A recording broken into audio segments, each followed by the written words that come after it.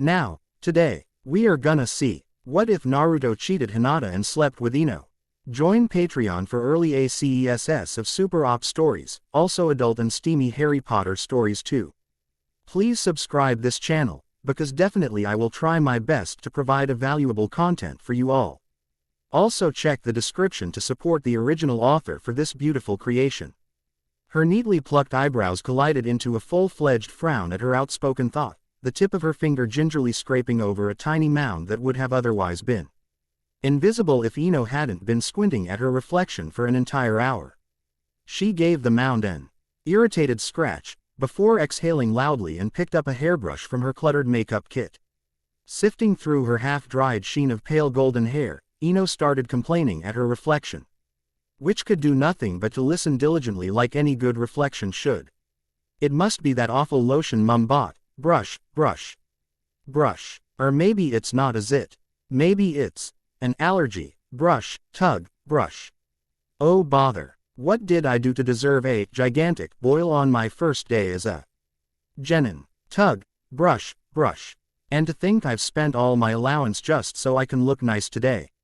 This is so not fair.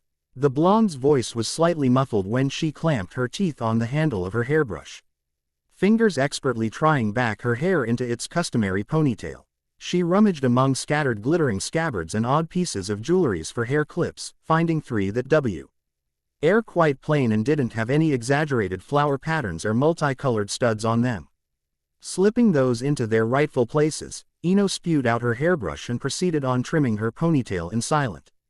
The lines of frown on her face had disappeared by the time she traded her fluffy milky white bathrobe for her unofficial sleeveless purple uniform, humming away to a vague childhood tune. A sharp knock on her door almost made Ino jump in surprise, pausing from her current task of wrapping her middle section with a roll of gauze. Ino, that was her mother. You're going to be late if you don't hurry. Your father wants to have a word with you before you go. I'll be down in a minute, Mum. She snipped the end of the gauze in a flash, hastily tucking the roll away in a small bag and cast a sweeping glance around her room to make sure that everything was in place. Ino adjusted the end of her pale blue comforter, running a hand over the soft mattress underneath it to smooth some unwanted creases that offended her neat eyes. Satisfied, the blonde jogged out of the room, the linoleum floor a cool welcome to her bare feet. Ino trudged downstairs with the enthusiasm of a 5-year-old kid, self-consciously tugging at her clothes. Her father was already there, flipping through the Konoha Daily, and only looked up when Ino took a seat across him. You're going to have a new team today, right? The Junin asked, smiling at his only daughter. Ino dumped a pancake on her plate and poured a substantial amount of maple syrup onto it, grinning at her father. I can. Wait to know who's going to be in my group. I bet we're going to be the best new team this year. Her mother tipped some sausages into Ino's plate and said, I just hope you'll be careful, Ino. Heavens know why you wanted to be a ninja. Such a dangerous job. I always thought you like handling flowers. I'm not a little girl anymore, Mum. The blonde pursed her lips, chewing on her sweetened sausage. Dad's a ninja, and he's cool. That's my princess. Father and daughter chuckled when the mother heaved an exasperated sigh, muttering something under her breath as she turned to the lump of sizzling scrambled eggs in the frying pan. Say, can I have my allowance early this month, Dad? Ino asked through a mouthful of pancake, busily cutting said pancake into smaller pieces. I want to be you. Why that new set of kunai they have in Harumi's? The Junin took a sip on his cup of coffee thoughtfully. What happened to your last allowance?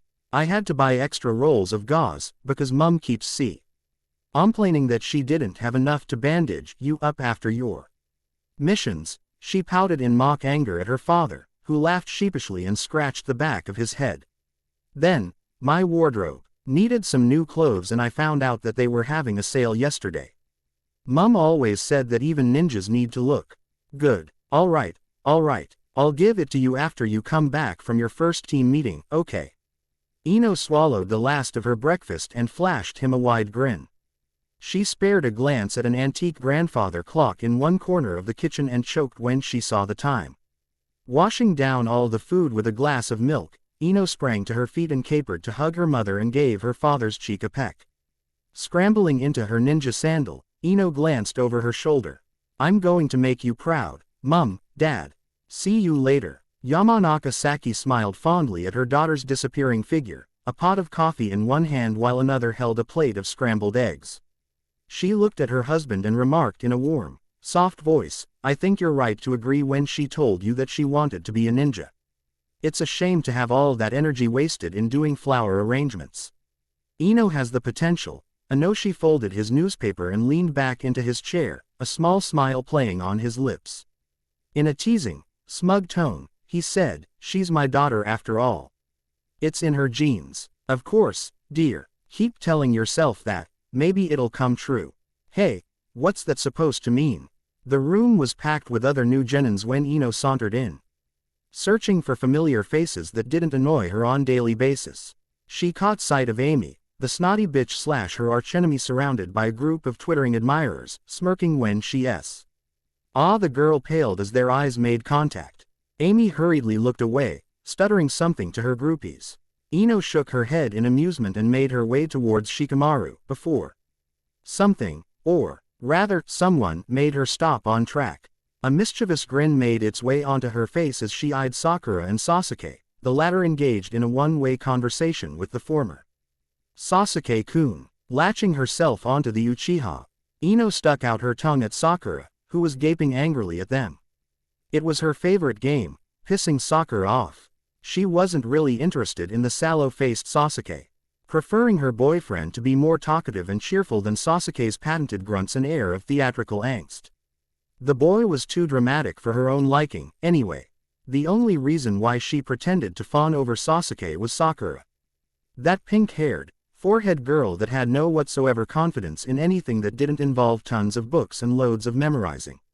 Ino wanted to help, in her twisted kind of way. Get away from Sasuke-kun, Ino pig. Make me, forehead girl. Sasuke grunted and disentangled himself easily from Ino's hands, choosing a seat some feet away from the two females. He proceeded to fall into the part brooding, part thinking look that he had perfected over the years. Girls giggled and squealed, guys had to restrain themselves from gagging. Ino raised an eyebrow. When a blonde she vaguely remembered from the academy started harassing Sasuke, crouching close to the Uchiha. Too close, in fact, so close that when an anonymous boy accidentally knocked him with an elbow, the blonde stumbled forward and kissed Sasuke. Ino thought she would have died that day when her oxygen supply was cut short from excessive laughter. When she finally managed to wipe the tears away from her eyes, the blonde was on the floor, supporting several large bumps and a facial makeover courtesy of Sakura, who had a maniacal glint gleaming dangerously in her eyes. Sasuke looked traumatized, his usually expressionless face twisted into something akin to a mix of aghast, confusion and mortification. For the second time that morning alone, Ino gasped for breath in between mad bouts of death by asphyxiation when Iruka sensei walked in and commanded immediate attention. Shoulders shaking slightly in her attempt to not laugh, Ino prodded the blonde with a foot. Wake up, you idiot, she hissed as the boy stirred. Iruka sensei's here. One eye blinked open, followed by a groan. I'm still alive, unfortunately. Yes, Ino held out a hand and helped the boy to a seat besides hers. Taking in the blue eyes and prominent whisker marks. You're Uzumaki, right? Yeah, he trailed on, wincing when he fingered his bumps. Sheesh, Sakura-chan gets more and more violent these days. Ouch, you really are an idiot. She ignored his glare and tossed a handkerchief at the blonde, who quirked an eyebrow in response. Clean those cuts, whisker face. You might get an infection. Thanks. Don't mention it. Iruka sensei shuffled the papers in his hands importantly, before smiling at the expectant faces of the genins. Now, Team 7 is Uchiha Sasuke. The boy grunted indifferently. Uzumaki Naruto. The blonde besides Ino groaned in misery. And Yamanaka Ino. The girl blinked in surprise. That was an unexpected turn of event. Earlier, she thought she would have been assigned to a team that consisted of an Akamichi and an Nara. Her father often told her stories about his efficient team works with his fellow Junins, especially Akamichi and Nara. He also told her at his partners have sons going to the academy as well, about her age, and it would be a blast if she could continue the tradition of the Yamanaka, Nara and Akamichi combo. She had nothing against the idea. Though Shikamaru grated her nerves with his unmatched lazy acidness, and Choji with foods was just plain disgusting. Before Ino could say anything, Iruka had paved on ahead with the list. Team 8 will be Inuzuka Kiba, Aburame Shino and Hyuga Hinata. Nara Shikamaru, Akamichi Choji and Haruno Sakura are Team 10. Your assigned teacher will come shortly after this, and I hope you will all grown up to become the proud shinobi of Konoha. Those who don't are going to hear from me. Cheerful laughter greeted the half-hearted joke. Iruka-sensei bowed and made his way out of the room, leaving the newly promoted genins to chatter happily with their new teammates while waiting for their teachers. Ino was staring ahead at the blank wall, still surprised by the arrangements and thinking how her father would react to it. How disappointed her father would be. Maybe she could meet Iruka-sensei afterwards and demand a change of teammates. Ino distantly felt a hand descended onto her shoulder, snapping out of her musing only when someone began shaking her to and fro. Slapping the offending hand away, Ino glared at its owner. It was the blonde. What? She asked, irritated. The boy grinned, a wide, foxy grin that made his eyes twinkle impishly. You're Yamanaka Ino, right? We're going to be in a same team. Ino sighed heavily. I happen to realize that, Uzumaki. Call me Naruto. It's weird having your teammate calling you by your last name every time. Then you can call me Ino, she said, smiling a bit despite herself. She looked around, before turning to Naruto. Where's our last teammate? Sasuke bastard. He's somewhere, was the vague reply she got from the blonde genin. Probably hiding from his fan club. Again. Poor boy, snickered Ino, toying absently with her ponytail. This is boring. I wonder when our sensei will come. Naruto cracked his knuckles and exclaimed confidently, he's probably on his way right now. XXX 3 hours and a peeved blonde later XX. Where the hell is that goddamn sensei? Yawning, Ino allowed her head to rest on the table, eyes scanning the room without much gusto. It was empty, save for Naruto, who was hyperventilating in front of her. Sasuke, who was brooding at the other end of the class, and herself. No whatsoever sign of any sensei. All the other teams had long departed with their respected teachers, who unlike theirs, arrived in time. She had shrugged in pity at Sakura, who had stomped sulkily behind her teammates in a tow. The pink-haired girl shot Sasuke one last longing look before disappearing down the hallway. The same direction Ino wished she had gone 3 hours ago. Noticing that Naruto was fiddling with a blackboard duster, Ino lifted her head and asked, "What are you doing?" "It's a punishment for our unpunctual sensei." The boy replied cheekily, giggling as he set the duster on top of the sliding door. Jumping down from the stool, Naruto clapped his dusty palms together and grinned. Now we just have to wait for that late dumbass. Quote, "A Junin won't fall for such kindergarten trick," Sasuke commented, the most they had heard from him all morning. Naruto and Ino adroitly ignored him. As if on cue, the door opened just as Sasuke finished talking to reveal a mass of bushy silver hair, which was promptly covered in a cloud of chalky dust when Naruto's plan surprisingly worked. A tall and lanky man in typical Junin attire walked into the room, shaking his head free from the white dust with a hand while another firmly held on a book. Ino had to clamp a hand over her mouth to stop hers from bursting into another fit of laughter, while Sasuke was eyeing the Junin suspiciously. Naruto was jumping and pointing at the Junin like a drugged monkey. The silver, white-haired man rubbed his chin thoughtfully. "My first impression on you is not good." Awkward silence ensued. 10 minutes later, they were already seated outside, Naruto sitting between Ino and Sasuke with their Kakashi sensei propping his chin up with a hand in front of them. His one visible eye was regarding his new charges lazily, one of his hands rested across his knees. Ino thought that if it weren't for the Junin vest, the man would have looked more like some drunken sleazebag that she often ran across in front of bars. From their introduction earlier, he only revealed his name and a load of other unimportant crap. Naruto had an insane ambition to become the next Hokage. Ino also found out that Sasuke had homicidal urges. "Boys, now that we've known one another, we only know your name," Ino pointedly interjected. arms crossed against her chest. Kakashi ignored her and continued on. Next meeting is tomorrow, at the clearing by the bridge. I want you to be there by 8, and don't eat any breakfast. I don't want anyone throwing up on me. Got that? Why would we throw up? Questioned Sasuke in his usual silent way, after his rather chilling revelation that his dream in life was to kill a certain someone. Ino had scooted to a safe distance away from the Uchiha, suddenly wary of her safety around the boy.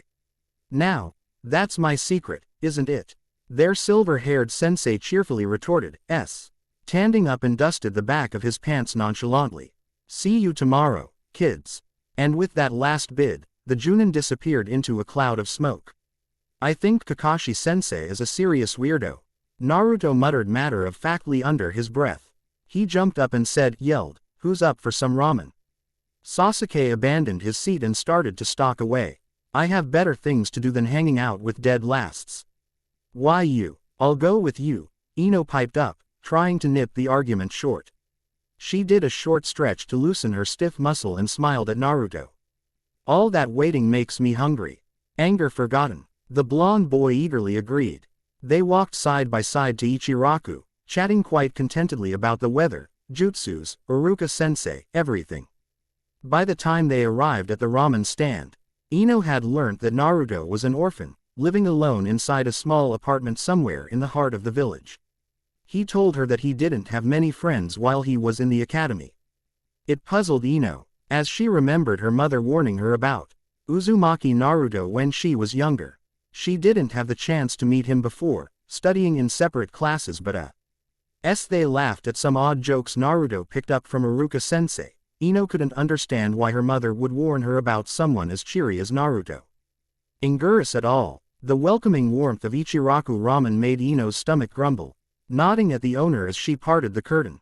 The stand was deserted by the time they claimed 2 stools, sitting cozily together. What will you two have? The owner asked, his voice thick and friendly. I want beef and shrimp ramen. Naruto. I'll take vegetarian ramen, thank you. Ino. Vegetarian. What's the point of eating ramen if you want veggies? The point is that it's healthy. Whisker face. Stop calling me whisker face. Then stop criticizing my eating preference. Order up. Still glaring at one another, Ino and Naruto swiftly snatched 1 bowl each, jabbing at the innocent noodles vindictively with their chopsticks whilst their eyes were locked in a glaring match. When both finally turned their attention back to their bowls of ramen, they immediately realized their blunder. Ino ended up with the beef and shrimp ramen, while Naruto had her vegetarian one. Cheeks coloring slightly at the mistake, Ino looked up from the bowl. ND offered an apologizing grin to the blonde boy besides her. Naruto shrugged nonchalantly and they traded bowls in silence, though Ino noticed that the boy's cheeks had adopted pretty tints of bright cherry. Sorry I yelled at you. The boy softly mumbled, spewing some bits of chewed noodle onto the counter as he did so. Ino grinned widely. Nah, 's me fault too. My dad always said that I have quick temper. She glanced at the darkening sky outside, frowning when she spotted dark rain clouds parading over Konoha. Rumbles of young thunder echoed in a distance. Shit, I think it's gonna rain. Is so going to nag me to death if I got home late. You don't mind me slipping back first, right? I don't. Then, Naruto added in a more morose tone, nobody's waiting me back home anyway. You go, Mr. Sunshine, the girl teased, quickly deciding that sadness didn't suit Naruto at all. She ruffled his hair, much to the boy's annoyance, and slurped down some hot broth from her ramen. Dumping some money on the counter to cover her order, Ino said. I'll see you tomorrow then, K. Bye, Ino-chan. Ino paused at her new title, arching an eyebrow at Naruto. The blonde waved his chopsticks before turning back to his bowl, shoveling the food down his throat in an inhuman pace. Shaking her head, Ino jogged towards her home, the jogs quickly replaced by a sprint when she felt drops of water crashing against her skin. She shielded her face with a hand, wiping her face in intervals as the increasingly thick curtain of falling raindrops restricted her vision. The street ahead was reduced to mere blurs. Dim spheres of light from random lampposts were the only indication that she was going the right way. Ino grimaced when she nearly slipped on a puddle of mud, trying to stay on the paved road.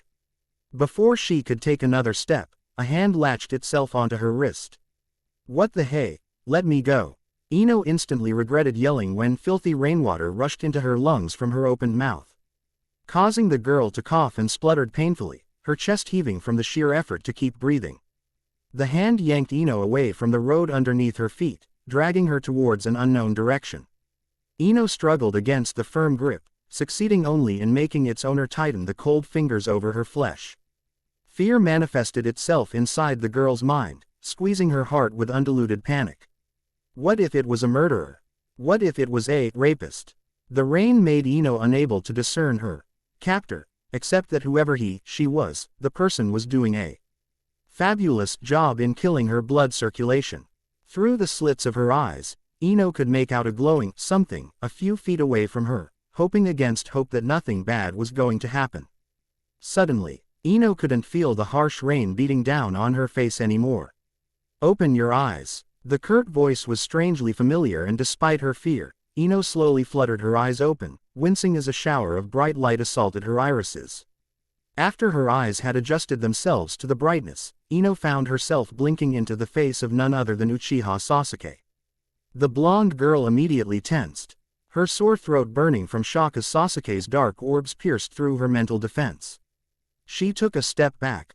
A glance at her surrounding revealed that she was standing in someone's porch, the light pouring out from an opened door. Sasuke was wearing a coat over his dark blue yukata, a pink umbrella clutched possessively in one hand. Ino's first instinct was to snirk at the umbrella. Pink, Sasuke, shut up. Ino's second instinct was to yell at the dark-haired boy. What the hell do you think you're doing? I was on my way home. You're heading towards a ditch, Sasuke informed the blonde. His brows knitted into a dark brown. He slipped out of his drenched sandals and took a step through the door, placing the pink umbrella into a bamboo stand. Leaning against the doorway, the Uchiha said, Kakashi sensei wanted to meet the three of us. He'll be pissed to find your body inside that ditch tomorrow. Wow, that, like, the first time I heard you complete a whole sentence. I'm impressed, Ino said. Deadpan. Remembering her manner, she flashed Sasuke a sweet smile. Thanks for saving my life. They ended up staring at one another for several uncomfortable minutes. Do you have a phone? Ino asked, shivering from a sudden gust of wind, and wished she hadn't left Ichiraku. At least she won't be trembling like a drowned street rat there. I need to call my parents. They're going to get worried if I don't. Sasuke narrowed his eyes, a sudden unidentified gleam flashing through those dark irises of his. Ino kicked herself mentally, thinking that the Uchiha was offended when she mentioned parents, like Naruto had earlier. The girl chewed on her bottom lip crossly as she came to the sudden realization that she was saddled with two chronic cases of lonely, stubborn orphans.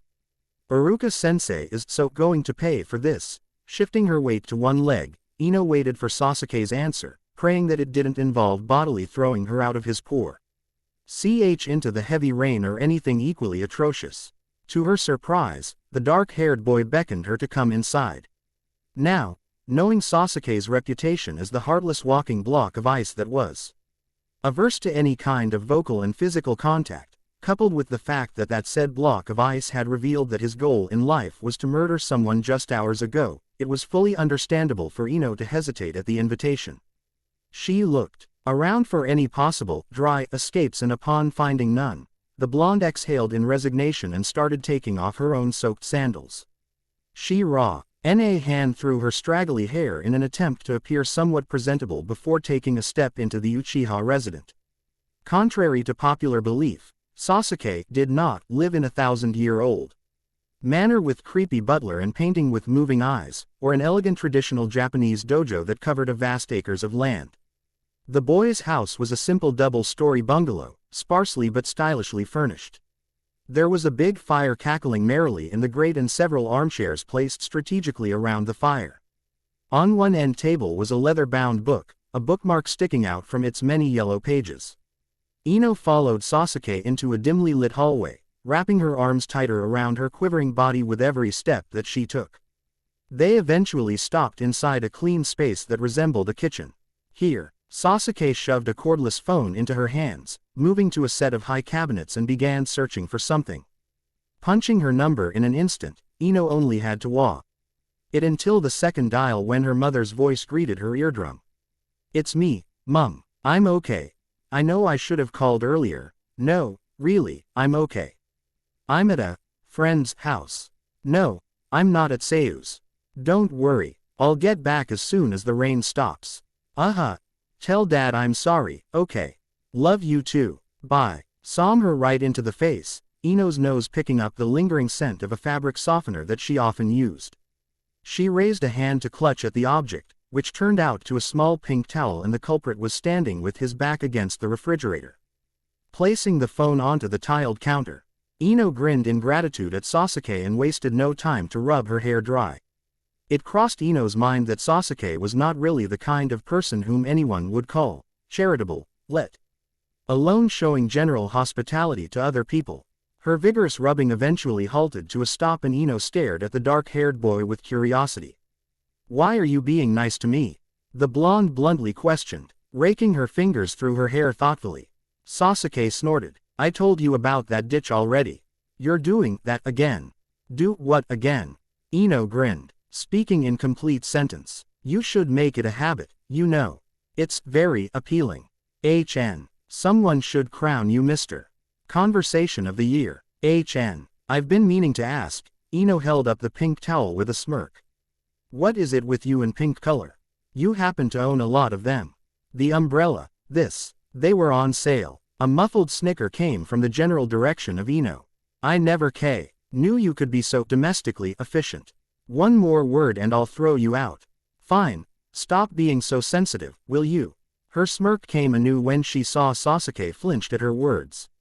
"Sure, he boy saved her from committing unintentional suicide, but even that couldn't stop Ino from picking on him." She wrapped the slightly damp towel around her neck, looking out a window and into the why landscape beyond the glass confinement.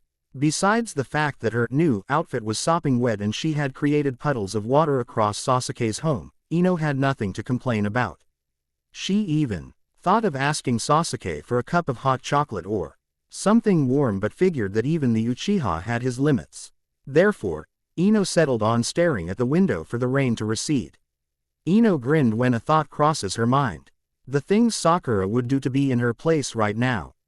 Her patience was rewarded 10 minutes later when the heavy downpour slowly reduced to soft drizzle, splash of rainwater against the glass pane, not as intense as before. Ino abandoned her place by the counter and sauntered over to the window, pressing her face to the smooth surface to check the visibility of things outside. Convinced that she could see the ditch by now, Ino untangled the towel from her neck and walked towards Sasuke. "I think it's okay outside." She tossed said towel to the boy and smiled. "Thanks for the shelter, Sasuke. I'll find some way to pay you back later." The Uchiha shook his head. "I don't mind." Ino was almost sure that there were aquatic microorganisms waddling inside her sandals when she put them on. The sandals making weird squelchy noises every time she started walking. Shaking excess water out of one sandal, Ino grimaced and turned to Sasuke. "See you tomorrow. Yeah, nice talking to you too." Quote. The raindrops were more bearable this time, and it didn't take Ino long to arrive in front of the Yamanaka flower shop, without falling into any ditch. She ducked into the shop after unlocking its side door, carefully zigzagging among multicolored flowers to a back door that adjoined the shop to her home. Tipping her sandals against the wall to allow them to dry, Ino squeezed a fair amount of water from her ruined clothes before slowly pushing the door open. It led to the kitchen, which was empty. The blonde was not fazed, seeing that her father must be at work, doing missions or whatnots for the Hokage, and her mother usually spent her free time knitting inside the living room if she wasn't fussing over some new flower arrangements. "I'm home," Ino quietly muttered, trudging straight towards her room on the first floor. She couldn't wait to get out of her purple uniform, it was getting too sticky and itchy for comfort. Upon arriving inside her little haven, she quickly undressed, dumping her wet clothes into the laundry basket and wrapped a bathrobe around her shivering form. Making sure that her windows were securely latched, Ino stalked to her closet. Picking out a set of pajama and placed it onto her bed. She stepped into the shower, adjusting the temperature of her water heater before shrugging off the bathrobe and hung it on a peg. Warm drops of water chased the shivers and coldness away once she turned the knob, cascading down her naked curves like minuscule waterfalls. She enjoyed the welcoming sensation for a while, reaching out to grab her bottle of shampoo. Pleasant fruity scent filled the small space as Ino massaged her head through the thick white lather.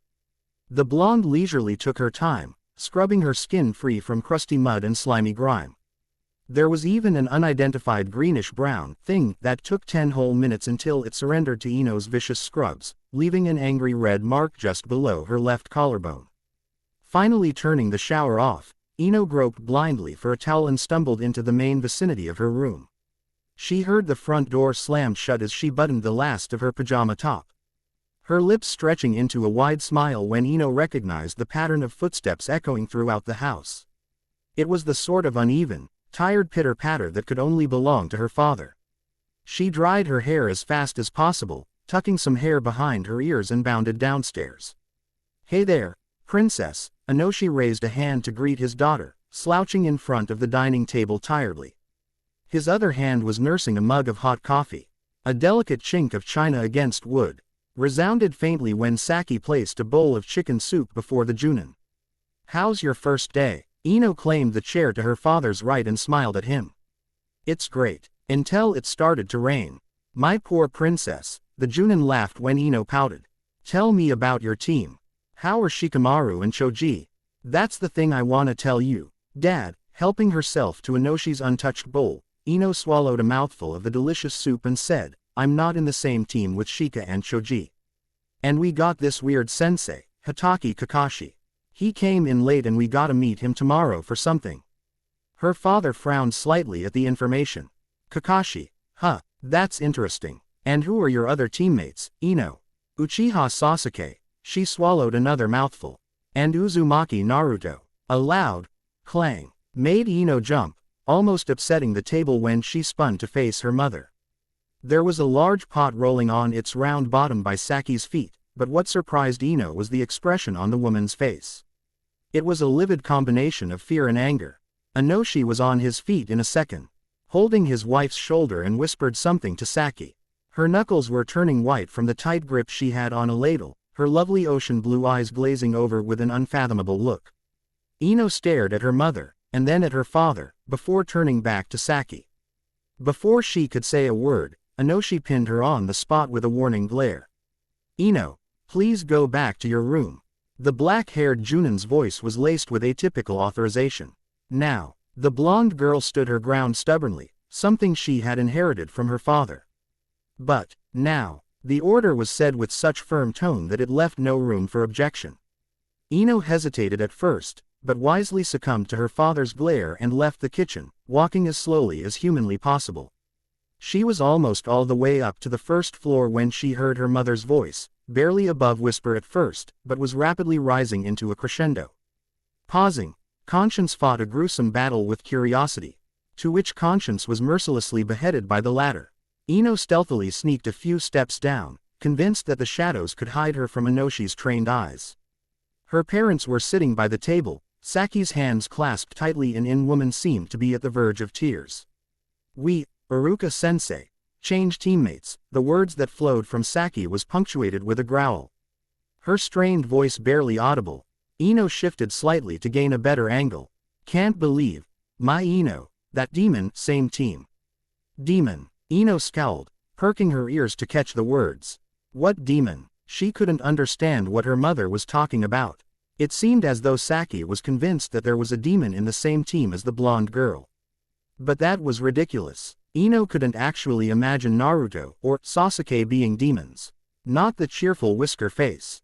And certainly not that brooding dark-haired boy that had rescued her from death by ditch. If Sasuke was a demon, then she certainly wouldn't be home, right? It was too far-fetched. More confused than she had ever been, Ino continued on eavesdropping. It was her father's words that caught Ino's attention. He's not demon. The fourth sacrificed vessel, small boy. To judge him, unfair. Should believe in the third. The voices were muffled after that and Ino couldn't make out anything other than she had heard. Risking a peek into the kitchen, Ino saw her father wrapping his arms around the sobbing woman in a soothing hug. Weariness was reflected clearly on Inoshi's feature. Like he had grown old just in a matter of minutes while they were having their conversation. Carefully treading up towards her room, the scowl on Ino's face was replaced by a worried frown. What could possibly make her usually composed mother freaked out like that? And what was that about a demon, the fourth and sacrifice? The blonde girl silently flicked off the light in her room, though she remained wide awake under the safety of her blanket. What demon? Imaginary enigmatic patterns flashing across the ceiling finally lulled Ino into a deep, dreamless sleep. TBC. I demand reviews. Kara must kill Kakashi sensei. Confiscate that dirty book of his. And then shoved those bells down his throat. The thought had occupied a major portion of Ino's mind as she scratched the back of her neck, scowling dark at a small insect that were currently buzzing and annoying the hell out of her. She tried to swat the pest away, failed at that but succeeded in making the leaves that were covering her bristle loudly from her wild movement. Slinking back under the shadow, Ino scanned the clearing warily for any sign of silver hair or faint chime of tiny bells. Noting that her purple clothes were not exactly a perfect blend with her green camouflage, the blonde girl exhaled in frustration. Stupid bushes. Stupid test. Stupid Kakashi sensei. Her stomach rumbled in protest. Stupid hunger. Shifting her elbows to a more comfortable angle, Ino concentrated on the task at hand, trying not to think much of maiming a certain perverted sensei that clearly had a twisted sense of who should and shouldn't be a shinobi. Not only that they had to wait 3 freaking hours for Kakashi sensei to finally poof into existence, they had to hear his pathetic excuse of some lost kitten and a sneezing cow. Really, it was bad enough that he would only allow 2 of them to pass the test. That sadistic Junin also wanted them to fight him for the opportunity. Ino didn't like the direction this test was taking. Frankly, because she couldn't possibly choose between her 2 teammates if she was ever given the chance. Sasuke was still hiding somewhere inside the forest, while Naruto, well, that idiot had challenged the Junin head-on once he revealed what their test would be. As expected, Naruto got the crap kicked out of him in no time. Ino was torn between feeling amused with his stubbornness or p.I.t.y. the boy for his blatant idiocy after the brief display of adrenaline-driven spar. Somehow, she decided to flatter the boy and settled on the first choice. A sudden explosion jolted her out from her musing. Coming from the right end of the clearing, Ino crept out from her hiding place, hesitating for a while, whether or not she should follow the sound. It took the girl another resounding explosion to make up her mind. Indignant squawks of birds masking the silent thuds of her sandals which she was forced to blow dry earlier that morning against the hard ground. When Ino arrived at the supposedly source of those explosions, she immediately found out who had been fighting and who had lost. Sasuke's scowling face, devoid of his lower-than-neck body parts, almost made Ino laugh, if it wasn't for the seriousness of the situation and the fact that the person responsible for such action was there. Kakashi sensei was standing, slouching lazily with a hand in his pocket, his invisib.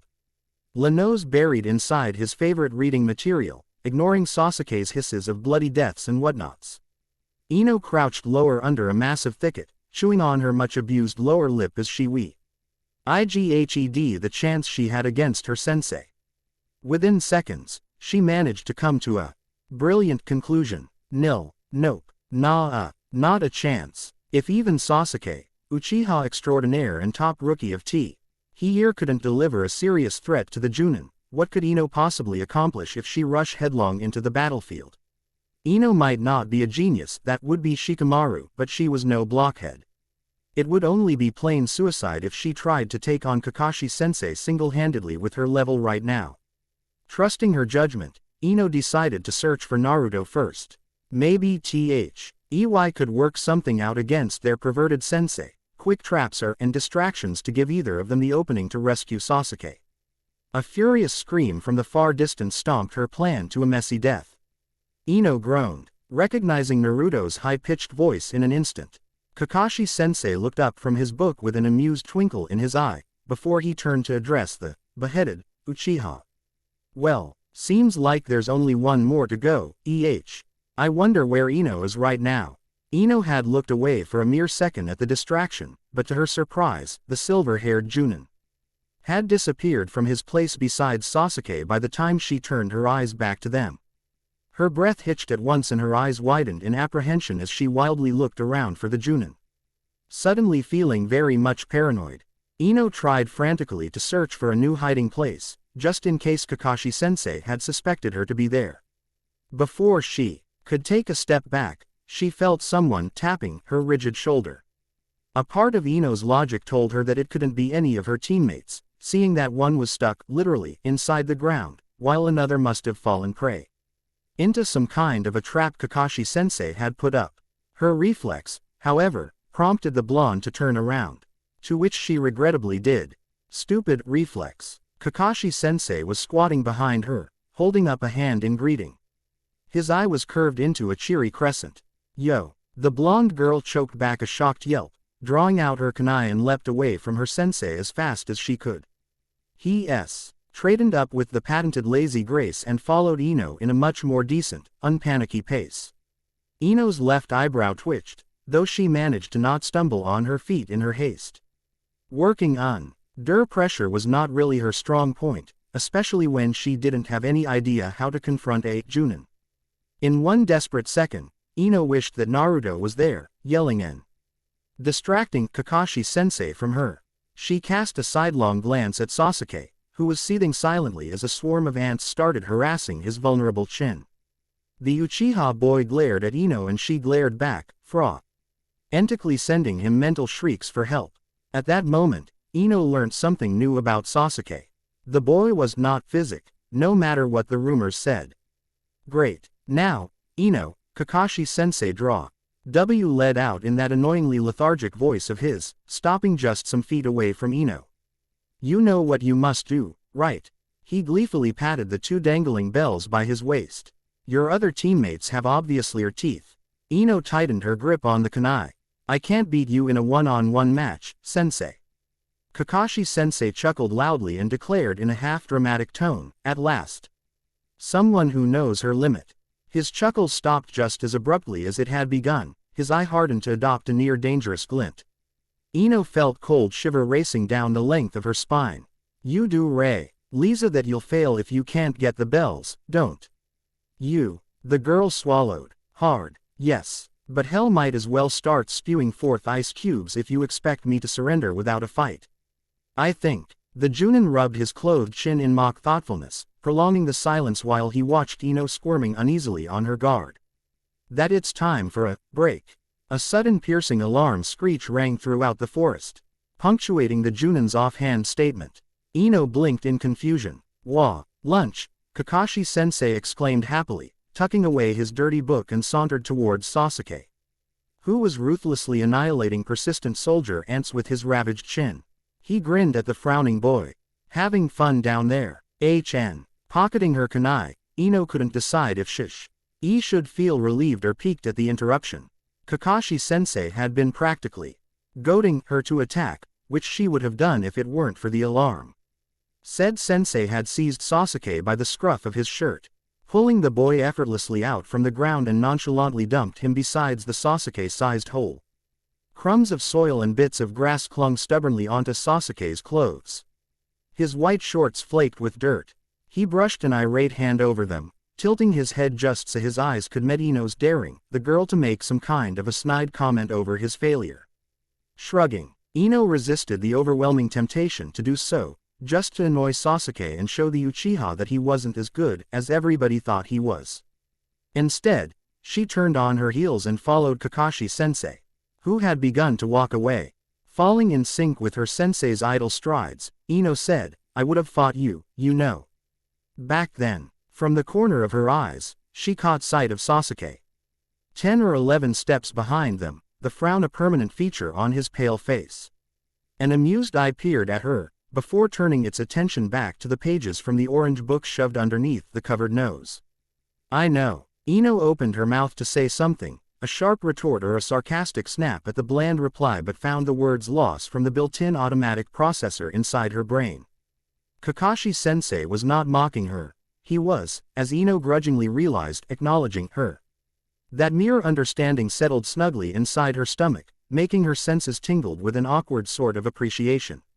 Ino closed her mouth noiselessly, almost guiltily, and allowed their brief walk to lapse in silence, except for the pleasing crunch, crunch, crunch of leaves underneath the hard soles of their ninja sandals.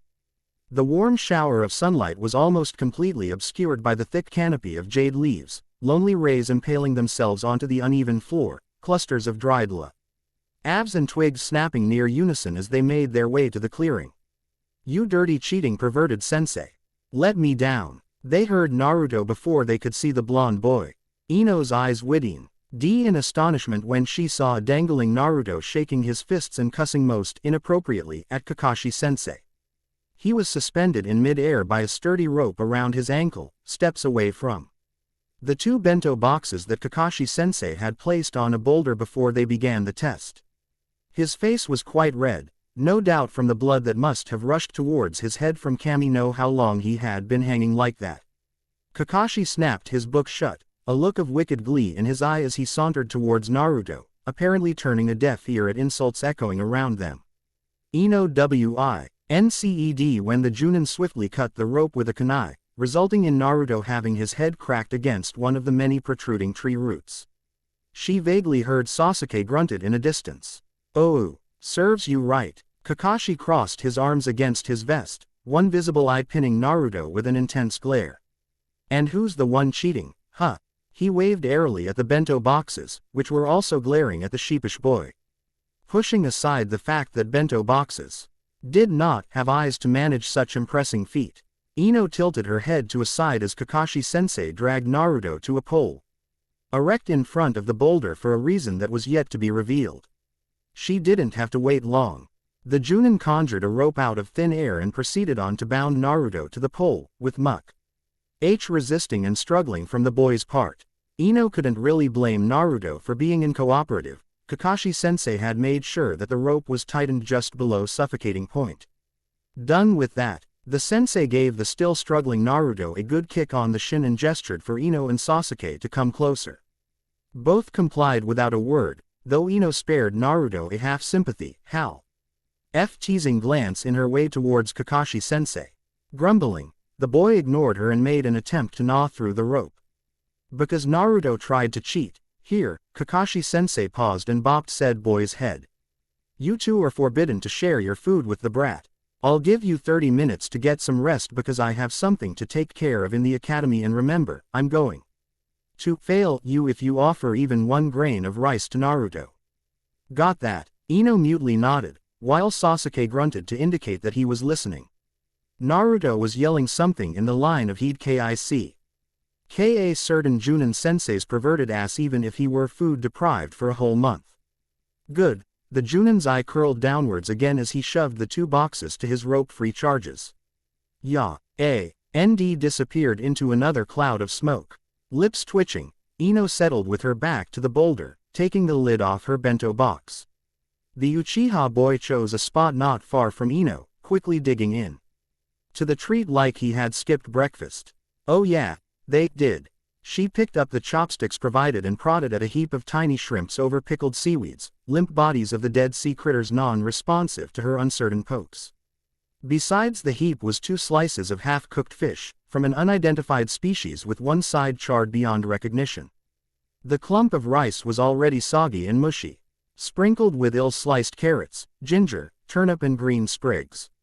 Ino grimaced as the fish crumbled under the light pressure when she attempted to pick it up.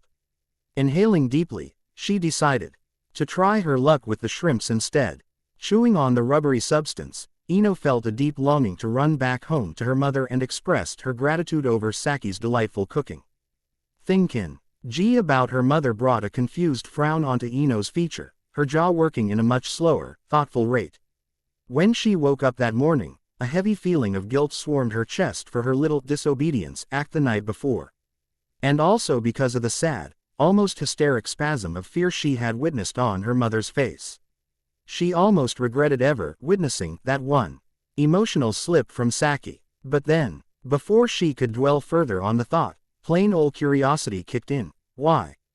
The one thing firmly etched onto her memory, the one thing that made her morning shower less relaxing than usual was the repeated mentioning of a demon. One of her teammates was a demon.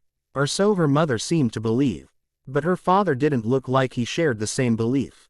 Shish. He only found Inoshi inside the kitchen when she had ambled downstairs, declining breakfast because Kakashi-sensei had told her to, that cunning bastard.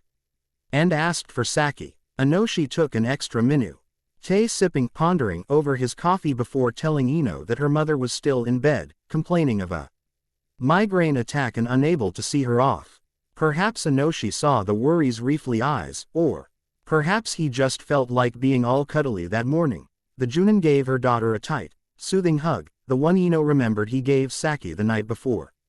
She leaned in like a leech, sucking the warmth greedily, though her mind was a haze of curiosity, confusion, curiosity, worries, curiosity. Breaking the hug, Inoshi patted her back and joked that she must have gained some weight. He could be hardly circle his arms around her anymore like he used to. Mortified, Ino had pouted at her father and, accidentally, stomped down on his bare toe in her way out. Waving at a cursing and hopping Inoshi, the blonde girl had thus forgot the nagging curiosity burning at the back of her brain. Until just now, one of her teammates could be a demon. If her mother's outburst held any truth, then, who? Ino had been chewing on the same mouthful of rubbery shrimps and soggy rice for a good 2 minutes by then, though she was too preoccupied with her disturbing thoughts to notice. Jaw mechanically moving up and down with its own accord, Ino eyed the two boys intently. Sasuke was hauling, he managed to even look cool doing that. Must be practiced. Rice and other things inside his mouth. Slim E. Yebro's skewed into a frown that would have sooner or later caused permanent wrinkles on his forehead if he made frowning a habit. His dark eyes were focused on his feet, a guarded look concealing whatever there was inside those orbs. Like a wall, or some sort of an obdurate facade. As if he was afraid that someone was going to look, to pry into his eyes and see something there. A weakness, perhaps, underneath all those macho, high and mighty act he strutted on. An arrogant fool. Could Sasuke be the demon? She finally swallowed the finely mashed ball down her throat, swiping her tongue over her lower lip in order to ignore the odd, nearly nauseating taste spreading out from her stomach. Despite that unpleasant sensation, Ino separated some better-looking shrimps. They're all dead anyway. Then the others, picking those shrimps and absently put them inside his reclining mouth. A small helping of rice followed afterwards and the chewing commenced once again. Her eyes were moved to latch on Naruto, who was sulking and grumbling from Kakashi-sensei's punishment. A sudden gust of wind barely ruffled his spikes, golden sunlight highlighting the lines around each spikes, giving them some sense of an individual aesthetic value. Those blue eyes were cast downwards, though Ino couldn't actually see what they mirrored at that time. Must be anger at their sensei, or maybe even a sliver of determination. Her eyes fell on the deep whisker marks by the boy's cheeks and Ino blinked, chopsticks askew. What did cause those scars? An accident? A fight with other boys? What? And then, Naruto's stomach chose that exact moment to grumble loudly. Ino raised her eyebrows, chewing halted to a stop as she scrutinized the embarrassment etched firmly onto Naruto's face. His cheeks were burning a deep magenta and his head hung as low as his bind allowed, muttering incoherent words under his breath. Sasuke also looked up, though he had something close to a sneer playing on his face. Ino's facial nerves worked themselves into a scowl of disapproval, before she stared down at the bento box rested on her lap. At the soggy, mushy rice with garish topping. At the now scattered dead shrimps. At the crumbled remnant of charred fish. Suddenly, she didn't feel like eating anymore. But throwing them away seemed to be too much of a waste. No. Her eyes darted back to Naruto, who had ceased muttering. Then down at the bento box. Fingers curled resolutely around the sharp edges. To hell with Kakashi-sensei's warning. Their teammates, damn it. Want some? Naruto whipped his head to the source of that voice. Startled eyes meeting calm, patient ones. I said, do you want some? Ino picked on the carrots. They're awful anyway. You're only giving them to me because they're awful, huh? The incredulous tone was not lost to Ino. Both blondes shared a chuckle together. Smothering down the small ripple of motion through his tied body, Naruto gravely shook his head and said, in an uncharacteristically low voice, I don't want you to fail because of me. That's not fair. Ino shifted on her other foot, annoyance surfacing at the refusal. The offered ball of rice by the tip of the chopsticks hovered dangerously close to Naruto's nostrils as she curtly snapped. The only thing unfair here is that I have to suffer bad foods and you're not. I bet, Kakashi sensei made them to test our endurance against poisons, most probably the deadliest ones. But you'll fail. The tone was positively miserable, guilty even by then. Yeah, well better fail T's fricking test early than having to listen to your stomach grumbling out a full orchestra by the time we're supposed to be hiding. But what about Kakashi sensei? Unexpectedly, another ball of rice and a pair of chopsticks joined the first one. Eat up. I can't sense Kakashi's chakra anywhere near. Sasuke's cold voice cut through the air, his dark eyes narrowed and flashing some kind of a silent threat. And then, as an afterthought, he added, Dobi, hey, who are you calling? Naruto never did have the chance to finish the sentence, mainly because he found his throat being shoved with rice and shrimps and fish once he opened his mouth. An ambush, a sneak attack. Ino was grinning widely as she pushed in another packed ball of rice, while Sasuke was steadily tossing shrimps into Naruto's gaped mouth with such efficiency like he had done that in his entire lifespan or as a favorite pastime activity. Naruto gagged when one of Ino's chopsticks found its way to the back of his throat. And both genins instinctively took a step back to survey their work and presumably gave Naruto the time to breath and swallow those food. The blonde boy did both at once, breathing and swallowing, D was about to say something when his eyes widened in alarm. He was looking past their shoulders. Dread squeezed Ino's heart. Don't turn back, don't turn back, don't turn back. Ino gulped and glanced over her shoulder. Sasuke doing the same. Kakashi sensei, you. The silver-haired Junin was advancing towards them rapidly, a maniac fire flaming inside his visible eye, making the cobalt irises burn with orange and red tinges. He was pointing his index finger at them, bushy silver hair wilder than ever, and he was actually doing a pretty good job in scaring the hell out of Ino. Are going to fail, fail, fail, fail, fail, fail, fail. Ino grinded her teeth together. Fail, all passed. What? Three jaws hung open. Sasuke's was not that obvious, and they gawped at Kakashi sensei, who was beaming at them. The Junin stood with his hands on his hip, waiting for his students to snap out of their trance-like state and cheer or demand explanation or smack him or anything. Crickets chirped. Birds squawked overhead and someone's house caught fire in the village, but the three stunned genins made no whatsoever attempt to break the silence. Ino was still wearing that drat I'm going to fail look on her face. Bits of rice were trailing down Naruto's mouth and Sasuke's chopsticks were slack in his nerveless fingers. Kakashi sensei impatiently tapped his foot, the furious tap, tap, tap, sending some kind of a coded signal to his students. Sasuke was the first one to recover his cool, closing his subtly parted lips, and growled at Kakashi sensei. The growl worked magic in restoring his other teammates. Kakashi sensei, what's that supposed to mean? Naruto yelled, spewing whatever poor morsel he didn't quite swallow yet. I thought you said, I know, the Junin ved the question off and sat on a dead log. He grinned at them. Let me tell you, you're the first batch that did not follow my order. Others before you blithely ignored their teammate in favor of passing my test. But of course in the end, they didn't. Respect took roots and blossomed inside Ino for the lazy perverted sensei before her, as the JTHE importance of teammates in missions and such. She had also sat down to listen. The forgotten bento box lying near her crossed legs. Once, Kakashi sensei actually looked her way and winked, before resuming his ranting. Ino felt the corner of her mouth curved upwards and she sneaked a glance at Naruto. The blonde boy was listening too. Kakashi sensei in apt attention, the trace of earlier indignation replaced by one of fascination. Even though he was tied to a pole, Ino could still felt iron-wrought determination radiating from the boy. The Junin's words weaved in and out with her thoughts, attention divided to listening and watching. Asuke was taking in the explanation like he had known them all along, his face a canvas of perpetual aloofness. Smiling to herself, Ino shook her head. Her teammates could not be a demon. Not those two. She rubbed the pad of her thumb over her knuckles, forcing her mind to peel itself away from that subject.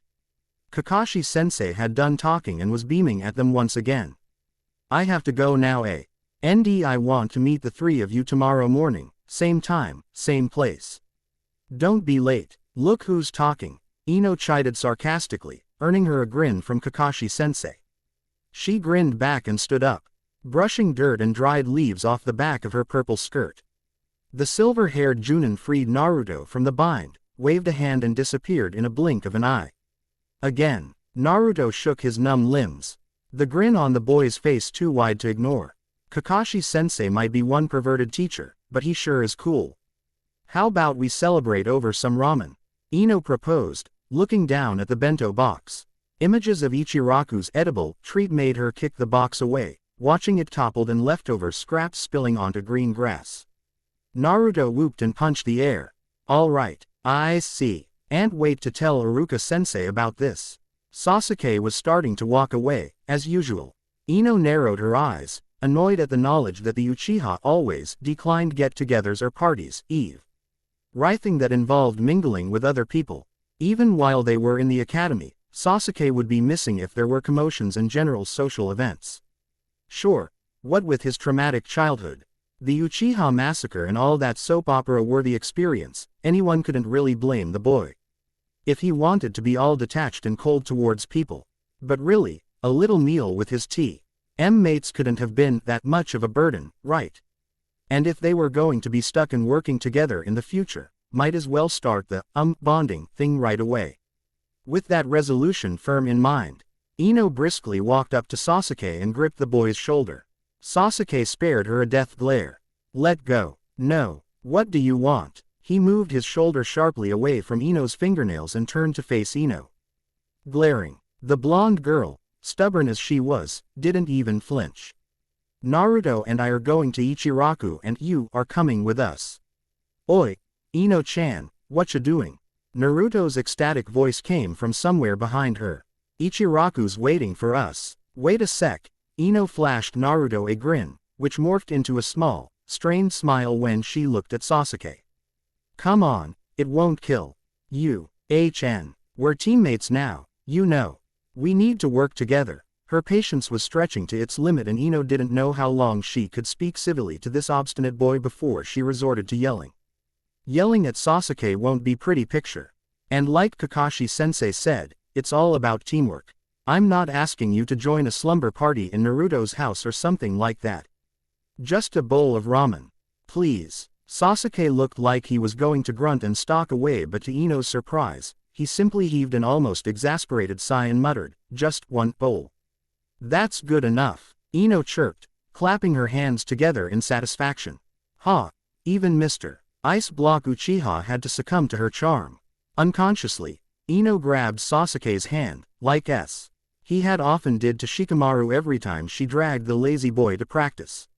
She completely missed the brief shock on the pale face, bounding energetically towards the waiting Naruto. Last one to the stands impotent. And then, I told Iruka-sensei that if he couldn't get a date to the ball, I'll use my sexy no jutsu and be his date. He got all panicked because he didn't want some nude girl tailing him around. Ino sniggered, choking on her noodle. So did he get a date after that? Yeah. Some Chunin woman with this huge boil on her right cheek and really funny nose. Like a swollen pear, Naruto cackled again, settling his empty bowl on the wooden counter. He couldn't say, no, ya know, 'cause he have to go to the ball and he have to bring a date. Iruka-sensei called in sick last minute, but I saw him hiding every time he sees that Chunin woman. Poor Iruka-sensei, the girl chortled, shoulders shaking with laughter. And to think I had a massive crush on him when I first saw him in the academy. She sighed at the fond memory. When Ino realized that Naruto was gaping at her, she shrugged. Hey, he's cute, okay. I couldn't help it. I was, 8 years old at that time. Sasuke. No grunting while eating, Ino teasingly admonished the Uchiha, grinning over the rim of her bowl at him. Sasuke was still on his first and only bowl, methodically picking on the strips of fried chicken. Then the shrimps, healthy dead ones this time, and lastly, the coiled noodle. It was as if he was meditating over his ramen. Naruto stacked his fifth bowl onto the others and said, are you ever going to finish eating, Sasuke bastard? Shut up, Dobi, snarled the dark-haired boy and picked on his shrimps. And then, his noodle. Meticulous, I'm telling you. Leave the guy alone, Naruto, Ino interjected, cutting Naruto halfway through his impending outburst. She fished some notes and coins, tossing them onto the counter. Raising an eyebrow at the blonde boy, Ino asked, "Are you done?" Naruto wiped his mouth with the sleeve of his orange jumper, glowering slightly at Sasuke. "Yeah, why? You said you wanna meet Iruka-sensei," Naruto nodded. "I want to tag along. It's been quite a while since I met sensei." "Sure." He slipped off the stool and placed some crumpled notes on Ino one's. Jerking his chin at Sasuke, who was by then picking on his chicken strips, Naruto said, "What about mute guy over there?" Ino whopped the back of Naruto's head. "I'm sure he knows his way home. If he doesn't, he can always sleep in the park. They have enough benches." Sass. Uke actually looked up at that and death glared Ino. "Yosh, let's go. Naruto, look out for that, branch. You really are an idiot, aren't you?" Grumble grumble grumble. "I heard that, whisker face. Can we stop at my apartment first?" Naruto asked, tugging uneasily at the end of his orange jumper. "I need to pick up some scrolls one borrowed from Iruka-sensei." Ino shrugged and winked at the blonde. "Sure, you don't mind inviting me in for a glass of juice or something, right?" She arched an eyebrow when Naruto's shoulders sagged noticeably. "What? Nothing." The reply was too quick to be honest, but Ino said nothing, acting as if she didn't notice the uncomfortable twitches of the boy's mouth. She figured that maybe Naruto would tell her when he felt like it, or she could throttle it out of him later. The street was becoming increasingly narrow as they walked in silence, dirty brick wall ornamented by various colorful graffiti circling ill-kept apartment complexes coming NTO view and small urchins running after one another with happy shrieks and yells. Their mothers were sitting, smiling and chatting to one another on worn benches under the shadows of old, twisted trees. As they watched their children indulged in childish games. One small boy tripped on a stray pebble, stumbling onto the dusty ground with a cry. His mother scrambled to his side in an instant, cooing and crooning soothing nonsense until the boy's cries was reduced to hiccups and sobs. His friends clustered around him to get on his feet and back to their game. Ino was surprised when she glanced at Naruto. The eyes that used to sparkle mischievously were staring at the sobbing kid and the middle-aged woman in envy, a gleam of sadness and pure loneliness permeating those sky-blue irises. Ino's heart ached painfully at the sight. Ino wanted so badly to come up a witty remark, whop the back of Naruto's head or argue about something ridiculous until their throats run dry, just so she could bring that annoyingly cocky grin back. Or to hear the boy yelling in irritation at her. Sadness really didn't suit Naruto at all. It dulled his eyes horribly, and for a split second, it was as though it was not Naruto who walked beside her at that time. Not the cheerful, hyperactive Naruto that she knew. Instead of all that, Ino couldn't bring herself to do anything. Her hands hung strangely limp by her side, guilt seeping slowly into her conscience for seeing something that she should not see. Like she had pried into Naruto's deepest secret without his consent. The small boy had already jumped onto his feet, crowded by his noisy friends before they ran to another place, to play another game. Ino tucked a few strands of hair that had escaped her ponytail behind her ears, words failing the girl for the first time. "My place is on the third floor," Naruto suddenly spoke up, and Ino realized that they had stopped in front of one apartment complex. It was shabby and tattered with rusty of gates that creaked loudly when Naruto pushed them open. The once cream-painted wall chipped in places and tired-looking shrubbery struggled to continue blooming on the barren ground. Laundry sway on weary lines from numerous balconies, the wind carrying voices and other unidentified noises to surround the two genins. Several women scurried around those balconies, scooping random objects or clothes before hurrying into their apartments when shrill cries or yelling started to resound inside. The pain constricting Ino's heart hardened, intensified by 100-fold. Naruto lived here. She glanced at the blonde boy, whose eyes were no longer supporting the sad look but were carefully cheerful. As if Ino had only imagined his reaction before. She clenched her fists, the muscle of her face taut into a grimace. Naruto led her to one side of the complex, where poorly trimmed hedges bordered the sidewalk and cluttered debris and litters lay forgotten on the pavement. The stairs were in similar state of neglect, and as they mounted it, Ino wrinkled her nose when a repugnant smell assaulted her nostrils, some kind of a mix of day-old puke and overcooked cabbages. There were people yelling above them. Before the yell eventually died down once they arrived at the landing. Two elderly women were facing each other, their thin lips twisting into sneers of plain disgust and hatred as their tiny, watery eyes glared at Naruto under white eyebrows.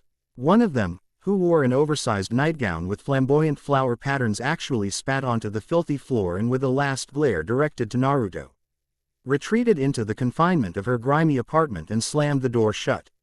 The other woman mirrored her friend's action, with an even louder slam. Ino blinked in complete disorientation and turned to Naruto for an explanation, only to find the boy fumbling with his keys. Naruto inserted one key into the keyhole, turning it, and twisted the doorknob without leaving his eyes off the door. Finally looking up to grin at the dumbfounded Ino, Naruto exclaimed, "Are you going to come in or do you want to wait outside?" "In, I guess." Ino pushed the curiosity that was again nagging at her to the back of her brain. Slipping off her ninja sandals at the entrance, she placed them beside Naruto's and allowed her eyes to roam around Naruto's small apartment. There was not much inside. Literally, the room was no bigger than the living room in her house, acting as both living room and bedroom at the same time. A battered table stood in the middle of the room, its smooth surface marred by burn marks and some deep scratches. Chairs were two sad little stools, assembled around the table like faithful companions that had seen better days. There was an unmade bed pushed to one corner of the apartment, the lumpy mattress and pillow covered in worn casings. A trunk sat close to the end of the bed and there was a yellowish-white shirt spilling out from its open depth. Ino winked when her bare feet made contact with something solid, bending down as she retrieved an empty instant ramen bowl. Dropping that onto the table, the girl made her way to the window. Its blurry glass seemed to have never been introduced to a clean rug and water. Looking out, Ino could make out some kids running around a dying tree, their cheerful yells making the air inside the apartment gloomier than before. How could Naruto live in this place? Soft footsteps snapped Ino back from his dark musing. "Sorry if it's a bit messy." Naruto's voice was laced with awkwardness and he placed one of his palms on the windowsill. Ino drew away from the window, sucking in a deep, calming breath and turned to stare at her teammate. Naruto had several scrolls clutched to his chest as he continued grinning at the girl. Too lazy to clean up. At that very moment, Ino realized that Naruto, the strong, ridiculously stubborn Naruto, needed a friend, and not her pity. That made Ino kick herself repeatedly, in her mind, that is. She placed her hands on her hip and scowled in mock anger. "You're not going to be lazy around me, Whisker Face. We got so much thing to do from now on." The boy questioned skeptically. "Your place." Ino flailed her arm in exasperation. "Need a complete makeover as well as a thorough cleaning. And lucky you, I'm free this weekend." Naruto's jaw, if it was physically possible, hit the floor. "What? We're cleaning your house this weekend, Whisker Face. But why?" "Because you're living in a dump, that's why." "My house is not a dump." "What? You're expecting me to believe that when I found empty ramen bowls on your floor?" Said empty instant ramen bowl bounced off Naruto's forehead. "But I hate cleaning. That's why you need someone to order around your lazy ass for you. Are you cleaning your soul for heaven or something?" "No, because I'm cleaning this hell instead." "Whose place are you calling hell? Stop whining like a brat, Whisker Face, and start being responsible for once." I. Not another word. Narrowing her eyes dangerously, Ino snatched half of the scrolls from Naruto's hand and stomped to the door. "I'll come this weekend and you better have some good excuse if I find more trash at that time. I'll skewer you using a mop if you don't." Naruto caught up with Ino as she was putting on her sandals, his blue eyes flashing with annoyance. "I don't need you cleaning my home. I can do it myself." The blonde girl gave Naruto a measuring look and snorted. "I doubt that. When was the last time you did laundry, Naruto?" The boy scratched the back of his head, a sheepish grin replacing the furious snarl on his face. "Last week." Ino sighed and shook her head. "My point exactly. Cut the crap and let's go to Iruka-sensei's place. I need to be somewhere tidy again to cleanse my poor eyes." She did a dramatic gesture of fussing over her eyes for emphasis. Naruto indignantly, HMPH, Ed unlocked his apartment when they had stepped out. Ino found herself relaxing slightly when the two elderly women that had glared at Naruto were not there, though it puzzled her of why they had shown blatant hatred towards the boy. Like he carried a contagious disease or something. And why the blonde boy acted as though he was used to the treatment. Naruto had bounced down the stairs and Ino, cursing because the blonde boy had abandoned her alone in the hallway, raced down instantly and conveniently forgot her disconcerting thought. For one thing, Naruto was as fast as he was loud, and before long, Ino wished that she had had the heart to throw kunai at the blur of orange in front of her. They had escaped shortcut to the other side of Konoha, where Iruka-sensei resided near the academy. Ino eventually stopped running in favor of walking, huffing and wiping beads of sweat from her glistening forehead. Fleetingly, Ino wondered where the heck Naruto got the stamina to keep going and going like there's no tomorrow, but quickly decided that it must be from all those ramen that he ate. Gluttonous whisker face. Naruto, to his credit, had also slowed down when he could sense Ino's rage dissipating behind him. Scrolls a careless display in his lax arms. The boy fell into a much decent pace besides Ino, grinning in smug victory at the panting girl. She raised a hand and punched Naruto's shoulder playfully, saying nothing since she was still trying to even out her breathing from the strenuous activity. If running after a loud brat could be called strenuous activity, that is. Naruto grinned, shifting the light weight he was carrying to rest more comfortably against his chest. The buildings around them had morphed from simple architecture to those with slightly artistic touch, delicate carvings of mythical animals decorating several pillars and wooden poles that they walked past without a second glance. Nice neighborhood, Ino commented, admiring the neat lines of shady trees along the paved road. The please and scent of post-winter invited a smile onto the girl's face as she balanced the scrolls in her hands.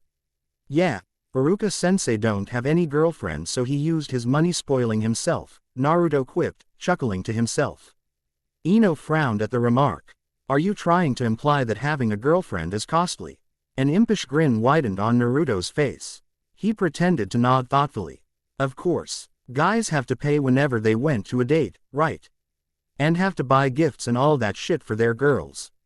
Flowers, chocolate, baka. That's not compulsory, tittered the girl, brushing her ang from her eyes as she glared incredulously at Naruto. Who told you that? Sakura-chan. I asked her out for a date once and she told me that I couldn't possibly afford it. Then I asked why not, a pout begun forming at the memory. Cheeks puffing up in aggravation. And she tells me that she would love to eat in a classy restaurant with dear Sasuke-kun if she ever went on a date. Ino chuckled in amusement. Well, that's Sakura to you. To me, if you bring me to Ichiraku and we eat ramen, as long as we had a good time and enjoy ourselves, then it's loads better than eating in an expensive restaurant with a conversationally deprived pretty boy. A laugh escaped Naruto's lips at the honest confession. Ha! That's because you're cheap. Hey! Ino exclaimed indignantly, hurt by the accusation. She couldn't whop Naruto like she intended to do as her arms were taken into custody by the rebellious scrolls. Besides, the blonde boy had had the foresight to run a few steps ahead of Ino. Sorry.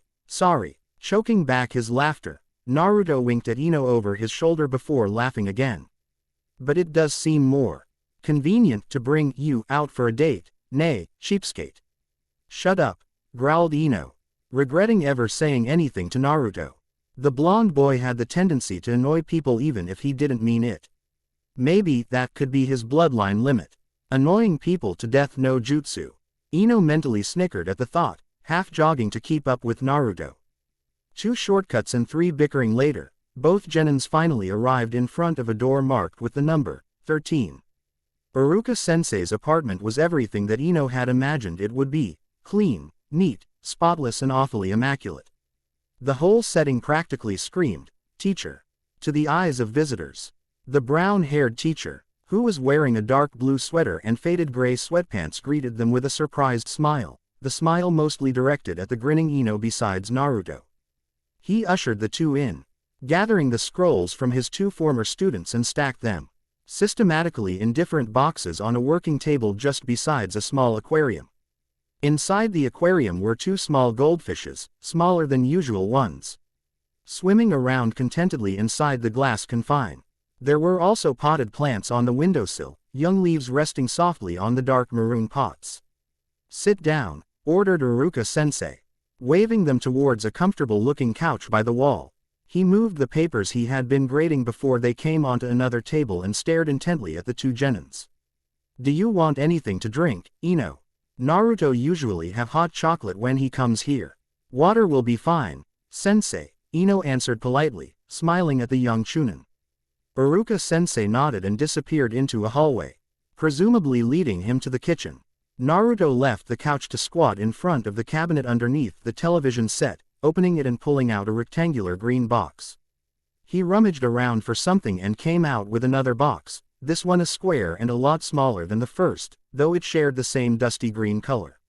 He grinned cheekily, two boxes in hand, and bounced towards Ino, who was curiously craning her neck at the blonde boy. When Naruto set the boxes on the table before them, Ino realized with a jolt of surprise that it was Scrabble. "Shish." Blinked and arched an eyebrow at the boy. "Scrabble?" Ino asked, just to make sure that her eyes were not deceiving her. Naruto was the last person in Konoha that she would imagine being interested in a game of words. The grin widened. "Why? Afraid that you're going to lose? Are you challenging me, Whisker Face?" "Careful, Ino-san. Naruto is not as illiterate as people expected him to be," came a jovial voice from their right. Iruka-sensei was leaning against the wall, a gentle smile gracing his lips. In his hands was a tray supporting 3 mugs with distinctive kunai and shuriken patterns. He crossed the room in 3 strides, placing the tray on the parquet floor, and sat cross-legged beside Naruto. Ruffling the boy's hair, Iruka-sensei joked, "There's a good brain underneath all his brashness." "Iruka-sensei," whined Naruto, pouting at the chunin. "I wouldn't have guessed," Ino gleefully teased, deftly avoiding a Scrabble piece aimed towards her forehead by a certain pouting blonde. She settled on the floor too, grinning like a Cheshire cat. "Bring it on." The pieces were enthusiastically jumbled, and soon, there were only faint sighs and thoughtful residing in the room. Ino and Naruto glared at each other over the edge of their tables, almost similar blue eyes twinkling with confidence. At one side, Iruka-sensei sat forgotten with his own table, eyeing his former students with a whimsical smile on his tanned face. The academy teacher started the game with the word "friend" boldly placed in the middle of the board. Ino frowned, slender fingers hovering above her own pieces. A grin surfaced and she countered with a dumb, smirking at Naruto. Perhaps sensing that the word were meant for him, Naruto shot Ino a glare before rearranging his pieces on his table. 2 seconds later, he came up with a blonde. Iruka-sensei openly chuckled at that. The game was fast and furious, mostly because Naruto and Ino kept glaring and Iruka-sensei kept chuckling. The childish competitiveness between the two teammates. Glorious sunlight that poured into the room from the open sliding door by the balcony had dimmed considerably as the great orange ball sunk slowly into the far horizon. Early stars winking in a distance. Too absorbed in their little game, none of the 3 ninja realized this until Iruka-sensei looked up to massage his sore neck, only to stare into the settling darkness. The chunin gasped and glanced at the clock hung on his wall. Approximately 10 minutes past 7. Iruka-sensei had to cough extra hard to attract the genin's attention. "It's well past sunset," the teacher declared, his eyes particularly set on a groaning Ino. "Your parents will be worried if you don't come home for dinner, Ino-san." Naruto immediately protested. "But Iruka-sensei, can't Ino just have dinner? Taste your ramen." "Well, I have no objection about that," Iruka-sensei replied, smiling again. To Ino, he said, "I can call Inoshi-san and explain to him if you want to stay for dinner. I'm sure he will give his permission." "Are you sure I'm not interrupting anything?" Ino demurely asked, a barely concealed hope shining in her eyes. Iruka-sensei laughed and shook his head. "Of course not. How about you help Naruto clean up and I'll call Inoshi-san, okay?" Cleaning up consisted of hunting for numerous missing pieces of alphabets that they had thrown at each other during their game. Most of them ended up in odd nooks and crannies. "Okay," came the chorused agreement, and 2 pairs of feet scrambled to work almost immediately. Watching the two squabbled again, Iruka-sensei picked up his phone and made the call from his kitchen. Inoshi was the one who picked it up. "Good evening, Inoshi-san," the Chunin greeted cordially. "Iruka-sensei," came the warm retort. "May I ask why you're calling at this time? Is there something wrong in the academy?" "No, this is purely personal. I want to inform you that Ino had spent her evening in my company and I asked her to stay for dinner. I'm hoping that you and Saki-san won't mind lending her for tonight." He couldn't help the formality, simply because he felt respect for those with higher ranking than his. And Inoshi was an experienced Junin, after all. A short pause came from the other end, as if the Junin was contemplating something. Then, Inoshi's voice vibrated again, with a question, "Is Ino with that Uzumaki kid?" It was Iruka-sensei's turn to stiffen. "Yes." He inhaled deeply and forced himself to loosen his tight grip on the phone. "Is there a problem, Inoshi-san?" "Don't get me wrong, sensei." The voice was thick with hesitation. "But Saki, she's not really happy with the arrangement of teams. Her father died while protecting Konoha from the great demon. And I am sure Yoshinaga-sama was a fine shinobi," the Chunin curtly acknowledged, his grip tightening once again, a contrast to his softening voice. "My parents also sacrificed themselves for the safety of Konoha, Inoshi-san. I don't mean to sound rude, but Naruto is nothing but a boy. A boy with a dream, a future to mold with his own hands. What he needs is a chance and a friend.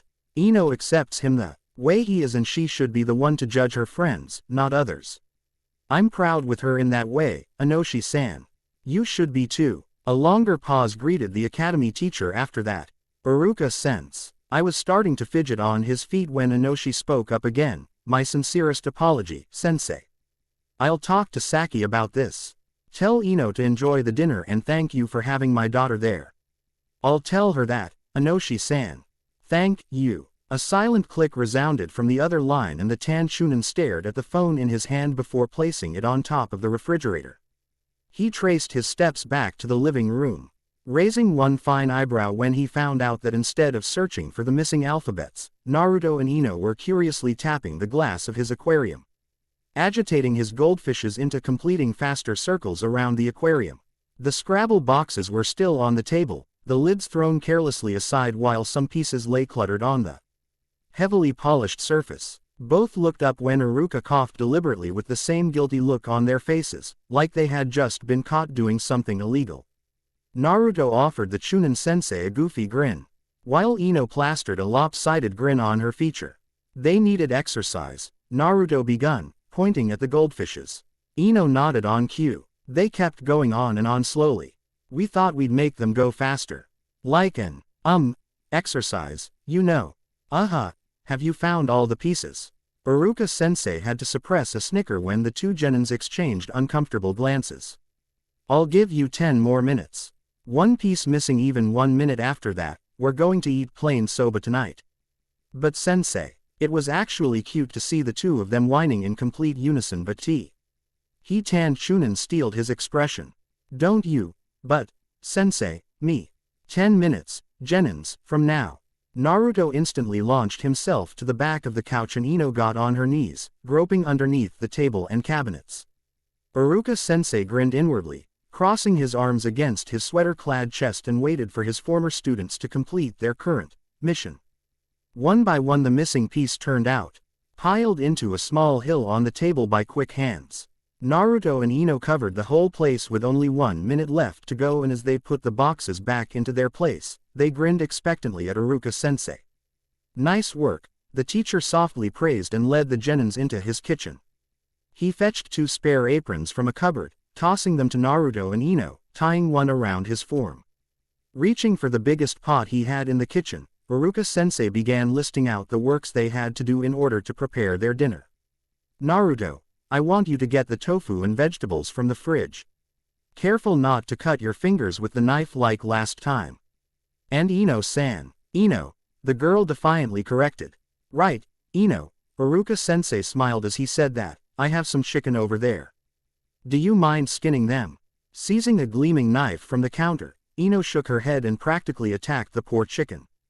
"Do you want to save the skin? I'll deep fry them later." The Chunin filled water into the pot and placed them on the stove, picking up carrots, a knife and a chopping board to occupy his time while he waited for the water to boil. He spared a glance at Naruto, who was happily slicing the tofu into perfect cubes. Hand me the noodles packets, will you, Naruto? Hi. Nay, Iruka-sensei, can I do the frying part? Sure, Ino. Naruto. Not the cabbage. Sensei, I'm done. Ino, grab the flour from that cabinet.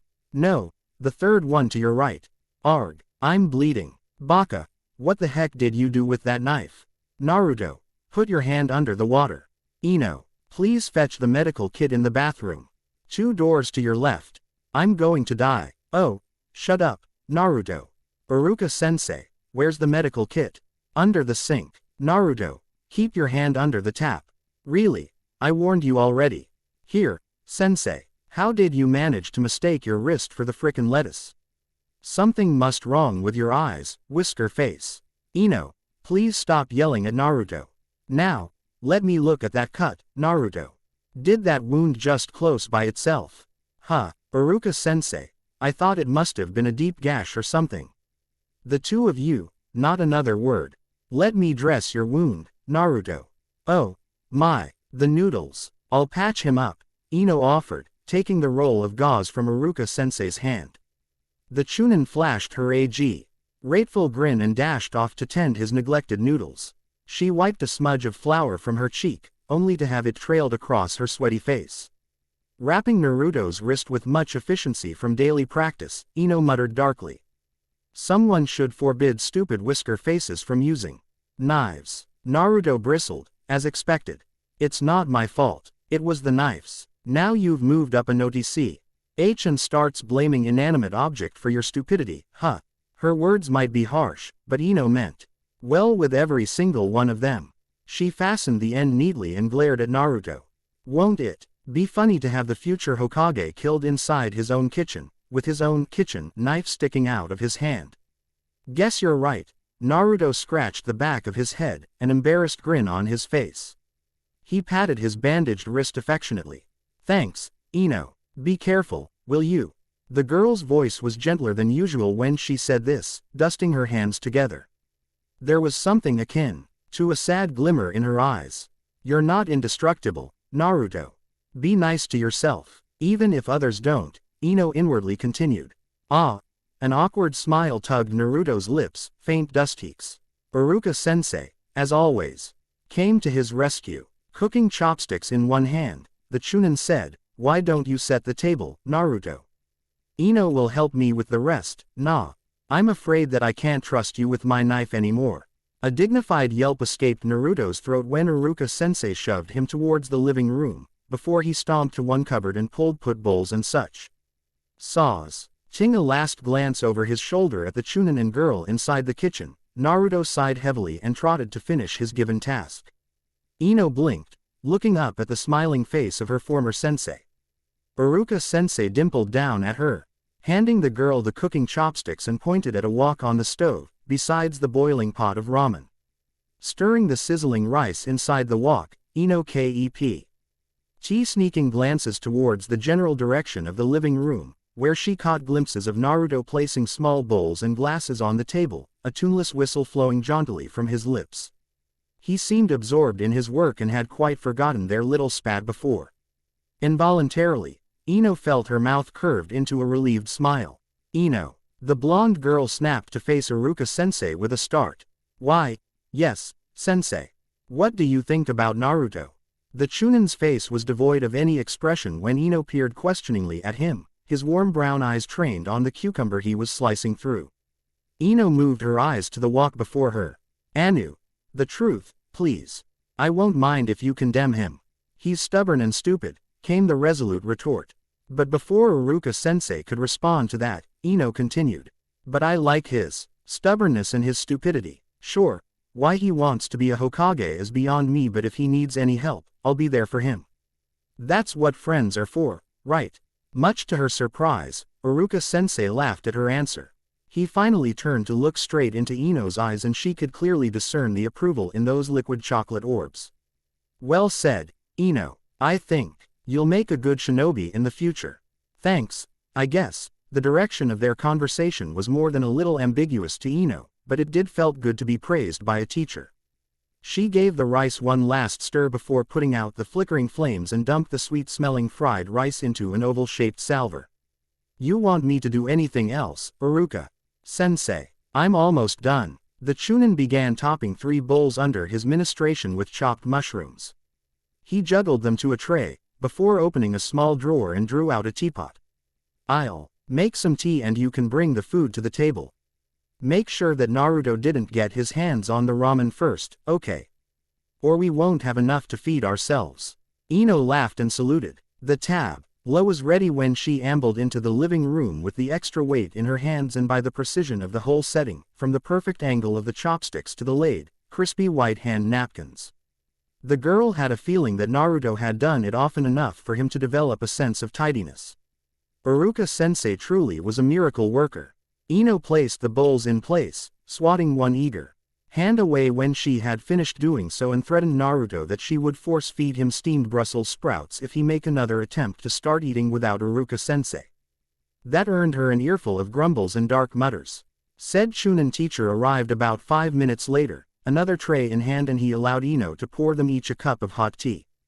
Dinner was a noisy affair, Naruto relating the test Kakashi-sensei had forced upon them that morning, with Ino snapping consistently at him when he exaggerated some details, confused facts with his fantasy, and overall, made him look like an ass-kicking genin that he wasn't.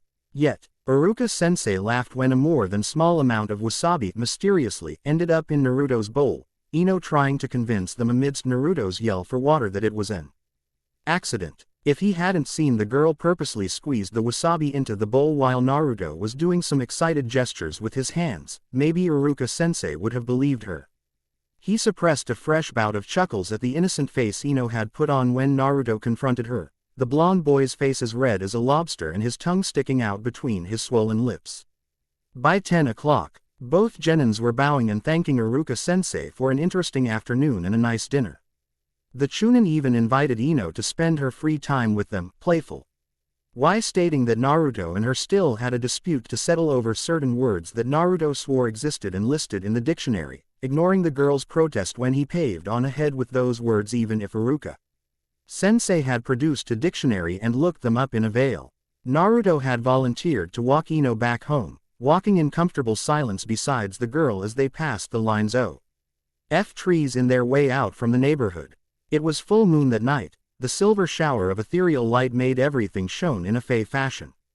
The streets were fairly deserted, some late shoppers and few drunkards were the only people that the genins came across. Reaching the Yamanaka flower shop, both paused on track. Thanks, Naruto. I had a great time, Ino said, grinning. Naruto conceded with a wide grin of his own. I had fun too. Maybe we should do this more often. Yeah. Opening the side door of the shop, Ino stopped and gave Naruto a mischievous wink. Remember that we've got some cleaning to do this weekend. Whisker face. The blonde boy put both hands to the back of his head and laughed. I'll make an effort to remember that, Ino-chan. See you tomorrow and good night. Night, came the reply. TBC. Review or all. Accidentally. Delete the next chapter. Kara, Andante. Title. Between Sun and Moon. By Kara. Disclaimer. Do I have to go through this mundane routine again? Fine. I don't own Naruto. Happy now. Warning. Serious lack of explicit fighting scenes. I love them. I hate writing them. You can't make me write them. Live with it. Please read. I was amused, to say the least. It seems like last chapters. Review or all. Accidentally. Delete the next chapter. Remark sparks quite a few different responses. Allow me to point out that I have a rather twisted sense of humor, and I thought Chapter 2's mutated killer squirrels had made it quite plain. Apparently not. I was not threatening anyone, specifically all of you, to review. I was merely humoring myself when I typed it. Would a sane writer delete her chapter after all the sweat and time devoted to finishing it? If there are such writers, I'm glad to admit that I'm not one of them. My apology if you found it to be unbefitting and such. I was, and will always be a fool at heart. Thank you. Chapter 4. Andante. Ino placed her sandals on the footwear rack, sighing as fatty. Gyu finally wormed its way into her system after all the excitement. The day had been a rough one, both mentally and physically. Yawning, Ino rubbed her knuckles over her eyes, yearning for a hot bath to wash away the collected sweat in her comfortable bed, to sleep away the weariness. And to think that they had another meeting tomorrow morning. Well, Kakashi sensei better be early for once and not planning anything downright sadistic again this time, she thought wryly. The girl was fairly surprised to see her parents sitting by the dining table when she pushed the back door open, as if they were waiting for her. Suppressing another yawn, Ino ambled in and closed the door behind her softly. "I'm home," Ino unnecessarily announced, unnecessary being that Inoshi and Saki had turned towards her direction when she had first opened the door. Her mother had a gaunt expression on her lovely face, her cheeks slightly flushed and had dry trails that looked suspiciously like tears running down her face. Inoshi, face unnaturally impassive, raised his hand to greet Ino. Smiling tiredly, the girl joked, "Are we having a family meeting Ibors if mom starts throwing plates at dad like the last time?" Inoshi laughed at that, though it sounded oddly strained to Ino's ears, and she caught the fleeting glance the Junin spared towards Saki. The blonde girl frowned, and despite wishing that she could just go upstairs, had her shower and snuggled into Mr.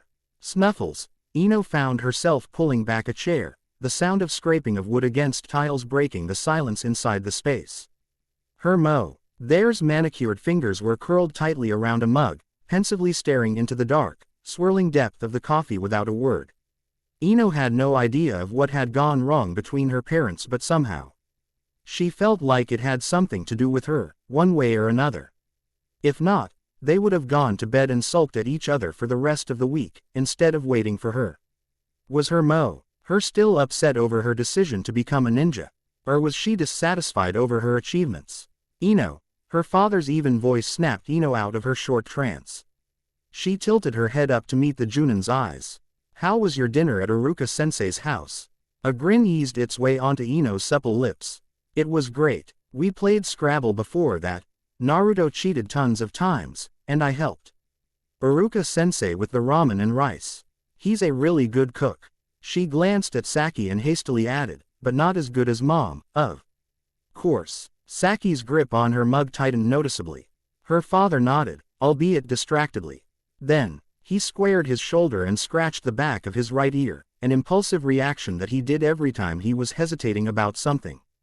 "And this, Naruto, what do you think about him?" There was something in the tone of Inoshi's voice that made Ino sharply looked away from her mother and stared at the Junin.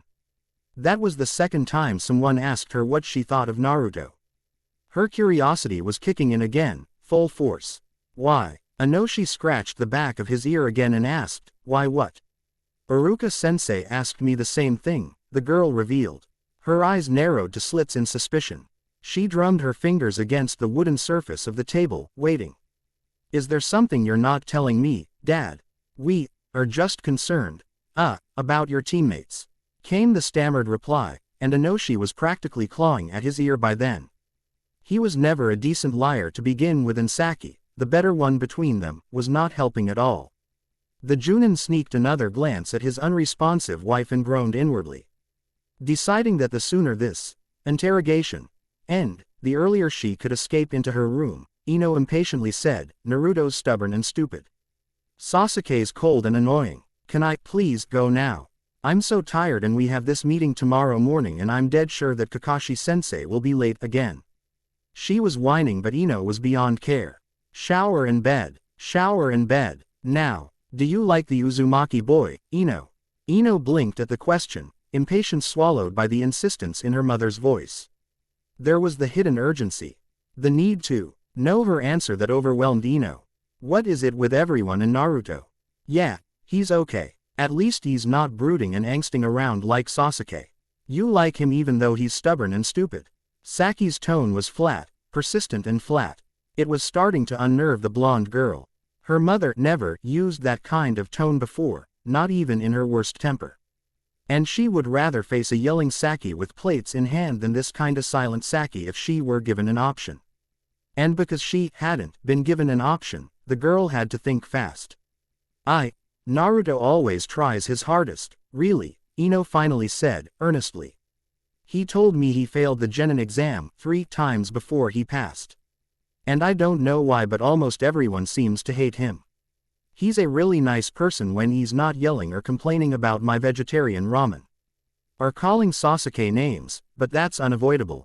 And there were these 2 old hags. At his apartment. You won't believe how horrible his apartment is. It's old, and smelly and, she trailed on, remembering her promise to clean said apartment that coming weekend. Looking up, Ino was taken aback when she realized that Inoshi and Saki were both staring intently at her.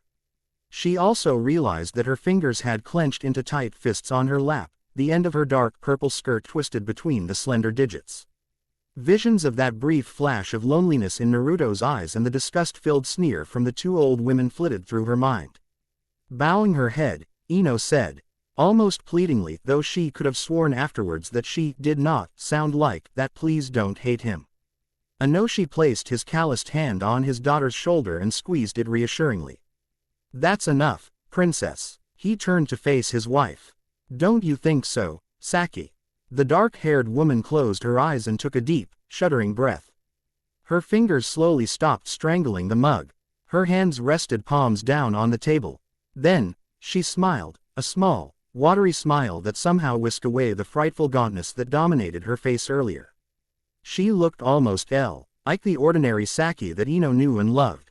Of course. Okay, now that everyone's not acting all weird anymore, is anyone going to tell me what exactly is wrong with Naruto?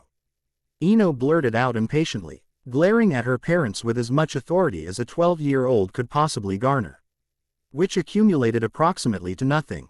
I have an idea, Inoshi interjected with enthusiasm, as though he hadn't heard a single word that Ino had said.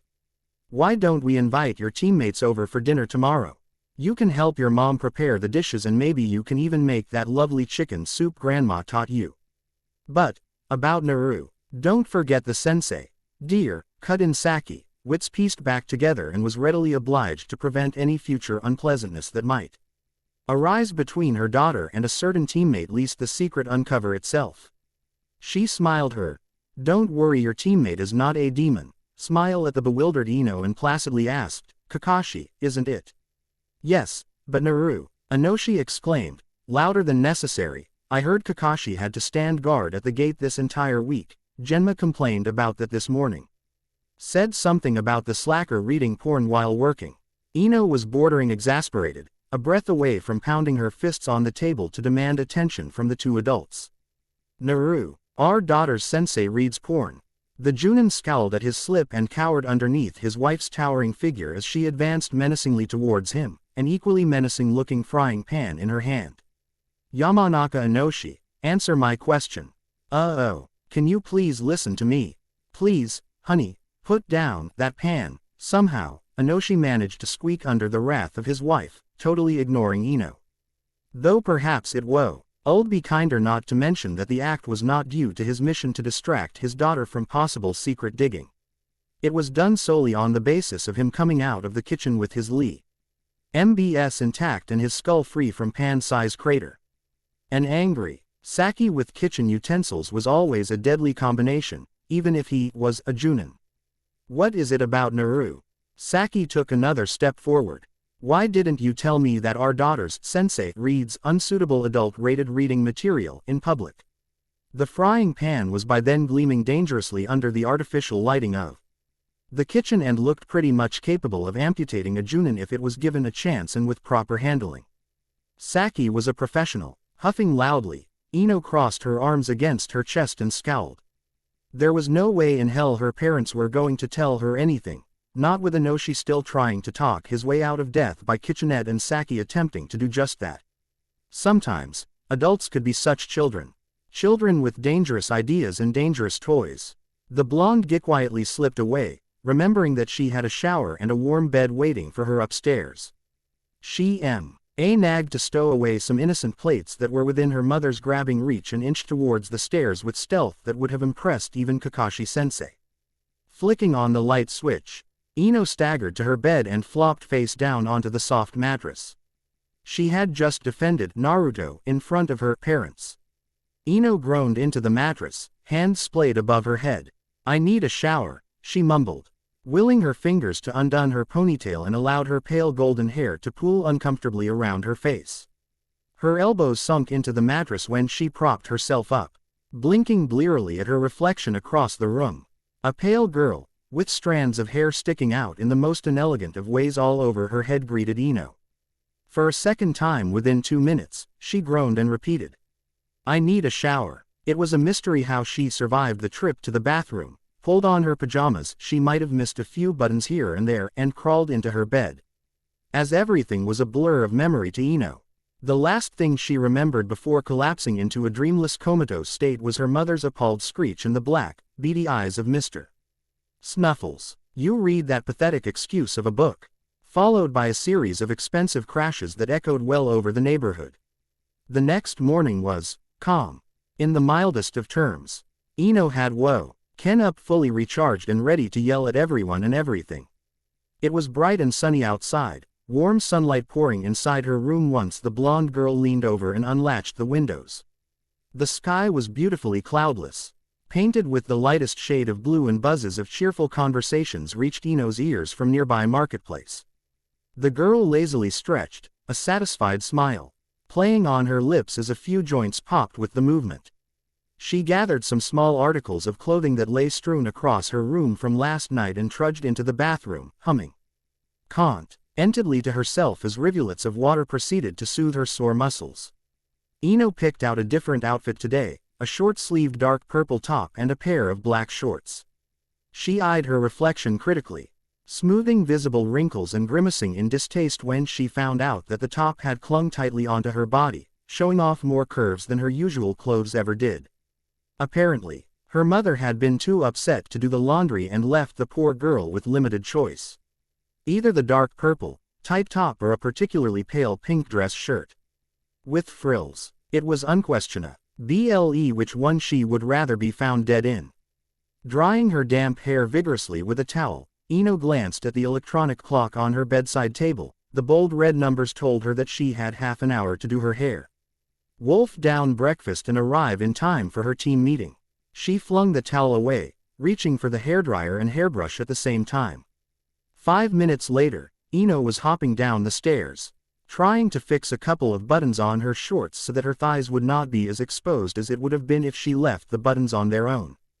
A roll of gauze clamped by her teeth. Ino's colorful profanities were thankfully reduced to mere muffles and the occasional grunts as she skipped into the kitchen.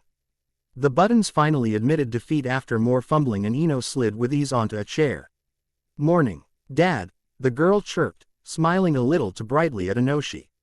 The Junin was supporting a dark bruise underneath his left eye, and Ino sharply observed that he set of imported plates her father had bought for her mother 2 weeks ago had disappeared from their place inside the glass display. Smirking knowingly at the frowning Junin, Ino poured some cereal into her bowl and popped open a carton of milk. Where's Mom? Outside. With flowers, Inoshi grunted, took a sip from his cup of coffee and leafed through his morning newspaper as to further ignore his daughter. Ino chewed on her soggy cereal and pouted. Swallowing, she said, it's not my fault you made Mom angry, you know. Her father shot her a betrayed glare before turning to his newspaper again. I was dead tired last night and it was your fault to mention Ika Paradise in front of Mom. I have to go. Draining her glass of orange juice, Ino bounced to the door. I'll ask the boys for dinner and somehow blackmail Sasuke if he don't want to go. Do you still want me to invite Kakashi sensei? No. The blonde girl shrugged happily and put on her sandals. Okay then. See you later, Dad. And off she went, stopping at the flower shop to say goodbye and gave her mother a peck on the cheek. The clearing was devoid of any living being except 2 distinctive figures that looked as though they were trying to kill each other from the distance. Ino, knowing better than trusting Naruto with Sasuke, sprinted towards them, fervently praying that they hadn't clawed each other's eyeballs out. Or rather, Sasuke did the madman clawing part and Naruto play the hapless prey. Trying very hard not to imagine Naruto's face with 2 hollow sockets spurting forth blood and 2 dripping eyeballs clasped in Sasuke's pale hands. Ino increased her speed. When she arrived, her chest was flooded with an immense sense of relief. Naruto still had his eyes where they belonged and Sasuke was still pretty much, well, Sasuke. The blonde boy was lying spread-eagled on his back, chewing on something that looked suspiciously like a celery stick as he watched the sky. Sasuke had resorted to his favorite pastime, tossing shuriken and kunai at an innocent tree somewhere to his left.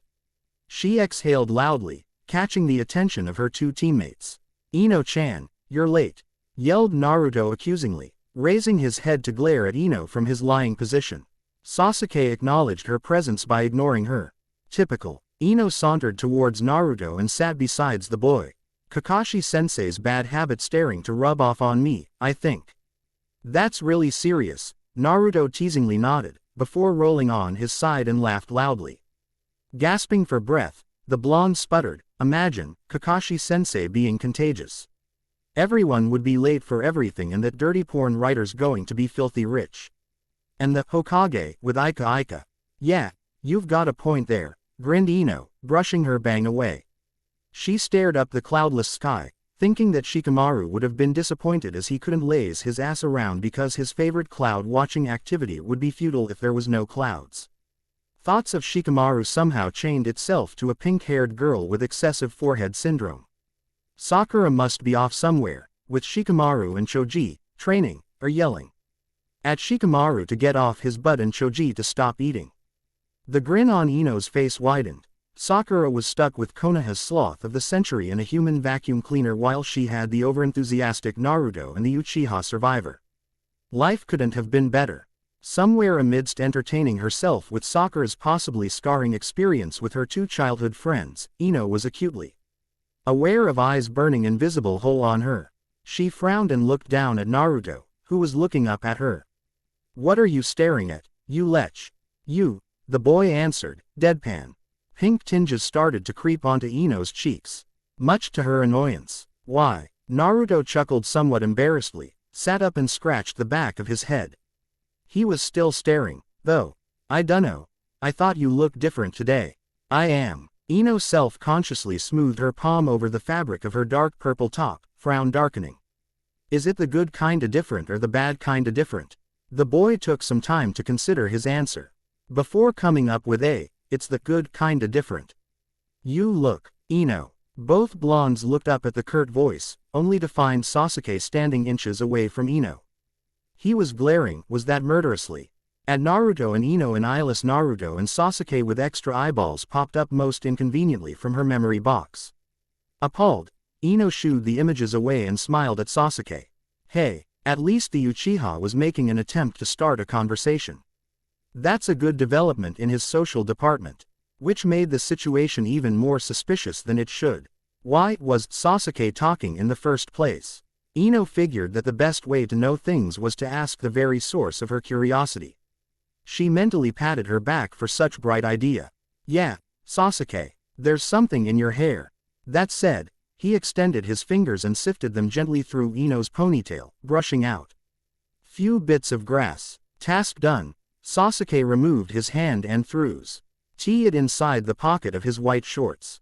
His dark eyes were fixed on Ino's azure ones and the raising color on her cheeks. Ino swallowed and grinned awkwardly. Thanks. Didn't realize when those get in my hair. HN. To be brutally honest, Ino was actually expecting Sasuke to turn around and do whatever cool and boringly broody things that he usually done whenever they had to wait for Kakashi-sensei. That usually meant that he would be a clear 20 feet away from them with dangerous, pointy objects in his hands and an unsuspecting tree in his vision line. However, to her surprise, Sasuke opted to just stood there. A faraway look on his face and his lips thinning into a grim line. It was like watching a refined marble statue, except that statues did not go around freeing people's hair from the evil clutches of wild grass, and Sasuke just did. Ino blinked in vexed confusion and glanced at Naruto, who were glaring obtrusively at the Uchiha. There was some kind of tension looming over those two, something that was unknown to Ino, and it royally pissed her off. She was sorely tempted to shake Naruto until he tell her what was going on, but before she could do just that, a poof of smoke announced the arrival of their ever-late sensei. "Yo!" Naruto and Ino automatically sprang onto their feet. "You're late." Kakashi-sensei's eye curved into a happy crescent and he held up a finger. Ah, I was running through the forest when I ran across a giant panda. Liar. Sasuke grunted in time. Well, we're going to the Hokage Tower today, the silver-haired Junin cheerfully declared. Jumping off from the branch he appeared on and landed in front of the three genins. You're doing your first mission today. Yeah, Naruto roared, punching the air. A mission? Will there be a runaway princess that needs bodyguard, or a priest on a secret mission to retrieve some holy things stolen by the mob, or protecting a cook with a secret recipe that could make people live forever, or. Kakashi sensei held up a hand to stop the tirade. Hi, you'll see once we get the mission scroll, Naruto. His one visible eye blinked appreciatively when it landed on Ino. Changing your fashion style, Ino. The blonde girl furrowed her slim eyebrows and glanced down at her attire. It was still the same top and shorts she put on this morning. Nothing too out of ordinary. What's wrong with my clothes? You have some nice cleavage line there, the Junin cheerfully, if not a bit too innocently, pointed out, a wide grin stretching underneath his mask. You should tch that old outfit of yours and wear something like this often. A stunned silence met the statement. You stupid, perverted sensei. A very surprised Kakashi sensei was forced to avoid a giant ball of flames and a dozen yelling Narutos at the same time, propelling himself with an elegant arch onto a branch 20 feet above his students. Being a Junin, and the infamous Sharingan Kakashi nonetheless, the silver-haired ninja quickly assessed the situation and concluded after 5 seconds that two infuriated boys and a ticked girl was not worth his life. After all, Konoha needed him for out 20 more years or until some berserker missing ninja killed him in a mission. His pride as a Konoha shinobi denied him of being killed on the ground that he had sprouted a dirty joke about his student. Naruto and his cluster of shadow clones were glaring heatedly up at the Junin while Sasuke opted for a more cool glare, looking as unruffled as he hadn't just attempted to barbecue his sensei. Ino was positively seething. That's sexual harassment, you idiot sensei. Ino screeched heatedly, glaring daggers at the Junin. Her eyes were narrowed dangerously and her cheeks were painted brick red. No doubt from the bubble of mortification swelling inside her head. I could have had you reported. Holding his hands up in defeat, Kakashi sensei drawled out with as much innocence as an innocence-less Junin like him could muster. It's just joke. Don't include Ino-chan in your dirty jokes, perverted sensei. Bellowed Naruto, one hand on his hip while another was pointed righteously at Kakashi sensei. Jumping down for the second time that morning alone, Kakashi sensei chuckled good-naturedly and planted his hand on Naruto's head, avoiding a punch intended for his grinning face and messed up the blonde spikes. I'm impressed, though. You and Sasuke finally worked like one functional team, even if it was to kill me. Sasuke snorted and looked away. The blonde boy, however, had his jaw hung open in horror. Sasuke bastard and me did what? I guess I should thank Ino for that, The silver-haired Junin winked at the frowning girl. Maybe I'll pitch more dirty jokes at you to get the boys working together in the future. Don't you dare, hissed Ino acidly, pure malevolence radiating chakra-like from her, and Kakashi sensei, being the genius, knew which line he show Eldent cross and when he should quit poking at the girl. Ino wrapped her arms around herself defensively, the frown darkening. Let's go to the tower and get our frickin' mission. Already, at least It made Naruto forgot his justified indignation at the Junin. TBC. Review or I'll pair up guy with Tsunade at the end of this FIC. Kara. Vertigo. Title. Between Sun and Moon. By Kara. Disclaimer. Do I have to go through this mundane routine again? Fine. I don't own Naruto. Happy now. Warning. Serious lack of explicit fighting scenes. I love them. I hate writing them. You can't make me write them. Live with it. I'm very, very happy. Elated, actually. Not only that I've taken thinking up absurd threats as an official favorite pastime, an old dear popped up in last chapter's reviews.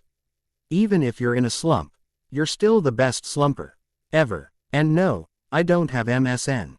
Yes, this will be one-sided Sasu Ino by the meaning of Sasuke going after Ino. To Black Hood, I appreciate the thog. HT very much, and if you really want to write it, please email me with some basic outline of what you think should happen during that time. Maybe we can work something out together. And to those who are wondering, I'm still mulling over the idea of pairing up Guy with Tsunade. It's addictive, really. Fear the future of Guy and Tsunade together. Chapter 5. Vertigo. Team 7 was walking towards the Hokage Tower. The three genins walking in a line, with Ino taking up the middle position between Naruto and Sasuke. Their Junin instructor was slouching behind them, immersed in yet another. Her heavenly adventure into pornographic literary escapade. Ino had apparently forgiven her sensei for his dirty remark before, as she engaged herself in a conversation with Naruto. Said conversation consisted of atrocious name-calling and insults tossed back and forth from the two sides involved. They didn't seem perturbed by the exchanged insults though, identical cheeky grins plastered on both blondes' faces. Sasuke was brooding again, a frown adorning his pale forehead every time he briefly glanced at the two happily chattering pair besides him. Ino paused in the middle of telling Naruto he had soggy ramen for his poor excuse of a brain and looked over her shoulder at the Junin, who had pink tinges on his masked cheeks. The pervert. Scowling, Ino resisted the urge to snatch the vile book away from Theo, Kakashi-sensei. What kind of mission are we going to take? The silver-haired Junin looked up from his little orange book and did that reversed, sort of creepy smile at Ino, who narrowed her eyes at him. Well, you're going to receive mostly D-class missions, judging by the fact that you're fresh out of the academy. D-class, roared Naruto, a look of utter disappointment on his face. The blonde boy crossed his arms against his chest and scowled darkly. That's boring. Oh, well, you're just genins, Kakashi-sensei lazily said, slipping his left hand back into the pocket of his pants after he had bopped Naruto's head. You can't be doing high-class missions with your level right now. Naruto huffed loudly at that. I'm not afraid. I will be the Hokage someday. Sasuke chose that very moment to grunt. No mistaking of what he meant by that. Before Naruto could yell a battle cry and launch himself at the Uchiha, Ino wisely clamped her hand on the scruff of the boy's orange jumper. Naruto's reaction and the move were easily anticipated that it was pathetic. No decent Hokage gets riled up with a baka. Turning the glare at Sasuke, who impressively glared back, she spat out. And you, I know Naruto's an idiot, said blonde boy struggled and screeched in protest. But can't you not do that? You know he's annoying when he's screaming his head and our ears off. Sasuke just looked away and grunted again. An amused snicker from behind her made Ino scowl. She released her death grip on Naruto and shot a dirty look at Kakashi-sensei. And what are you so happy about? A new edition of Ika Ika scheduled for release today. Kakashi-sensei merely snickered some more and grinned, the thin fabric of his mask even stretched to faintly outline his curving lips. I just realized that you make a good team leader, Ino. Of course I am. The blonde girl puffed out her chest, attempting to look arrogant and smug. Naruto indignantly retorted, hey, who died and appointed you the team leader? If there's anyone who should be the leader, it's me. A thwack on the head silenced the boy. Of course I should be the leader. It's obvious, Becca. I'm the only one with any semblance of maturity in this team. She thwacked Naruto's head again for good measure and shifted her attention at a certain Uchiha survivor. Right, Sasuke. Don. You dare act all aloof and shit in front of me, she glared at the pale boy, hands on her hip. I don't care if you have all the girls in Konoha, or even the Fire Country, swooning over your ass, why? We're going to participate in any group activity from now on. Sasuke stared at Ino like she had grown another set of breasts. And remind me to yell at Iruka-sensei for saddling the two of you with me if we ever meet him. Ino continued on as if she didn't notice the look, exasperation evident in her voice.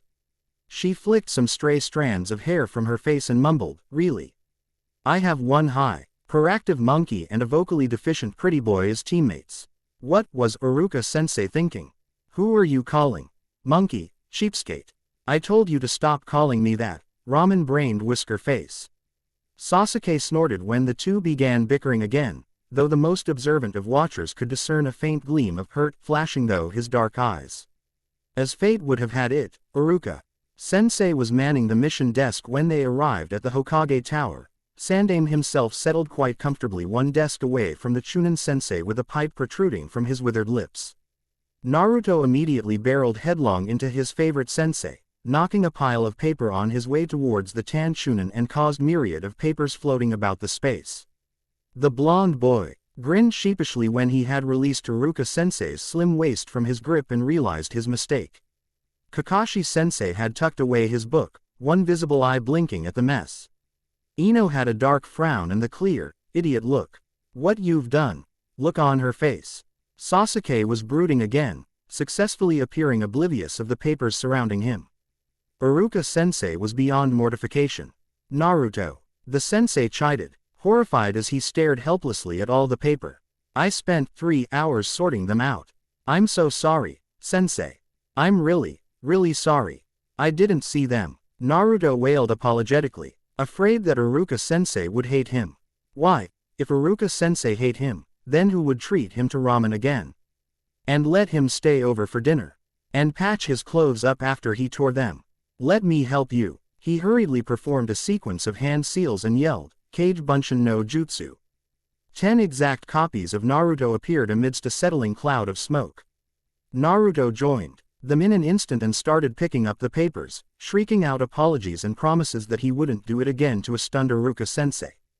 The Chunin eventually sat down behind the desk again, smiling softly as he watched the Narutos scampering around with similar worried look etched onto their whiskered faces. Sandame was also smiling, tapping the folders before him with his pipe. Her shinobi that were there supported varied expressions, from amusement to outright disapproval. Ino was also helping, though she was muttering darkly under her breath with every piece of paper she picked.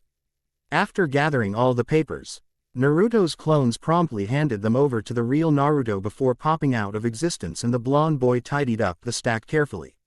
Ino thrust her of the work at Naruto and helped him arrange the papers according to the serial numbers. The boy was helpless if it involved any sort of order. Ino frowned as she sifted through the stack.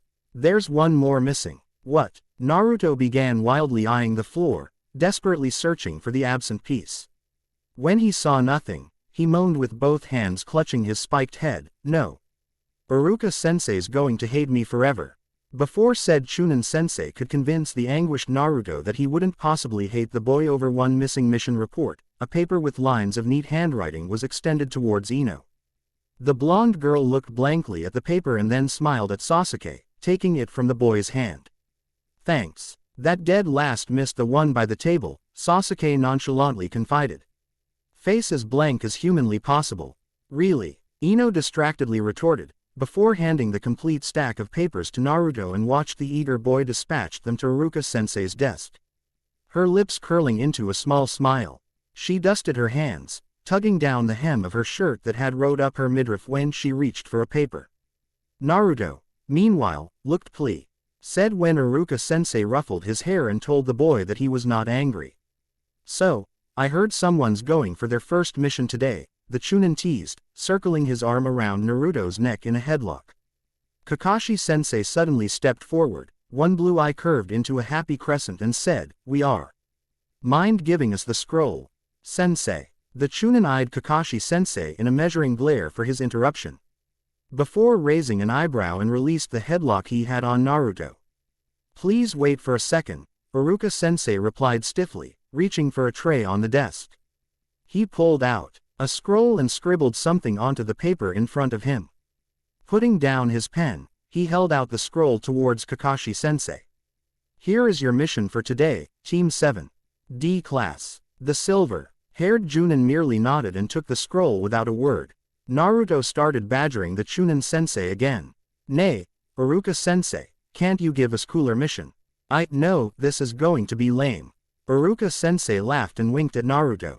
Well, if you promise to behave today and complete the mission properly, I'll treat you to ramen for dinner.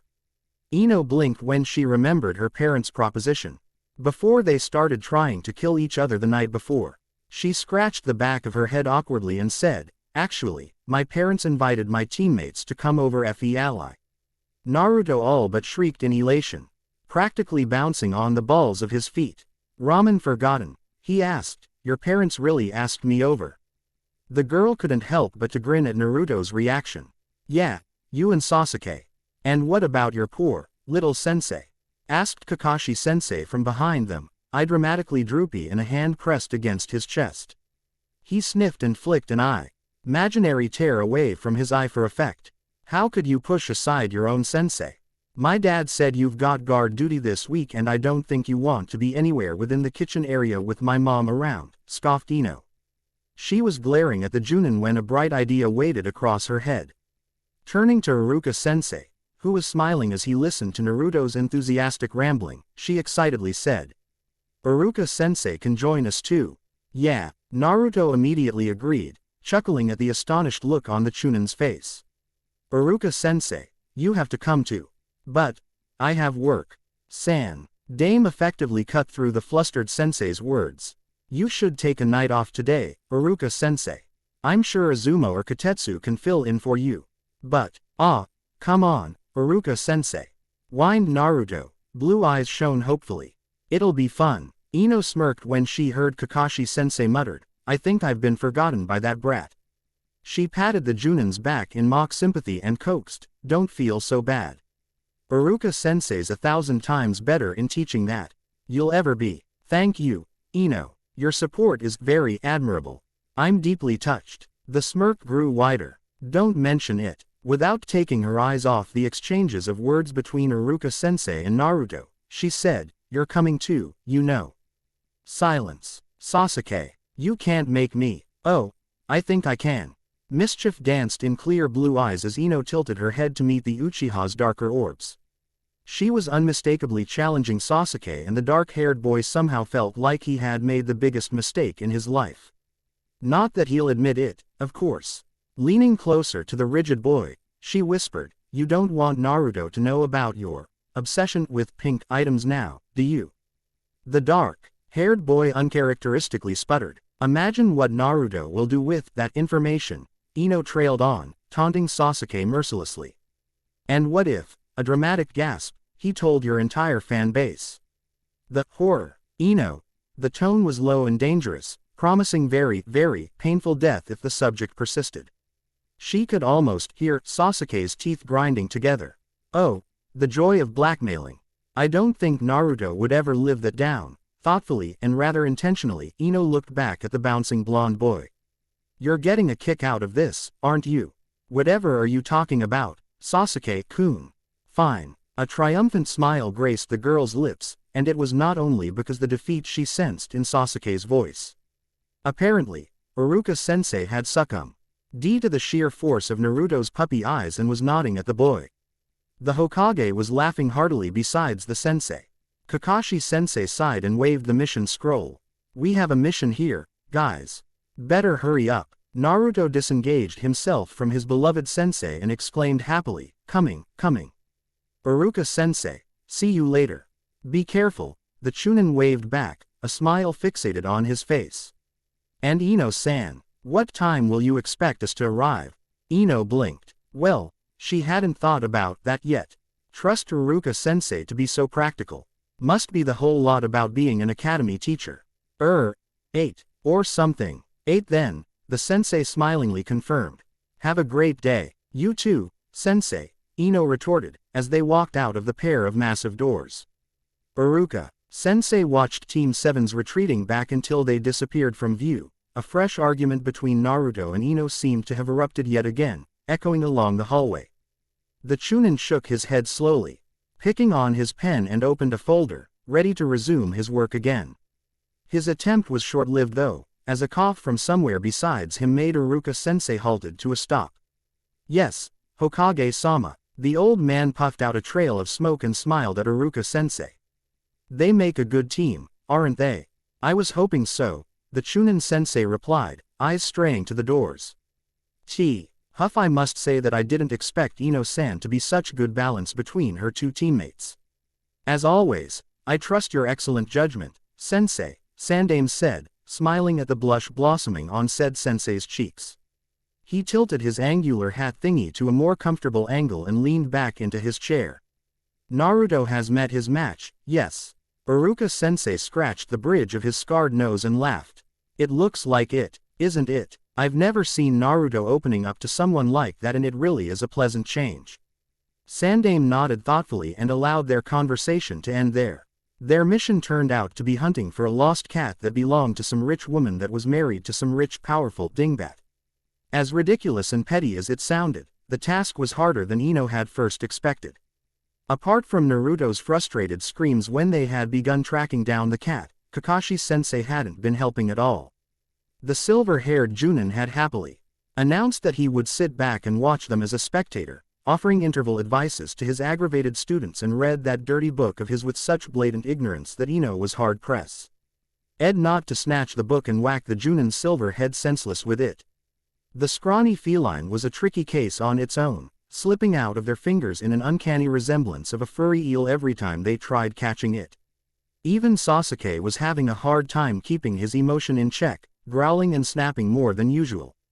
Gotcha, furball. Naruto had lunged towards the cat after a signal from Kakashi-sensei. Scooping it from the ground and rolled several times on the leaves-covered floor of the forest with the bewildered cat pressed firmly against his jumper-clad chest. The MN feline had led them around Konoha in a blind chase, only to end up at the outskirt of the town. Armed with some fancy electronic communication device that their Junin sensei had got his hands on from somewhere, they surrounded their target, reporting their position, and considered several escape routes that the cat might took in its attempt to flee from its captors again. Then and only then did they strike. Well, more like Naruto doing what Kakashi-sensei instructed him to do, and the other two stood very still behind their respective trees. After their 15th failure, the Junin had heaved an exasperated sigh, lectured them for a whole 15 minutes, and took control of the mission. "Is that the cat?" Sasuke asked, taking off the device from his ear. His left eyebrow was twitching in annoyance. Nobody could blame him though. They were more than willing to go berserk if they had the wrong cat after all those effort. Picking up the feline by the back of its neck from Naruto's hands, Ino gave it a scrutinizing glare and nodded. "Yep, red bow on one ear. This is Sora, all right. Mission accomplished. Team 7, Kakashi-sensei appeared from a large thicket and grinned at his students. Good. The blonde boy huffed, dusting his dirty jumper and glaring at the furiously meowing cat. "Stupid, damned furball." Ino tossed the cat back towards Naruto, who yelped in pain when cat sunk its tiny claw into the exposed flesh of his hand. To everyone's relief, the blonde still had his fingers circled stubbornly around the cat, though he looked like he was a breath away from shaking the life out of the feline. Whichever. Ino felt like she was going to murder someone if the cat got away and they had to give it a chase again. Trickles of blood trailed down the underside of his hand, from the little holes that the cat had punctured on him. Naruto grimaced at the sight, more out of annoyance than pain, and Karel away on his jumper. Ino noticed that Naruto's skin was whole less once the blood was gone, but before her curiosity could get hold onto her, Kakashi-sensei had started to walk away, Sasuke and Naruto tailing him. "Hey, wait for me." Sora was mewling pitifully all the way back to the Hokage Tower, and when they handed the cat back to its podgy owner, who squealed and fondled the poor thing like there was no tomorrow, Ino couldn't help but to sympathize the feline. The woman had clasped her heavily jeweled hands around the cat's neck, scarlet-painted lips cooing and crooning general nonsense as the cat went limp from all the rough fondling. Naruto even shared his suspicion that Sora had run away from its owner, instead of the reported getting lost. Ino had to say that she agreed to that and found herself fervently praying that Sora was not plotting yet another getting lost incident anywhere near future. She had enough of cat chasing to last an entire lifetime. Iruka-sensei was nowhere within sight, and Sandaime, who was still there smoking on his pipe, told them that the Chunin was in the office, doing some last-minute checking on some old mission folders. "Ino pig, what are you doing here?" The familiar voice made Ino turned on her heels. A smirk plastered on her pretty face. "Forehead girl, been polishing that big forehead of yours lately. Ooh, what happened to your hair? I thought you're not into green." Sakura's usually pink locks were disheveled and damp, with some of the locks dripping green dye-like substance onto the floor. Ino fleetingly thought with a suppressed chuckle that the cleaning crew would be seriously iced off if the substance turned out to be some kind of a permanent paint or something. There were also red and purple smudges on her reddening cheeks and Chinese-style dress. Shikamaru and Choji were standing behind the girl. Their state almost similar to that of Sakura's. The pony-tailed boy had a lazy scowl on his face, and instead of dripping green stuff, he had purple streaks amongst his dark hair. His hands were crossed behind his head. Choji's white scarf had pink and green blotches on it, while he munched on a meat bun. A bearded large man in Junin uniform was staring morosely at a wet pack of cigarette in his hand. "Oh, shut up." The green and pink-haired girl looked like she had more insults to flung towards Ino, when her eyes suddenly took on a glazed look as she stared at someone behind the blonde girl. "Sasuke-kun, how are you?" The Uchiha crossed his arms but said nothing. Naruto, whose mouth had widened into an inhumanly large grin at the sight of his crush, bounded energetically towards Sakura. He paused when he took in the green dripping thing and colorful smudges on Team 10. "Whoa, what happened to you guys, Sakura-chan?" "Stupid paintballs," came Sakura's low grumble. She brushed a hand over her spoiled clothes, mumbling and muttering bloody deaths. "We had to supervise a birthday party," Shikamaru elaborated, his half-lidded eyes narrowed at the thought. Ino was slightly surprised at the reaction, because for all the years she had known Shikamaru, the lazy bum was always infuriatingly laid back and rarely reacted to trivial things. Hell, she had to yell her lungs out just to get him off his ass while they were still in the academy. Then some brats thought that it'll be fun to start shooting at stupid ninja killjoys and the scary smoke man with paintballs. "It hurts too," Choji supplied in a distressed tone as he brandished a packet of chips out of thin air. "And I spent almost an hour trying to get the green paint out of my hair," Sakura mourned. Running her hair through her suffering hair. "Didn't even get all of it." Kakashi sensei was petting the bearded man's shoulder in a friendly way, eye crescent as he apparently tried to calm the other man down. Ino heard a faint, "good cigarettes wasted," and Kakashi sensei's muffled chuckles that followed the whine. She shook her head, her smirk morphing into a genuine smile. Then she realized that Sakura was really upset for the state of her beloved pink hair. Tilting her head to a side, Ino casually said, "If you go to Chiaki's shop, she sells this bottle of some shampoo thing that can help you. I've used it once when my dad got some paint onto my head when we were painting the wall. It worked like magic." "Really? Uh-huh." Sakura impulsively took Ino's hands in hers and smiled gratefully at the surprised girl. "Thank you." And in 2 seconds, Sakura blinked in disbelief as she seemed to realize what she was doing and dropped Ino's hands in a flash, blushing deep red. Ino pig. I'll get your hair if that doesn't work." The blonde girl raised an eyebrow in amusement. "You're welcome, forehead." "Nay, Sasuke-kun." Sakura had moved on from her eternal Val, in a speed that could easily rival Kakashi sensei's, and was smiling demurely at the Uchiha, hands clasped together over her chest. "Are you free tonight? Maybe we can go out to this new restaurant." "I'm busy," snapped the dark-haired boy, much to everyone's surprise. Naruto interjected eagerly, "Yeah, we're going to have dinner at Ino-chan's place." "How cool is that?" "What?" Ino was too occupied with laughing and gasping for air at the same time to explain to the dismayed Sakura that it was not actually a date. The pink-haired girl looked like someone had just announced that Sasuke was getting married, and the mischievous side of Ino's mind cackled happily at that. Though her initial intention was to make Sakura jealous enough and prompt the girl to do some drastic measures in order to court Sasuke than her, "I'm a nice girl with bubblegum pink hair, look at me Sasuke-kun." Trademark move, Ino couldn't help but to indulge in the effect of Naruto's statement. It was hilarious, to say the least. Yep, life was definitely good for the blonde genin. TBC. Review, or I'll send Ebisu to stalk those who don't. Kara, Exodus. Title: Between Sun and Moon. By Kara. Disclaimer: do I have to go through this mundane routine again?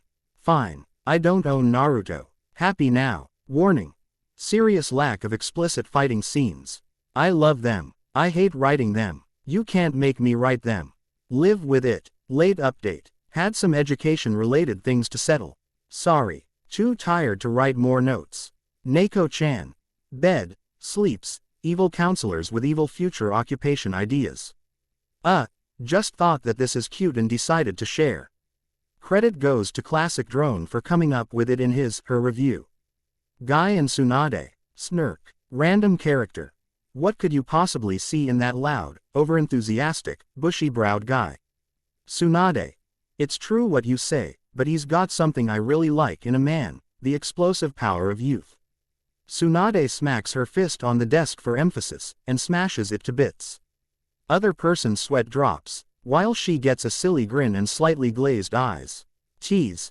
And that means he's like a bunny, it just keeps going and going and. Random. I don't want to know. Pervy laugh. Tease. Hey, maybe he could grow a mustache, too. Super fuzzy and tickly and. Random. Really, I do not want to know. CD. Go read FIC. Now. Chapter 6. Exodus. Potatoes. Check. Eggs. Check. Ino nibbled thoughtfully on her index finger as she stared down at her grocery list.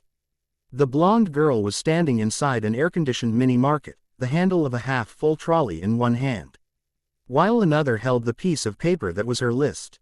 Team 7 had parted after their first successful mission with a loud promise to be in time, Naruto, and an almost disgruntled snort that signaled reluctant agreement, Sasuke. Kakashi sensei was gone the second after they walked out of the tower, with a reminder for yet another meeting the next morning. Ino had whistled happily home, PLANNING, for a warm bubble bath and maybe some homemade strawberry ice cream that she had left inside the freezer, only to have the grocery list slapped onto her face and her mother all too happily ushering her out of the house towards the general direction of the market. Before she could even voice pocketing her list, Ino looked down at the assorted pile of colorful veggies inside her basket and smiled wistfully. Now to find chicken for the soup. Checking over some red apples and wondering if her mother would make an apple pie for dessert if she asked, two distinctive voices that floated somewhere from the other side of the aisle caught Ino's attention, one of them being disturbingly familiar. Ino was about to dismiss them and walk away when she overheard some snippets of the conversation.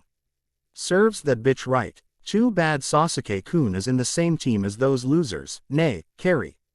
A more timid, uncertain voice piped up in response. You might want to be careful, Amy. Who knows if Ino might be around here now. I think I saw her when I waited for you. Faye, you worry too much. I'm not afraid of that bitch, you hear me? I could have kicked her sorry ass. By that time, Ino was certain that she had heard enough and decided to make her existence known. Stepping to the other side to reveal herself to the two speakers, the blonde girl was viciously pleased when a short, red-headed girl with her headband tied around her left upper arm, must be the timid Carrie she heard protesting, turned deathly pale in a flash. The redhead's lower lip quivered as Ino glared her best. You better shut the fuck up or else, glare. Not wanting to alert the still blabbering Amy, who had her back at Ino, of her presence. Ino noted that it was somewhat amusing to hear someone insulting her right at her face. Okay, so technically Amy wasn't really spitting all those god-awful things to her face, but it was still amusing nonetheless. No one had the gall to do that lately. The Carrie girl had started quivering on her feet, looking close to tears, and Ino felt a brush of pity for the short girl. At least the girl wasn't the one who did the insulting. You know, Amy, Ino finally drawled out, in a lazily threatening voice she had so aptly copied from Kakashi sensei as she leaned to the fresh fruits section. For someone who boasted about kicking my sorry ass, it's really pathetic that you couldn't even say it to my face. Amy literally froze at the first syllable from Ino. Tilting her head to stare at the red-headed girl, Ino said, Carrie, isn't it? Why, yes, Ino-san. Why don't you go and buy, say, an ice cream cone or something? Amy and I have something to talk about. Her reputation as the most terrifying, loud, bitchy girl in Academy could be so handy at times. Ino smirked for good measure. Yes, Ino-san. The red-headed girl squeaked under the smirk, perhaps imagining the many things that Ino could have done to her lest she denied the order. Carrie gave the frozen Amy a terrified bow and all but scuttled out of the soon-to-be battlefield. She disappeared without a second glance behind a large-bellied man who was ogling at some huge chunks of something meat. Several econs lapsed in silence as Ino glared at Ami's back, waiting with her fingers drummed on the metal surface of the aisle beside her. Ino was about to bark some selected crude remarks when Amy slowly turned around. Her small eyes narrowed in obvious dislike at the blonde. Sniffing arrogantly, well, as arrogantly as someone who had her knees shaking, Ino scoffed with a mental sneer. She said, I have nothing to say to you, Yamanaka. Seems to me you've got many things to say about me instead, Ino snapped, her blue eyes narrowed in challenge at the other girls.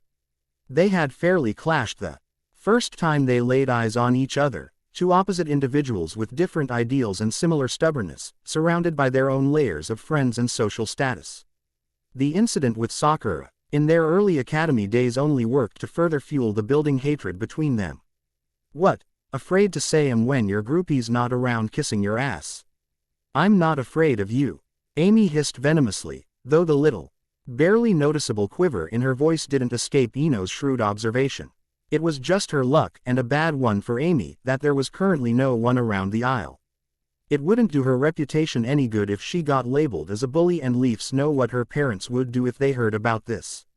Amy placed her hands on her hip, lips twisted into an ugly sneer. So tell me, how's Uzumaki doing? Ino arched an eyebrow, an intense surge of loathing coursing inside her veins at the way Amy pronounced the emphasis on the name. After getting teamed up with Naruto, Ino had began to notice the many subtle glances of either disgust or hatred that the blonde boy received every time they went around the village. Naruto said nothing about it, but the girl was ready to bet 1 year allowance that he noticed those glances as well. Part of her chalked it up to Naruto's earlier days' outrageous pranks, like vandalizing the Hokage monument with paint's tea. Huff another part, her swelled curiosity, insisted that it was because of some uber-secret reason that she knew nothing about. It was therefore with some surprise that Ino found herself with an obligation only brought upon her by herself. She seemed to be getting into a load of shit lately to justify the villagers' action by being Naruto's friend and trying to get to know him better than just a loudmouthed orange human cannonball that sucked in ramen like it was oxygen. Hell, no one screwed around with her friends. Maybe that's the compulsive side of her personality talking. She took a step forward, radiating evilness, and it was with some satisfaction that Ino noticed Amy taking 2 steps back. What's Naruto had to do with this? Losers flock together, right?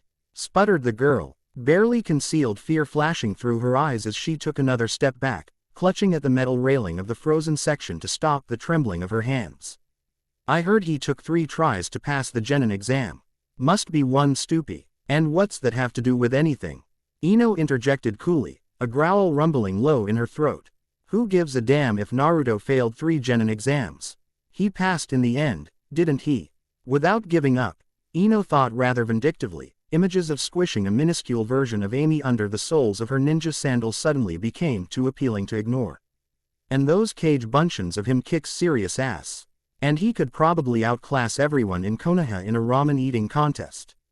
And he was certainly the most stubborn, flashy and annoying genin ever graduated from the academy.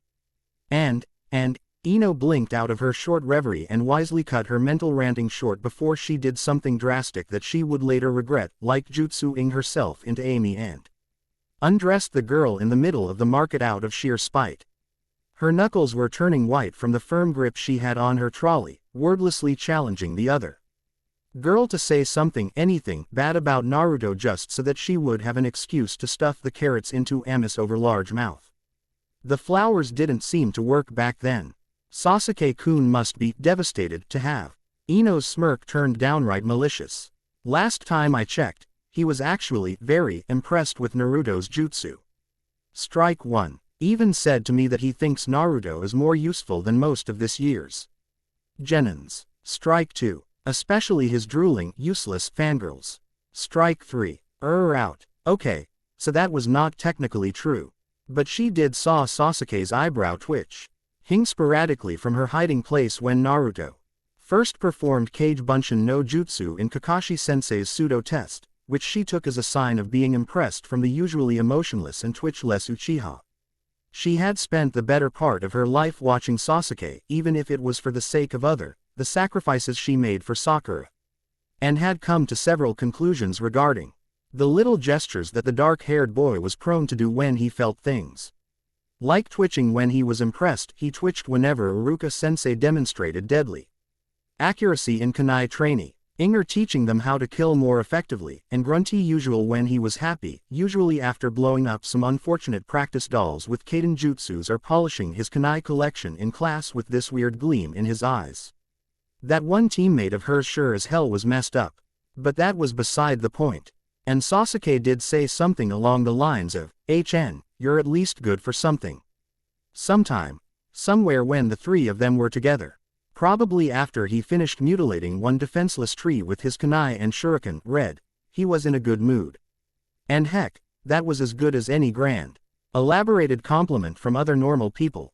Though manipulating the Uchiha's rare words was not really the most noble or honorable things to do, not that Shigi a damn about that sort of things anyway, it was deemed necessary in such situation. To crush the ridiculously bloated ego of one Amy. For Naruto's sake, of course, and not for her own morbid pleasure. Nope, not at all.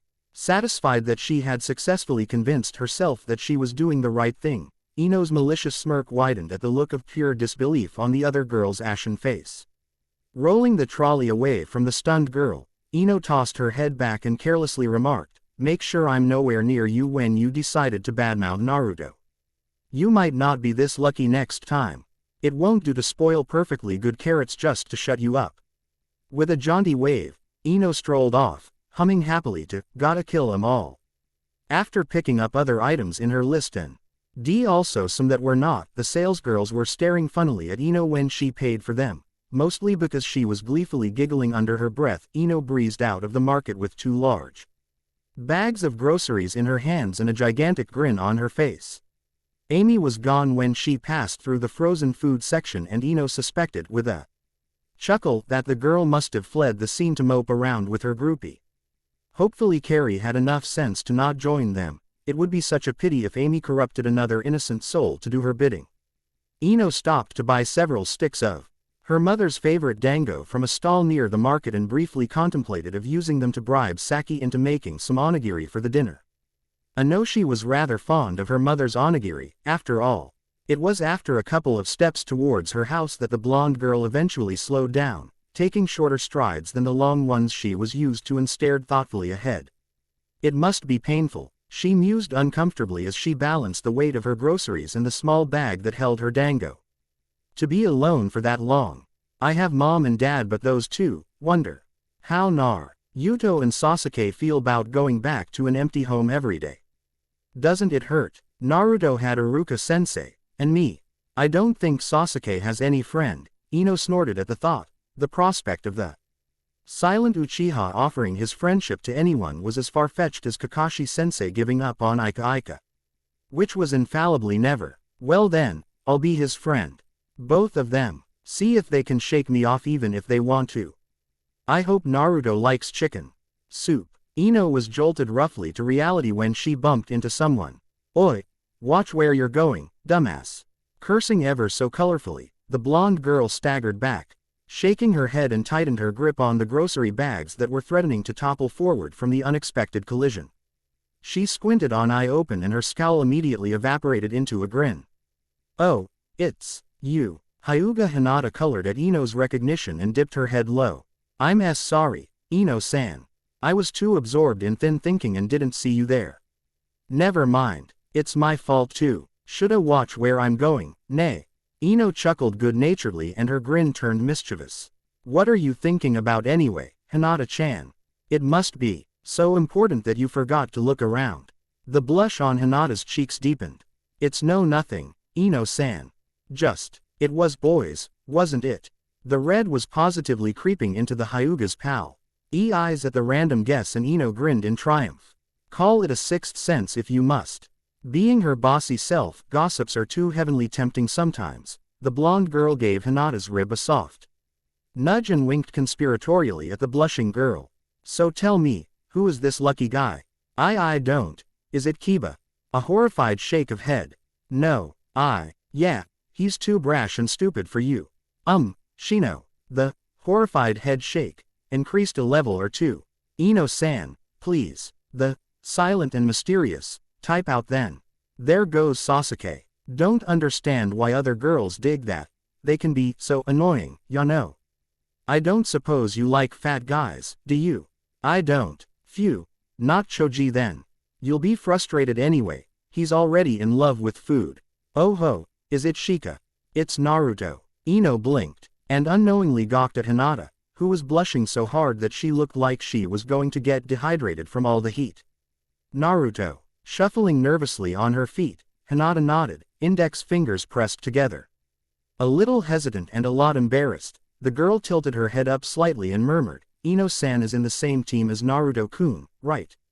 Blinking AF. EU times to clear the fog that was currently misting her brain. Ino awkwardly tried to scratch the bridge of her nose, only to realize that she had to use both hands to hold her groceries and dango bags. Deprived of that option, Ino ended up grinning crookedly at Hinata. Yeah he is. Curiosity and astonishingly, suspicion kicked into full motion. Why, Naruto-kun, there was a desperate edge in Hinata's voice. As she looked everywhere but at Ino, she settled on shuffling nervously again, apparently trying to think up an appropriate answer, which was not really a good idea as. That made the blonde girl more curious and suspicious than ever.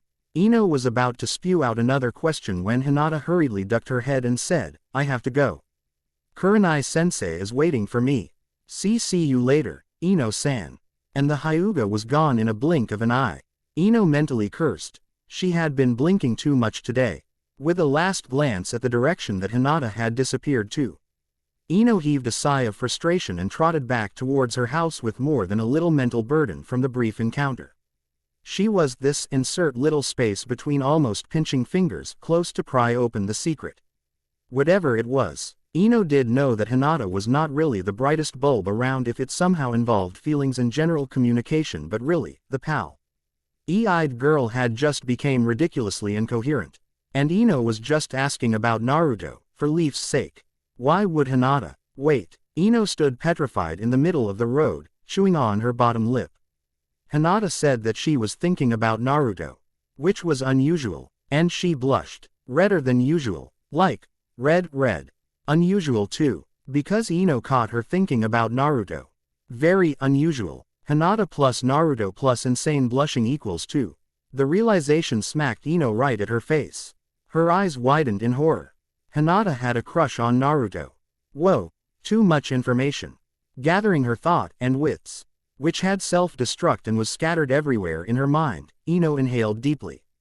Exhaled, inhaled, as the cogs and wheels inside her head started to grind away, processing and dissecting each intake of the exchange that took place earlier carefully. Ino had willed her suddenly heavy legs to continue walking. The ground didn't feel as solid as it should be under her feet anymore. The blonde girl felt like she was walking on a bumpy cloud that kept spinning around and around in a dizzyingly high speed. Ino swallowed, annoyed when she found that her throat was somewhat dry and parched. So, Hinata liked Naruto.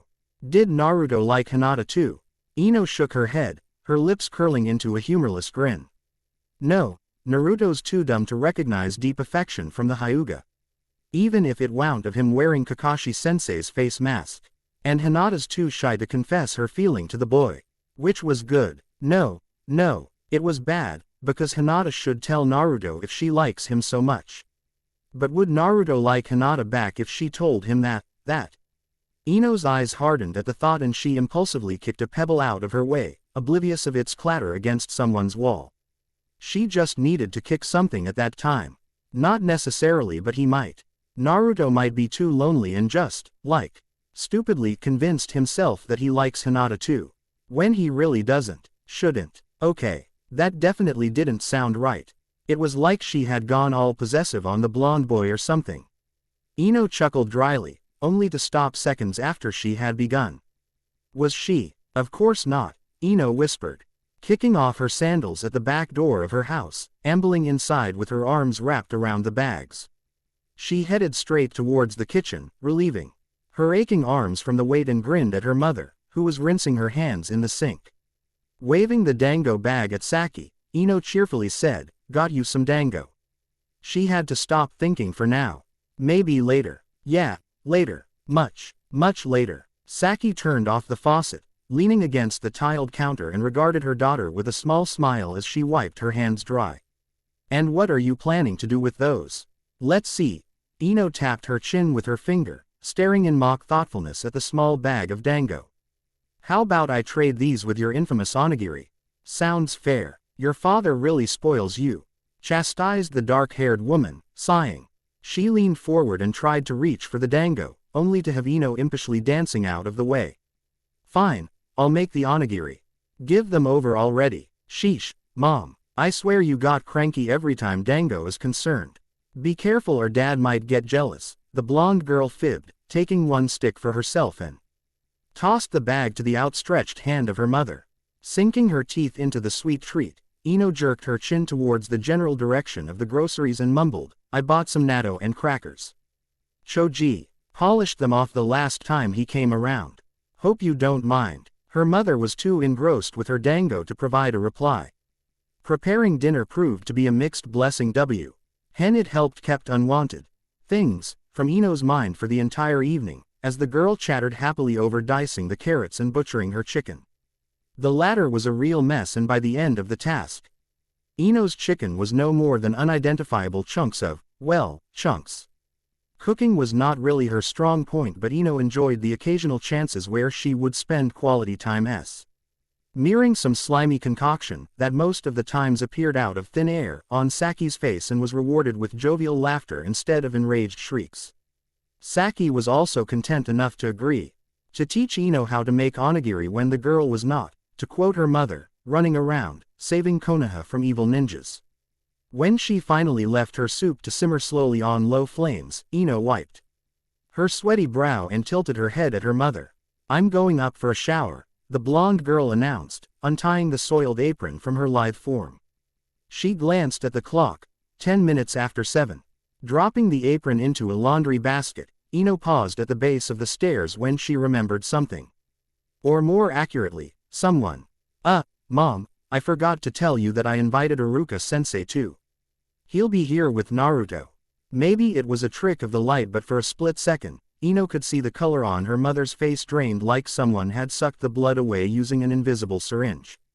Though Saki looked absolutely fine when she waved a hand and said, I'll set the table for 6, then. Your father told me that he'll be a bit late, but he'll be here at around 9. Yo, you go take your shower and wear something decent. Mom, Ino pouted, already starting to descend the stairs. I'm always decent. Of course, dear. Something told Ino that her mother was just humoring her. Her shower was a cold and quick one.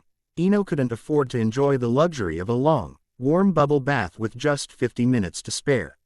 Not only that, she had yet to pick up an outfit, something decent. She also needed some time to tame her hair. Do you think it was easy to manage long hair? And apply the cursory lines of makeup onto her face. Mascara is obligatory.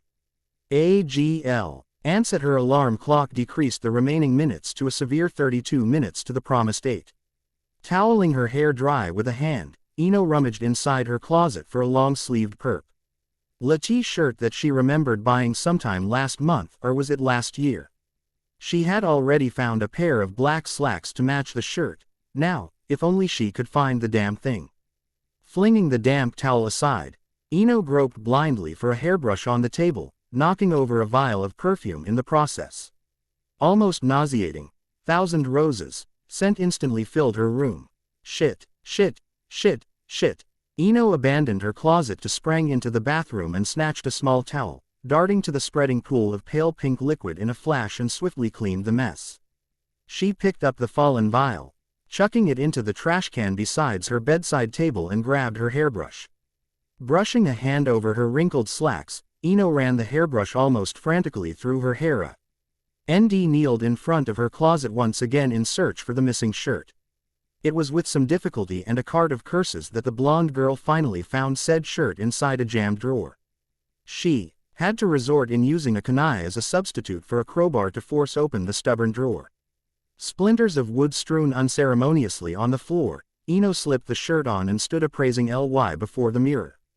The T-shirt was appropriately plain, except for the crest of Konoha stitched in lighter purple at the back. Ino twisted her hair back into a loose bun, allowing several strands to escape the bun to give it a more elegant look. She folded the sleeves of her shirt to make it reach just below her elbows and began putting on her earrings just as her mother's voice rang from below. Ino, your guests are here. Crap, where's the frickin' mascara? TBC, shakes fists tiredly, reviewer, or, snores. Kara, staccato, title, Between Sun and Moon. By Kara, disclaimer. Do I have to go through this mundane routine again? Fine, I don't own Naruto. Happy now. Warning. Serious lack of explicit fighting scenes. I love them. I hate writing them. You can't make me write them. Live with it. Matt, to Keltosh-san. I chose my chapters, titles based on my moods. And sometimes when I found some words in the dictionary, yes, I'm a dictionary dork, that I took liking to. Therefore, the titles usually don't have anything to do with the chapters themselves, like Exodus, for an example. They're pretty much random. I'm a bad excuse of an authoress, no.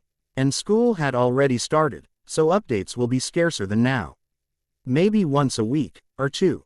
Had just gone through orientation, the sole reason why this chapter took so long to finish, and is currently thinking that written examination's importance is seriously overrated. This is the longest chapter yet.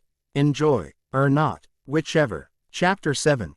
Staccato. Pulling on a clean sock on one foot while hopping around on another.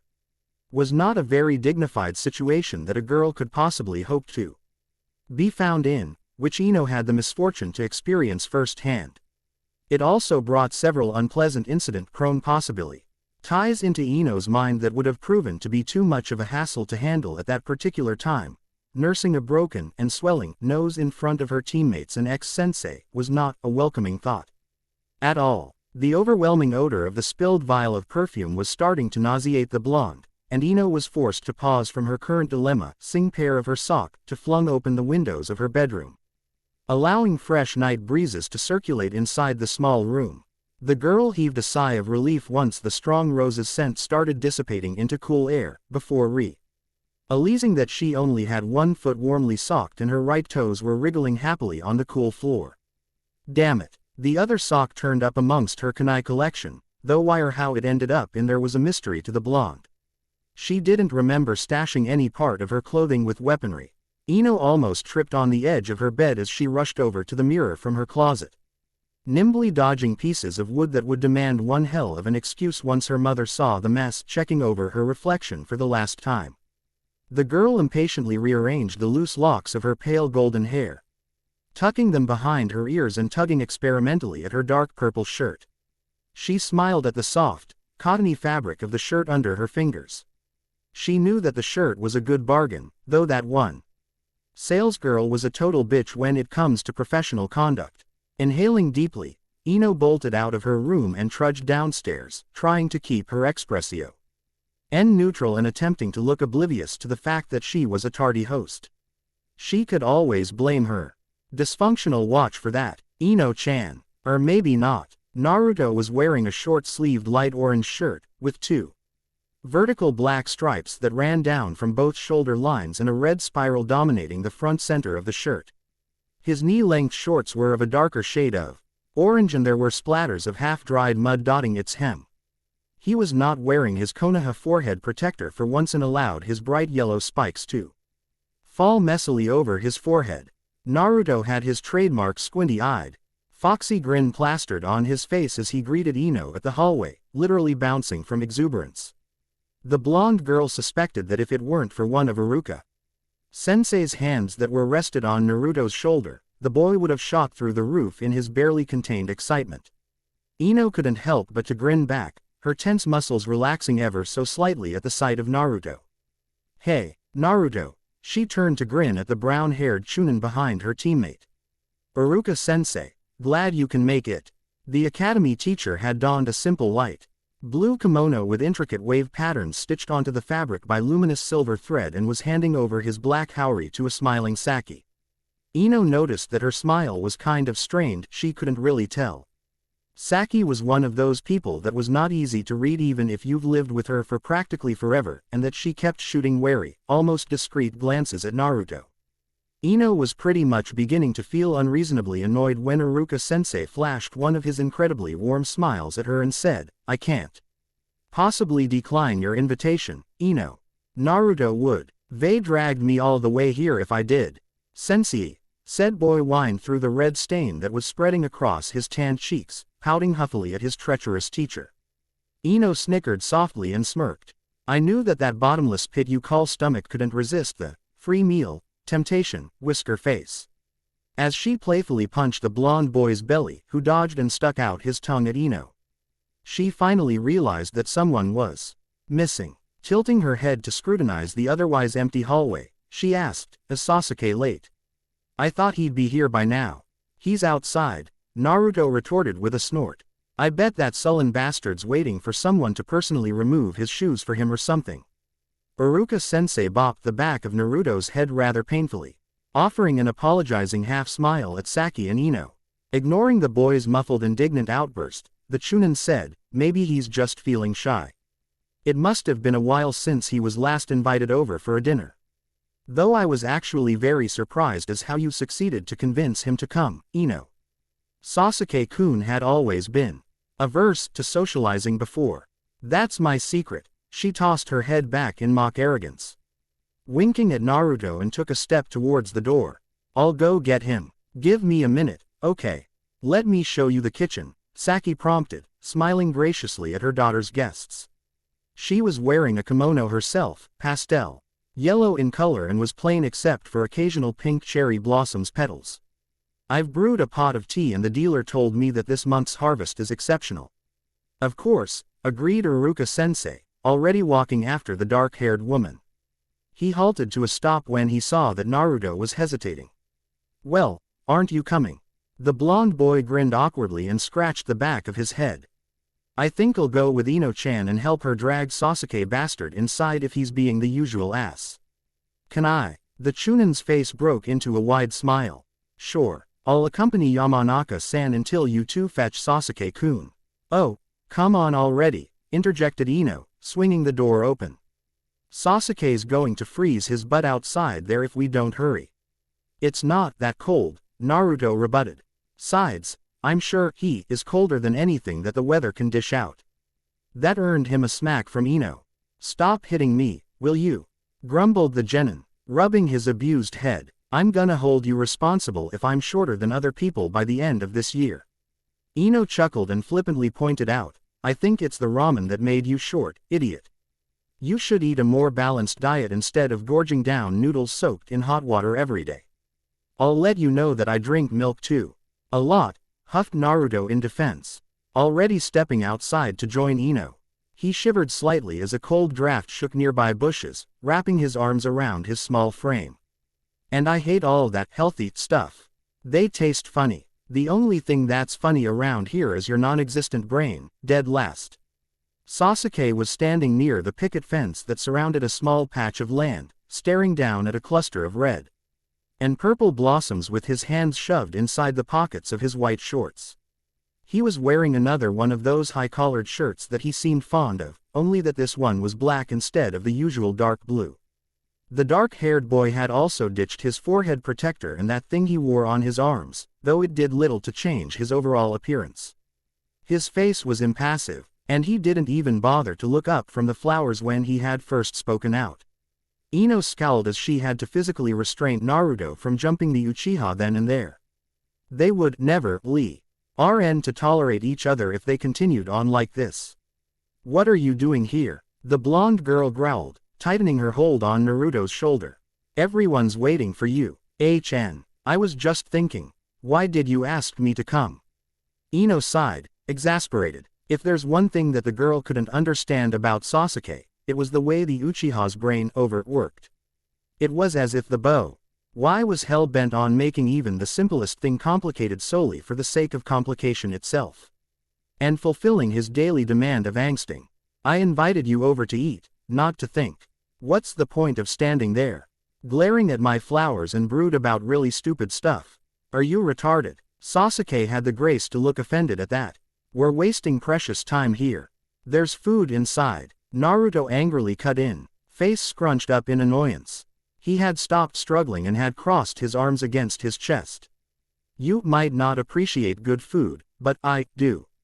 And I'm hungry. The dark-haired boy opened his mouth, most probably to deliver a scathing remark at Naruto, but Ino beat him to it. "Don't you dare snap at Naruto again." She stomped towards Sasuke, stopping ONL. Why when they were 1 foot away from each other? Her eyes were blazing with suppressed fury, fingers balled into tight fists and thinned the flesh of her palms. Honestly, boys could be so stupid sometimes. And to think that she had gone to this extent just so that they could spend one measly dinner in peace. "You want to know why I asked you to come? Fine, I'll tell you. I wanted to be your friend. I don't give a damn if you're a survivor of whatever massacre." She inwardly winced when Sasuke's face stiffened but continued on nonetheless, her voice softening as the anger slowly ebbed away. "Aiju T wanted us to be more than teammates. You, Naruto and me. You know, friends." "I don't need friends," Sasuke snapped, his eyes narrowed. The blonde girl's glare intensified into glacial level in record time. "Everyone need friends at some point of their lives. Friends are for the weak," the Uchiha retaliated snootily and raised a slim eyebrow. As if he was challenging Ino to a duel of philosophy and words. Which was something that he should not attempt under any situation. "Oh, and why is that?" Ino had placed her hands on her hip, blue eyes flickering with cold wrath. Anyone who remotely knew anything about Ino would realize that the protected stance was the prelude of the infamous pissed-off Ino and would have fled towards the hills for their dear lives. Oh yes, Uchiha Sasuke was going to pay. No one, and she meant, no one could tell her or imply, as it was quite an indirect accusation from the boy, that Yamanaka Ino was weak and lived to tell the story. Sasuke would pay, all right. Insert diabolical maniac laughter here. "Friends will only hold you down," Sasuke smoothly replied, quirking another eyebrow to join the first one and smirked. Ino snickered inward. When she thought that the dark-haired boy was being awfully conversational that night.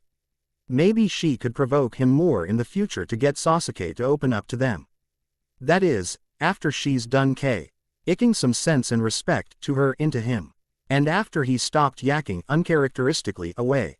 They demand attention, protection if they're weaker than you. And expect you to always look up to them if they're stronger. Ino felt like laughing, so she did. Though it came out rather distorted because she was trying not to laugh at the same time. Sasuke was definitely more screwed than she originally thought he was. She was having a hard time deciding whether to blame it on the boy's possibly unbalanced hormones or his bloody past. Or if someone had drugged the boy senseless. "Don, tell me that you're suffering from some kind of a superiority complex, Uchiha-kun. It's not healthy for proper mental development." Her tone was snide and sarcastic, eliciting a dark frown from the Uchiha. "And I do think your definition for friend was wrong, partly because you're an arrogant jerk and partly because you're a delusional dimwit." The anger was obvious on Sasuke's face. Apparently, arrogant jerk and delusional dimwit didn't sit well with the boy. "What the he? I'm not done yet," Ino interrupted sharply, waving a hand at the boy. The corner of her lips curled into a satisfied smirk as she watched Sasuke stewed silently in his rage. It was about time that someone slapped reality to the Uchiha's face. He was too pampered with all the young prodigy and Uchiha survivor crap for his own good. "You're an arrogant jerk because you can't stand knowing that there's someone better than you out there, for whatever goddamn egotistical reason that I don't want to know about. And you're obviously delusional enough to mistake Naruto and me for your stupid fangirls.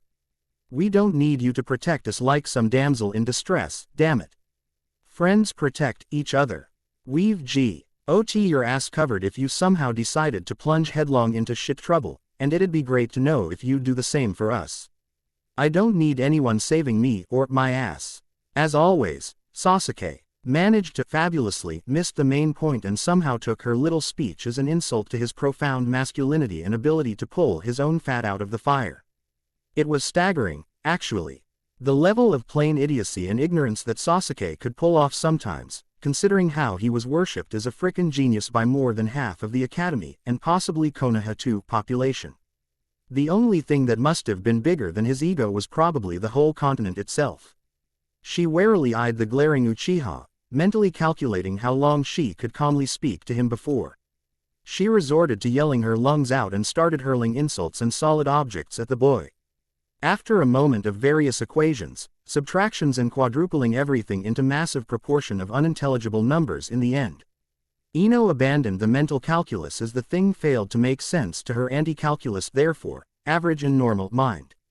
It seemed more of a Shikamaru thing to do, anyway. Like I said, I only invited you here to eat, Ino continued, her voice adopting a cajoling softness that contrasted greatly to her earlier merciless harpooning on Sasuke's deficiency to work as a standard human. Ino made a mental note to stop switching from being friendly to murderous to friendly again too often. People might think that she had serious psychological problem. I want us to be friends, comrade in arms. Whatever. I don't care, as long as you treat us as your equals and not something that cling like a fungus on you. Quote ellipsis quote. Sasuke looked away, glaring stubbornly at a budding flower instead. Ino was getting very, very tired to the silent treatment. And already well beyond pissed off. But that's another matter altogether. Why did she even bother in the first place?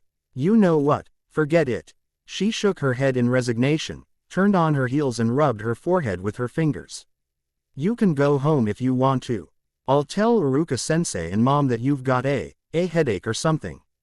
A firm hand that clamped down onto her shoulder made Ino look up.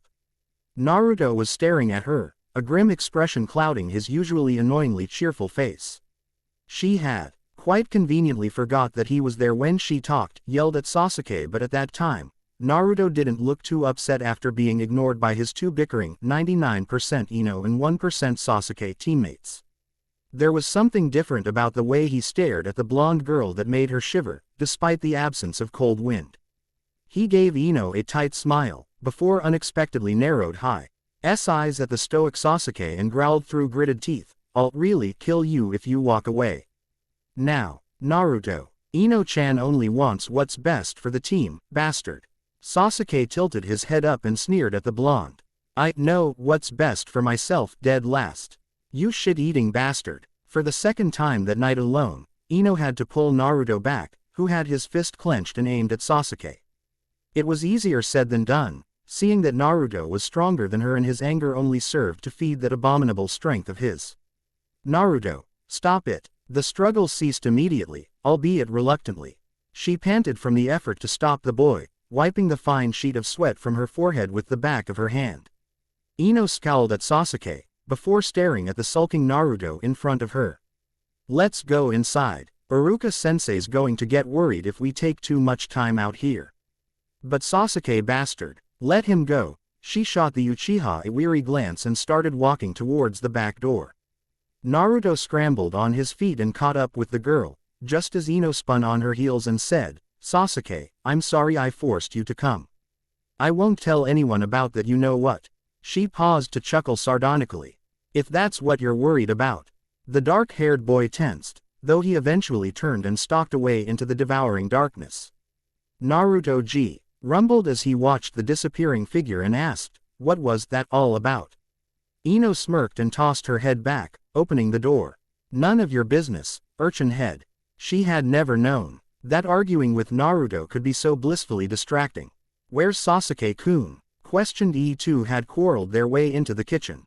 The Chunin was nursing a cup of lukewarm tea and was in the middle of a pleasant conversation about the properties of various plants with a delighted Saki when Naruto and Ino barged in, Ino's index finger prodding Naruto's chest as she persisted on the base of her argument. Which involves the blonde boy, a green goat and a pink spotted sparrow. Don't ask. Ino shrugged and claimed a seat besides her mother. He got a headache or something. Said he's sorry. She was interrupted by Naruto's snort and spared a withering glare at the blonde. Naruto winced and looked guiltily away. So I told him to go home. Poor boy. I hope he's okay. Saki poured ET into 2 clean cups and placed them in front of the 2 genins. She paused slightly as she stared at Naruto, an indiscernible expression on her face. An awkward smile tugged at Saki's lips when Naruto thanked her and greedily gulped down the tea as she slinked back to her chair. Her eyes never left Naruto's cheerful face for quite some time, until the boy cocked his head and grinned widely at her. Your tea is very nice, Naruto said, nodding enthusiastically. It's not too bitter. Like Iruka-sensei's, the Chunin sensei smiled good-humoredly at the reference. But not too sweet. Saki inclined her head and replied, eyes softening. Thank you. I'm glad you like it. Can we eat now? Ino chimed in, her cup drained empty. I could hear Naruto's stomach grumbling from here. Hey, my stomach was not grumbling, protested the boy hotly, over his 10th cup of tea. His cheeks reddened when his stomach did grumble a second after that, and he glared accusingly at Ino, who was laughing heartily at his predicament. Naruto pouted and turned to Iruka-sensei for support, only to find that the tan Chunin was also laughing behind his hand. Saki was chuckling softly to herself. No fair, you're all ganging up against me. Ino uncovered her bowl of rice, clapped once and announced, let's eat. Naruto automatically shut up at that, picking up a slice of stir-fried eggplant. Ino transferred it into Naruto's bowl and grinned at the chagrined boy. Vegetable, eat, but I don't like eggplant, complained Naruto, prodding the offending morsel with his chopsticks as if it were. Uld jumped to life and strangled him for the insult. He stared longingly at the plate of onigiri and made a sour face as he finally succumbed under Ino's death glare. Chewing slowly, the blonde asked, where's your, father? Dad, he's out doing a mission for the Hokage, I guess. He'll come home later. Naruto stopped chewing and whistled appreciatively. Your father's a ninja too. Yep, he's a Junin. He's really good, and cool. But I promised him that I'm going to be stronger than him. That's why I wanna be a ninja too. Saki suddenly placed down her pair of chopsticks and rested her hands on her lap. Staring somberly at Naruto, there was an appraising look in her eyes, like she was trying to judge the boy using her own standard. Iruka-sensei noticed the look, though he remained silent, and opted to wait for the dark-haired woman's action. The Chunin shifted uneasily on his seat, sipping his soup in silence, and tried to remain oblivious of Saki's rigid and unrelenting posture. Naruto was too busy fending off Ino from placing more fried vegetables into his bowl to notice it, and was caught by surprise when Saki asked, where are your parents, Naruto-kun? Ino gaped at her mother, before looking back at Naruto. The blonde boy had frozen in mid-chew, his fingers unconsciously pressing the two slim wooden sticks tightly together. Swallowing the remnant of chicken that she had been chomping on, Ino hastily said, Mom, Naruto don't, it's okay. Ino-chan, Naruto muttered, smiling at Ino, and then, at Saki. His eyes were cast downwards when he responded, I don't know about them, Yamanaka-san. But I have Iruka-sensei now. He glanced at the academy teacher, whose warm smile was more than welcomed at that time. And that's all that matters. I see. Saki thoughtfully nodded, picking up her chopsticks again. Ino told me that you want to be the future Hokage. Naruto's face lit up and he grinned, that toothy, confident grin he wore every time someone brought up the subject of his ambition. Yeah, I'll be the Hokage and the strongest shinobi in Konoha. Then, everyone will acknowledge me. You're too loud to be a Hokage, scoffed Ino, wiggling a finger at her energetic teammate. Hokage needs to be loud, Naruto haughtily reasoned, puffing out his cheeks. So that everyone will listen to me whenever I give out an order. The blonde girl snorted, so will your enemies, idiot. No, they won't. They will. They won't. They will. They won't. Will too. Will not. Who's that brat yelling at my princess? Naruto was lifted by the scruff of his orange shirt, much to the boy's surprise and annoyance. He kicked and struggled, until he came face to face with a handsome man, wearing a Konoha forehead protector and had his fair hair tied back into a ponytail. Very much like Ino's. The man was glaring in displeasure at Naruto, one hand on his hip while another holding the blonde up. Naruto frowned. He didn't like being treated like a kid. Who are you? Let me go. Ino giggled from her seat and waved a hand at the man. Hey, Dad, this your dad, Ino-chan. Naruto raised his hand and did a mock salute. Nice to meet you, Yamanaka-san. When the fair-haired man showed no indication that he was going to let the boy go, Naruto scratched the back of his head and hesitantly said, can you, put me down now?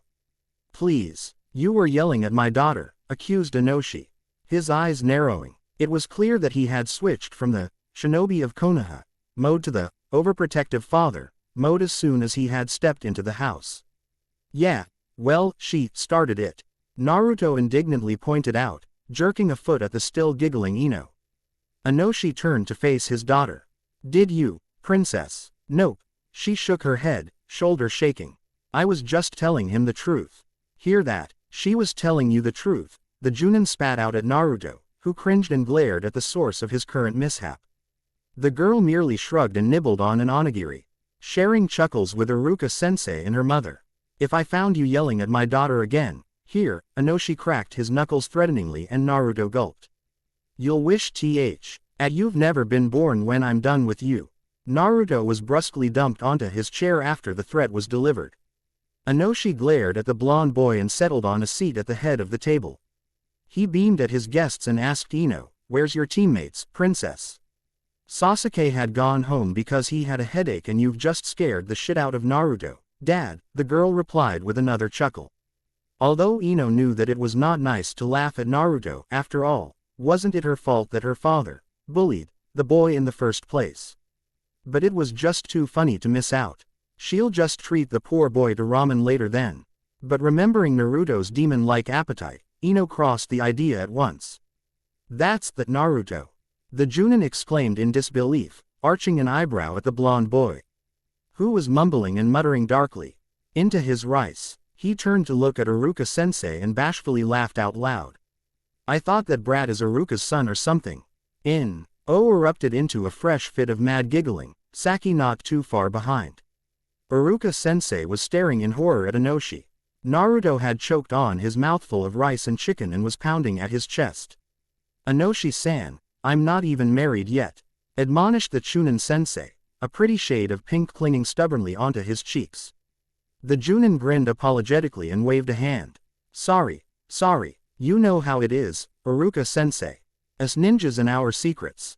I just found out that Kurenai's dating Asuma this morning and I've known the guy since he's a Chunin. Kurenai-sensei and Asuma-sensei. Yeah, and Hayate.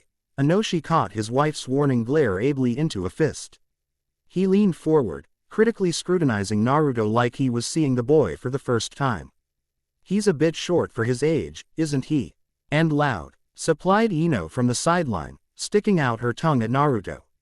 Inoshi nodded in agreement. And loud too. He downed his cup of tea that Saki had poured out prior to his arrival and popped an onigiri into his mouth, smiling as he chewed on the rice ball. Ah, there's nothing better than my wife's rice ball after a hard day at work. So, what were you two fighting about? I told Naruto that if he wants to be a Hokage or even a proper shinobi, he should stop being so loud, Ino answered, sipping on her tea. She had finished eating and was leaning back into her seat, waiting for everyone to get through the course. Because the enemies can hear him if he's shouting his head off and creating a ruckus. Ino's got a point there, brat. Inoshi picked up the bowl Eid uncovered along with the pair of wooden chopsticks alongside it. Then, with the bowl tilted downward to his face, he began to cart a chunk of the rice and toppings into his mouth. Chewing along, he set his sight on the one smaller bowl next to his rice bowl and lifted its lid, revealing a pleasant aroma and thick soup swirling around small chunks of chicken and potatoes. His lips curled into a proud smile as he swallowed a mouthful of the soup. Licking his bottom lip, Inoshi said, "You've improved since last time, princess." Naruto paused from hauling everything to feed his face and gawped, in awe at Ino, who had blushed scarlet at her father's compliment. You made this, Ino-chan. It's really good. I liked this soup the most. The blonde girl scratched the bridge of her nose in embarrassment and shrugged, attempting not to look too pleased with herself. She was failing quite miserably in her attempt. Well, if you really like it, maybe I can make some for you later. Really, I told you you're too loud, frowned Ino, though she still had a small smile on her reddening pale face. I'll just kick the enemy's ass if they got too close then, Naruto replied confidently and resumed stuffing his face again. The girl grinned, muttering, "Idiot," affectionately under her breath. Inoshi narrowed his eyes in suspicion at his princess and the brat. After the last of the dinner was cleared from the table, the three adults had moved to the living room to further discuss some boring grown-up stuff, as Ino huffily dubbed it to be, and left the two genins inside the kitchen with some chores. Well, actually, Saki had to drag Inoshi out of the kitchen when the Junin initially refused to allow his precious daughter to do dishes alone with the short, loud-mouthed brat. It took some convincing from Ino's part and a whole lot of kitchen utensil-based threatening, Saki's, until Inoshi petulantly allowed his wife to lead him towards the living room, though not without some harshly whispered warnings to Naruto, whose face paled when he heard them, where Iruka-sensei was waiting with his fist stuffed inside his mouth to stop himself from laughing at the older Junin.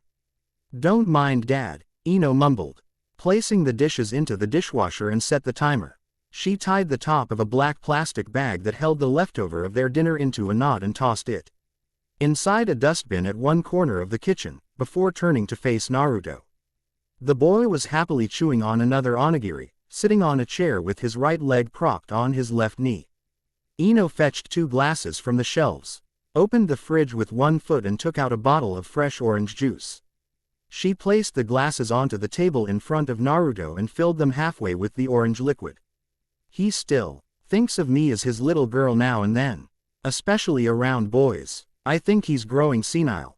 Naruto nodded absently at the joke, his eyes on Ino as she moved fluidly around the kitchen, wiping the wet counter with a rag cloth, rearranging the vase of pink and white carnations on one small coffee table, drying the washed dishes and cups, stacking them inside some cabinets, tucking back some locks of hair that escaped her loose bun, the frown on her face as she scrubbed vigorously at one stubborn dirty spot on a white porcelain plate, the wide satisfied smile when she held up the spotless plate, and then the curious half grin when she noticed that he was watching her throughout the simple chores.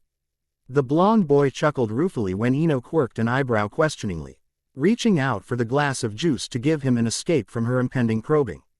Ino rubbed her damp hands with a dry cloth, her bare feet creating an odd rhythm of soft pitter-pat on the parquet floor as she sauntered towards Naruto.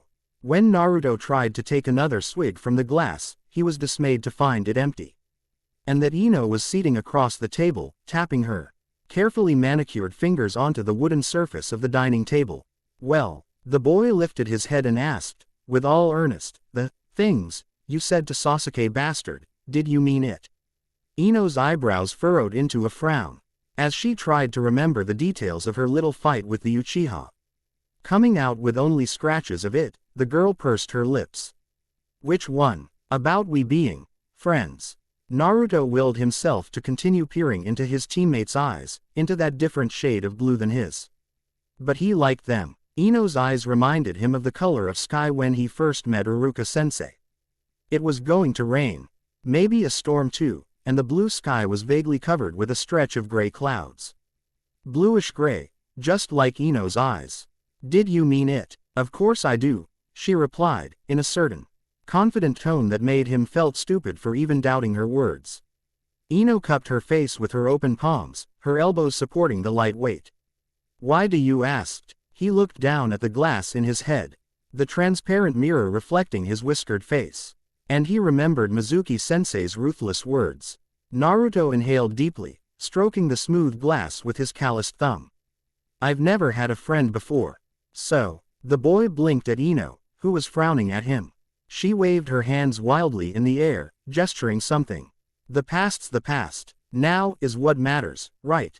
When you've become stronger, you'll find more friends. I'll be here until then. Iruka-sensei too. I think Kakashi-sensei's somehow our friend, though he's a pervert. And Sasuke, he can go to hell." Naruto vehemently hissed, remembering all the things that bastard had said to Ino. And his disappearing back when he walked out on them. "And if he does, we'll have to follow him, nay." She stretched her long legs, grinning lazily at Naruto with all the expected feline grace. Ino rested her chin on her drawn knees, toes wriggling over the edge of the chair. "We're teammates. I too LD him that we'd watch over his ass if he did something stupid, and I'm not someone that goes against my words. And remember what Kakashi-sensei said when we passed his test." Naruto grinned at the memory. "You're worse than trash if you left your friends behind." "Yeah, that pervert sensei's right." They ended up grinning at each other in a comfortable silence. "Naruto, we're going." Iruka-sensei walked into the kitchen, followed closely behind by Inoshi and Saki. The 2 Yamanakas were arguing over something. Though Inoshi was losing by the look of it, Naruto nervously jumped to his feet when the Junin dropped his failing argument with his wife and glared at the blonde boy, as if he was purposely looking for a reason to carry out his threats from before. Saki heaved a sigh at her husband's immature act, whacking the back of the man's head with a wooden spatula that materialized out of nowhere. Iruka-sensei and Ino giggled when Inoshi yelped in protest, the blonde girl coming to her father's rescue from the wrath of Saki's spatula. They moved towards the front door in a loud and cheerful procession, though Ino disappeared for several minutes when she claimed that she left something in the kitchen dinner. Saki-san, Iruka-sensei said as he slipped on his haori. He also nodded gratefully at Inoshi. I really enjoyed it. Yeah, me too. Naruto beamed at Inoshi and Saki alike. This is the best dinner I've been to. Ino, who had appeared from her brief disappearance earlier, smirked at the gratifying outburst. This is the only place you've been for dinner, except Iruka-sensei's house, urchin head. Is that true, Naruto-kun? Asked Saki, kneeling in front of the boy, her expression serious with all her maternal instinct. No one ever invited you over before. Naruto grinned sheepishly and nodded. I don't mind, really. To everyone's surprise, Saki suddenly pulled the blonde into a tight hug, rubbing circles on Naruto's back. She pulled back and placed her hands firmly on the shocked boy's shoulder, her face set with determination. You can come over anytime, Naruto-kun. Anytime. Drop by before you go to your team's meeting, we can have breakfast together. Iruka-sensei told me that you only eat ramen at home, so make sure that you come here often because I don't approve of my daughter's teammate suffering from malnutrition. Understand? But, I don't want any, but, from you. Chastised the dark-haired woman and gave Naruto a curt nod as a sign of encouragement. Promise me that you'll do that. Naruto's mouth quirked into a crooked grin. His eyes a bit misty but everyone seemed oblivious of it. I promise. Saki smiled at the boy and stood up, dusting the lower half of her kimono. She leaned against her husband, Inoshi circling his hand around the woman's slim waist lovingly. Make sure that you keep your promise. I'll be waiting. Mom, Ino mock whined from besides them, her eyes glinting mischievously. She pouted in exaggerated melancholy and simpered. I know you always wanted a boy, instead of me. How could you? Don't flatter yourself. You're more violent than most boys, Ino-chan. Naruto gleefully teased, dodging punch aimed for his head from the furious blonde girl. He danced away from Ino, hiding behind a laughing Iruka-sensei. See, I told you so. The scuffle was effectively stopped by Inoshi, who growled at Naruto for calling her precious princess, unladylike, though that earned him a painful whack from Saki's spatula of doom. Naruto shrugged on his jacket, grinning at the sight of the tall Inoshi. Cowered in shame as his wife chided him for his behavior. His grin faltered for a split second when the Junin shot the boy a glare, before the spatula made contact with Inoshi's skull again. Inoshi winced, mumbling a faint sorry at Saki and listened as the woman prattled on. I'll walk them to the gates, Ino said over her shoulder, opening the door for her two guests. She had one hand hid behind her back, obscuring whatever it was that she was holding. Saki nodded, smiling at Iruka-sensei and Naruto. Her eyes lingered longer on the blonde boy. Good night and thank you for coming. The thankful smile she directed at Iruka-sensei had a hidden meaning in it. I'm glad you brought Naruto along. You should thank Ino, the Chunin modestly said. Good night to you too, Saki-san, Inoshi-san. Iruka-sensei gave the couple one last bow and walked through the door. Naruto waved a hand, a wide grin on his face.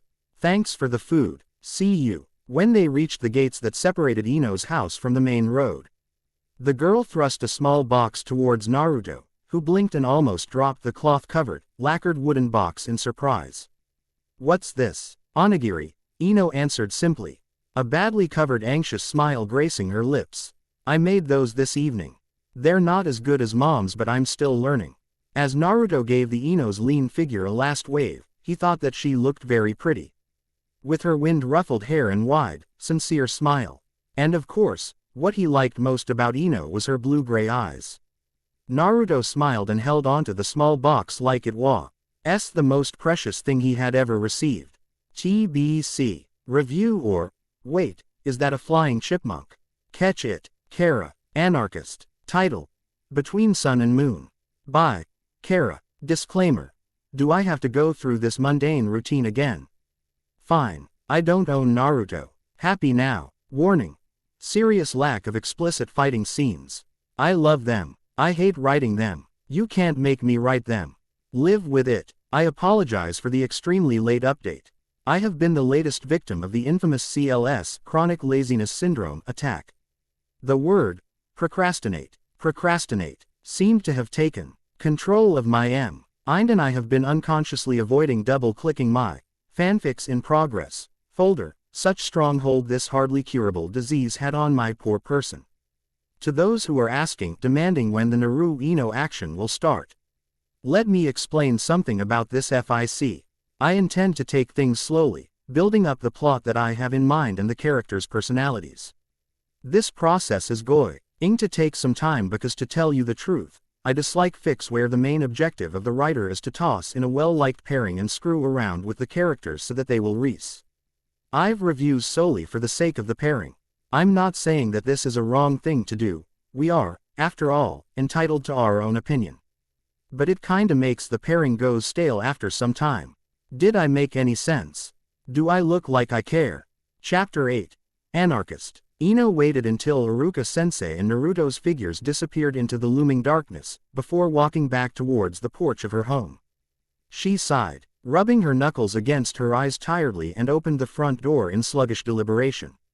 Instead of slipping off her sandals and going in, Ino groped around for something that she had placed behind the door prior to saying goodbye to her dinner guests. A small smile graced her lips when her fingers brushed over a stretch of soft fabric and she pulled out Anyo. Fair-clothed bento box similar to the one she had given to Naruto earlier. Going somewhere, princess? The blonde girl jumped at the sudden intrusion, and glared up at her father, one hand clutched over her hammering heart. Dad, you could have given me a heart attack. She exhales noisily and pouted at the fair-haired Junin. Inoshi smiled fondly, patting his daughter's platinum golden head. You haven't answered my question. Are you going somewhere? Actually, yeah, she grinned and scratched the bridge of her nose, looking down at the box in her hand. I made onigiri for Naruto and Sasuke. Can I just slip out for a while and send some to Sasuke? I promise I won't be long. I don't mind. You are a big girl now, and Saki did tell me something about one of your teammates being sick. The Junin chuckled as he avoided a stomp aimed for his toes. Just make sure that you'd be careful. Yes, sir. Ino nodded, giving Inoshi a two-finger mock salute and set off to the general direction of Sasuke's house. It surprised her a little when she realized that their houses were only a few blocks apart, as she had never seen the dark-haired Uchiha gallivanting or even showing his sallow face around the area. Well, when she thought about how he seemed to be allergic to social-related activities, it did make sense somehow. The dark blanket of night had covered Konoha with its shadows, the absence of cloud arrays allowing a clear vision of stars that were suspended over the sky like trapped fireflies on the blue cloak of heaven. Cool, gentle breeze hummed a foreign, yet gentle melody into the girl's ears. Her silver earrings twinkling like delicate chimes in a windy day. She had always loved nights like these, as it gave her the opportunity to indulge in rare tranquility and a sense of pleasantness that even the brightest of days could never provide. Flowers would look radiant under glorious sunlight, but there were some selected few that appeared almost surreal in pools of silver moonlight. And they were her all-time favorites.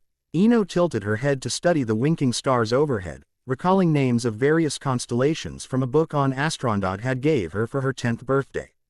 The mesmerizing patterns never failed to captivate the blonde girl. Beauty, as it seemed to be, was an irresistible power to Ino.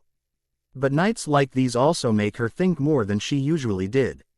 More than she should. Sometimes it annoyed her to the point of throwing a temper tantrum, no matter how childish that sounded, because thinking too much often made her angry or upset.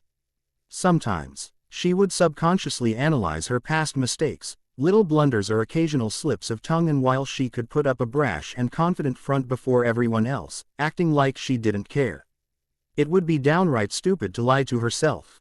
Yamanaka Ino was an analytical girl by nature. She wouldn't be one of the top female students in the Ninja Academy if she weren't. He just chose to ignore that side of her personality if and when she could help it. It would be too troublesome. Shikamaru must be rubbing off on her. Screw that lazy bum, to acknowledge that every waking minutes. But tonight, her mind decided to dwell on the subject that is, Naruto. Surprise, surprise. Ino frowned and nibbled on her lower lip, her feet automatically taking control of their own ordination to allow the brain to focus on something else. It was a habit of hers when she started thinking. She would block out the rest of the world and let her instinct take most of the control. Shush. Arpend enough so that she didn't have to worry about falling into drains or walking into brick walls. Now, to refresh her memory on anything that held any importance regarding her yellow-haired subject. She didn't know the boy well from their academy days, courtesy of being in different classes, and that she felt no need to know everybody in her batch other than those from significant clans of Noah and potential rivals in being the best female shinobi. That instantly eliminated the idiot prankster that turned Iruka-sensei into a constant yelling machine with all his stupid, immature jokes. He was just not important enough at that time. Maybe she had seen him once or twice in the playground, playing alone by the rusty swing, but she wasn't too sure about that piece of memory. It might have been Naruto. It might have been someone else. That evident was circumstantial. What she did know was that almost everyone held some sort of a grudge or dislike over the blonde boy for Kami's know what reason. She was partially indifferent and mostly ignorant because really, the boy had nothing to do with her at all. Naruto might have been a reincarnated Grim Reaper for all his worth and she wouldn't have given a damn. Unless he declared war against Konoha or trampled over her precious flowers. But Naruto was one of her teammates now, and she had gotten the chance to get to know him much better. Within the past few days than the 4 years they had spent in the Ninja Academy, not that she really wanted to in the first place. She learnt for one that Naruto was absolutely enamored with anything Ramen related, and she had only Iruka-sensei to blame. Really, what kind of teacher encouraged his student or ex-student unofficial foster brother, son, to regard ramen, instant or ichiraku type, as the ultimate cuisine? That was just plain ridiculous and unhealthy. Naruto also loved the color orange. 3 guesses what the color of his jumpsuit was, and bright yellow at times. Whisker face proved to royally suck at housekeeping or doing even the most basic of house chores. He certainly wasn't a stickler for hygiene either, judging from his patented, "I've just rolled around in the mud and I don't give a flying fuck if you know about it," grubby appearance. Ino's forehead wrinkled slightly as she thought about the condition of Naruto's apartment. Messy was a gross understatement of massive proportion. No, beauty was a lost cause to Naruto. Then, what really made the boy so appealing to her? The blonde girl mentally shook her head.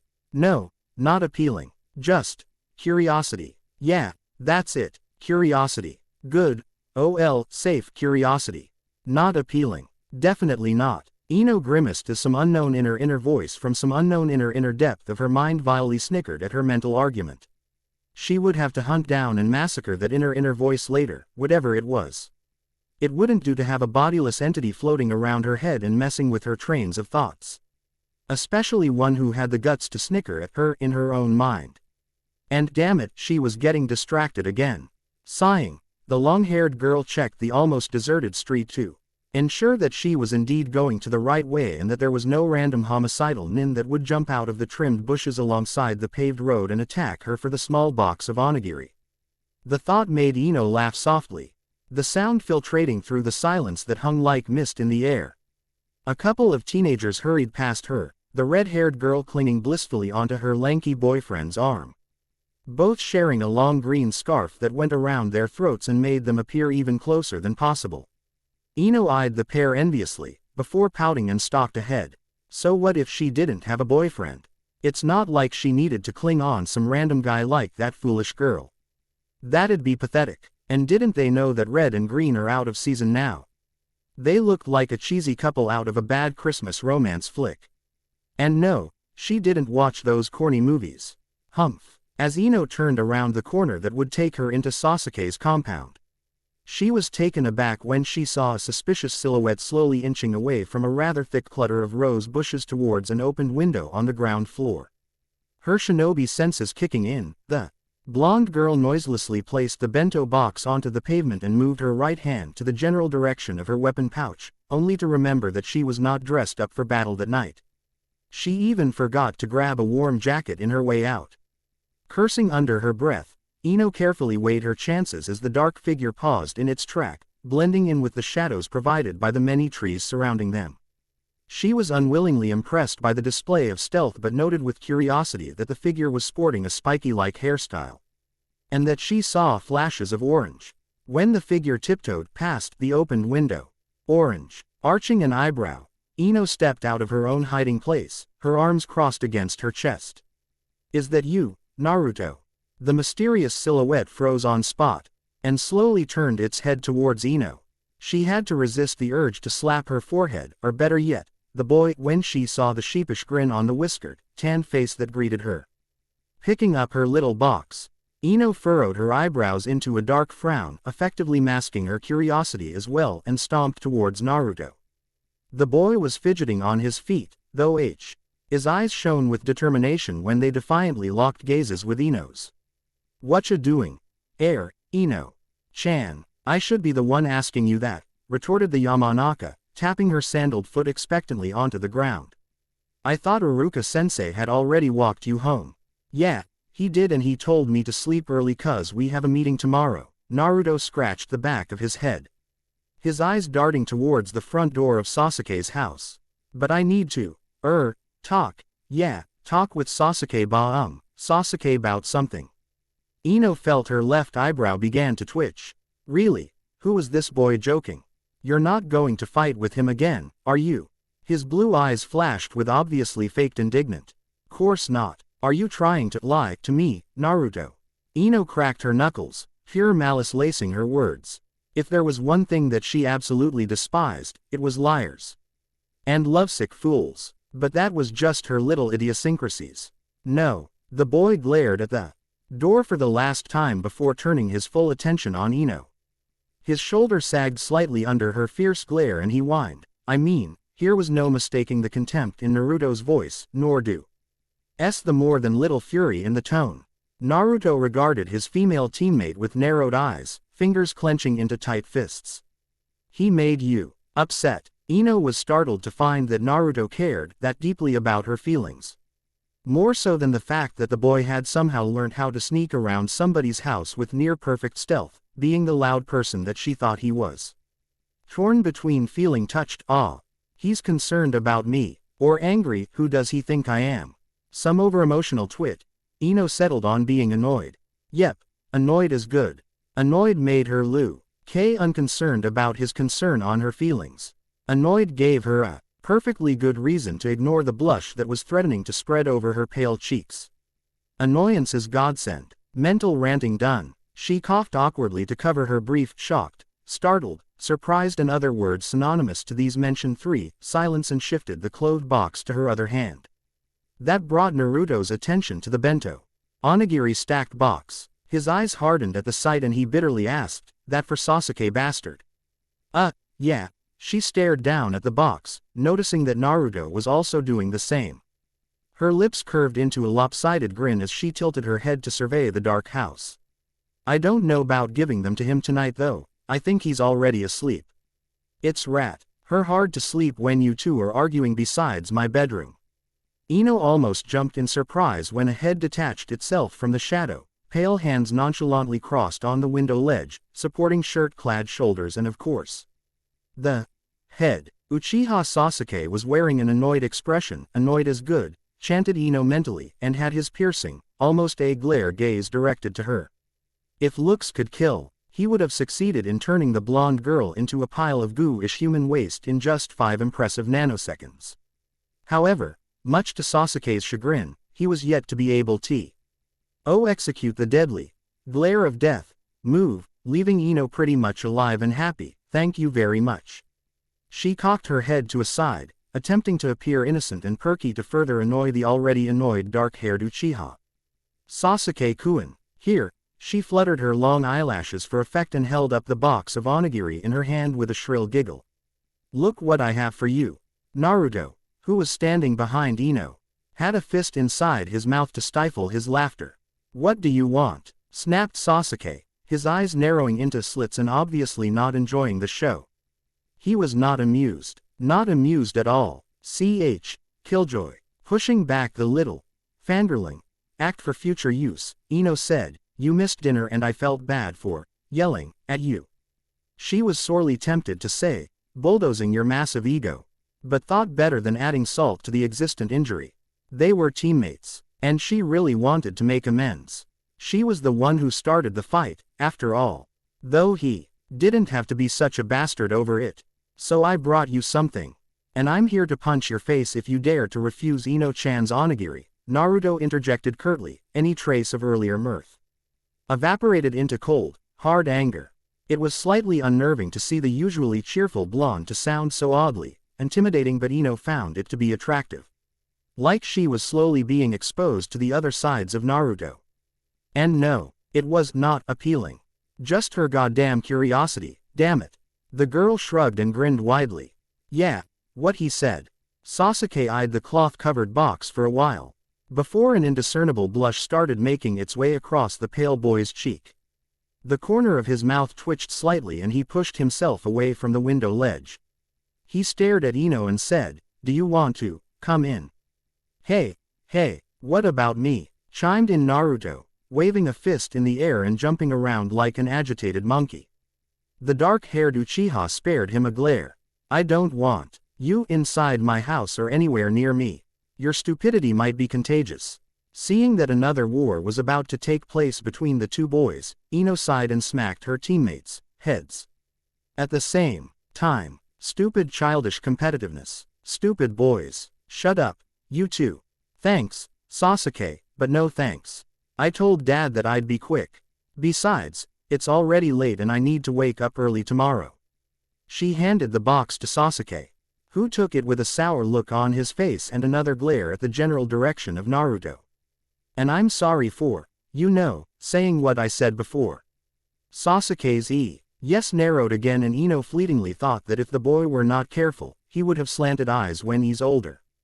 Imagine that. What? No, I'm sorry too, for being a complete bastard. Ino teased, her eyes twinkling with mischief. Call her weird, but she took some kind of a perverse pleasure in annoying Sasuke.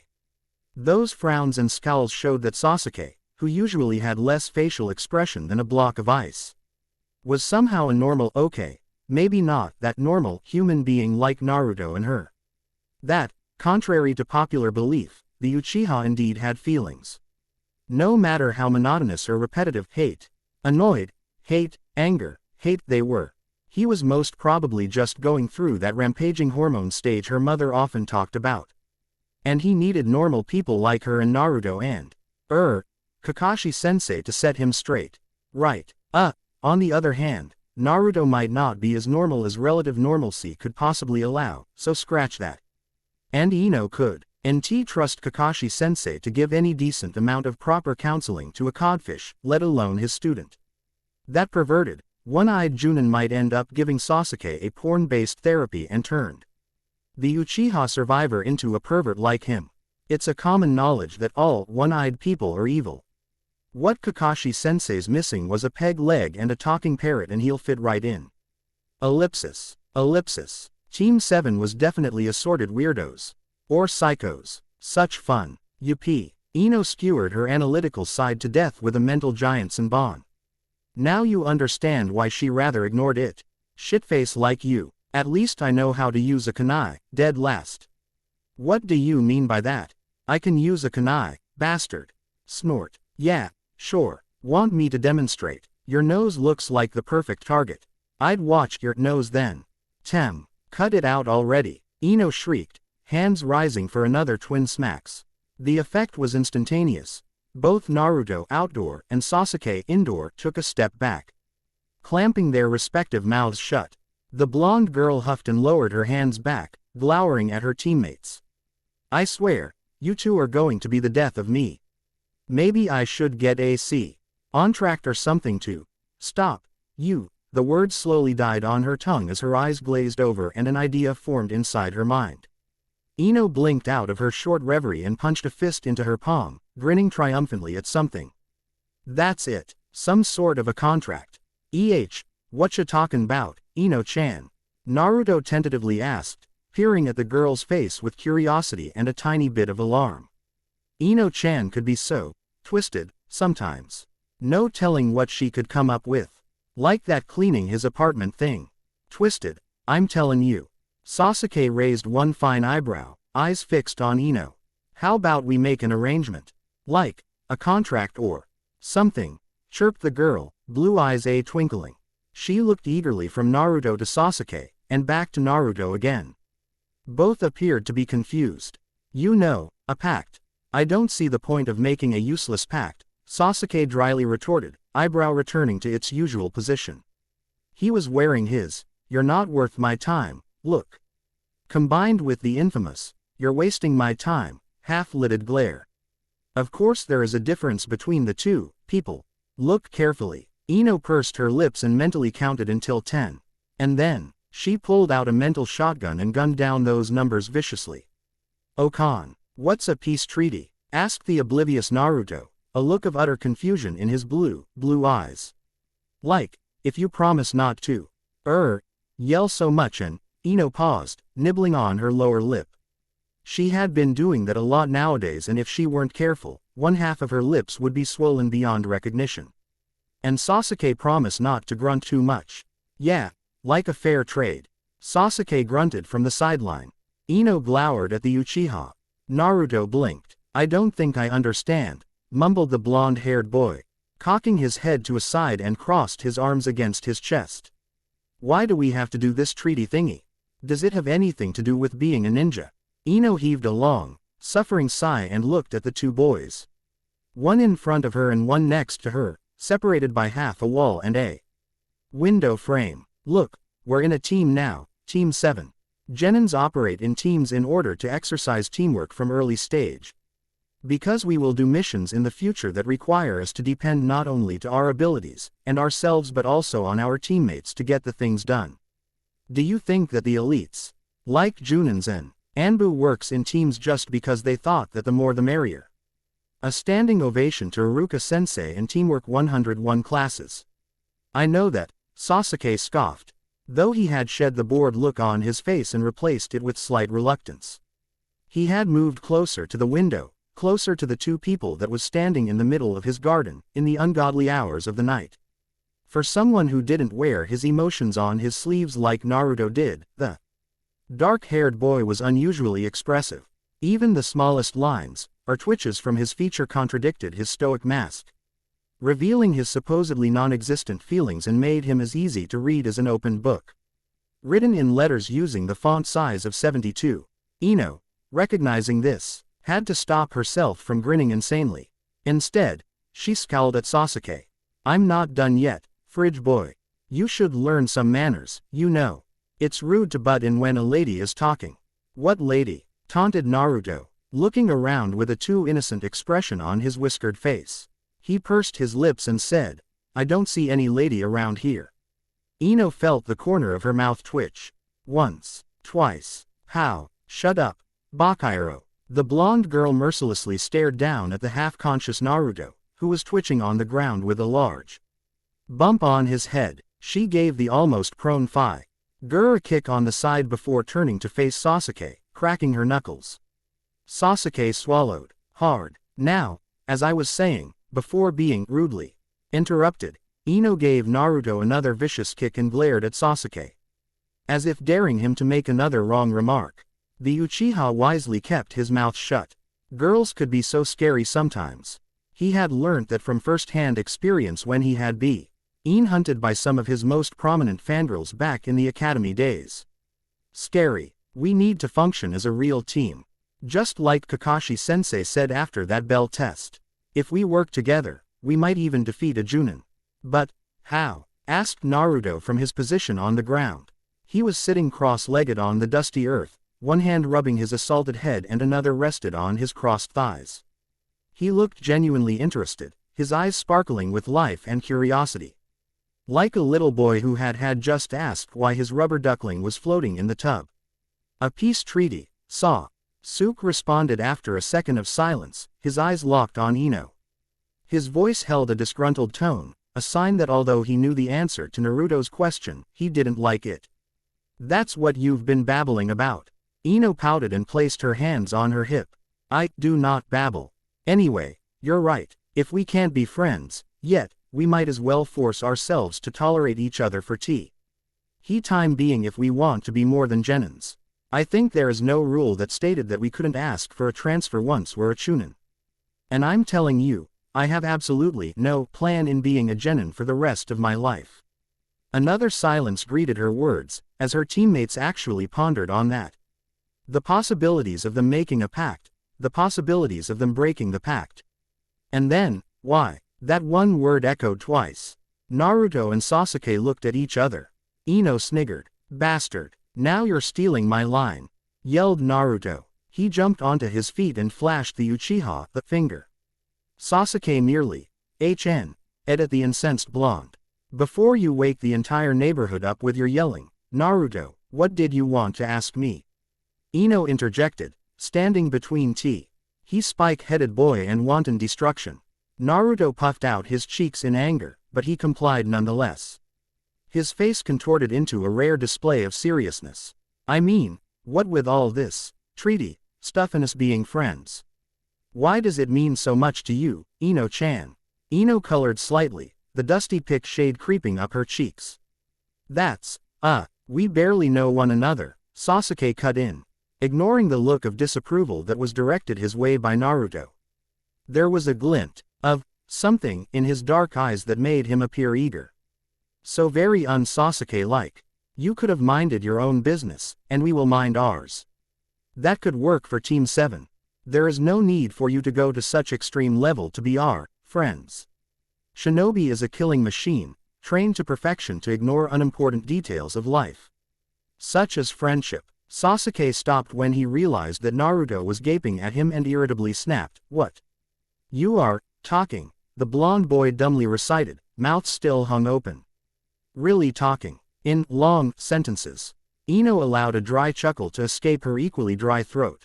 Yeah, that was my reaction when he first did that. Creepy. Huh. Naruto slowly nodded, still gaping at his annoyed teammate. Stop talking in circle and answer me, Ino, Sasuke's voice cut through Naruto's stupor, jerking the blonde back to reality and made Ino wish that she was anywhere but there. Alas, fate had spoken. Me and my big mouth, muttered the girl in defeat, sighing deeply. The shade of pink on her cheeks was still there, highlighting her high cheekbones and the lovely curves of her face.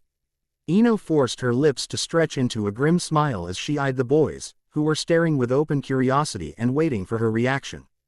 Sasuke's curiosity was a bit more hostile than necessary. She noted, "Fine, I'll tell you. But promise that you won't laugh or kill me, okay?" Both looked puzzled but nodded their assent. Ino inhaled deeply, the pink evolving into a brighter rosy hue. "Because I don't like seeing lonely people. It makes me upset." Deafening silence. "What's that have to do with us being friends?" questioned a more than confused Naruto, frowning. Another deep inhale of oxygen.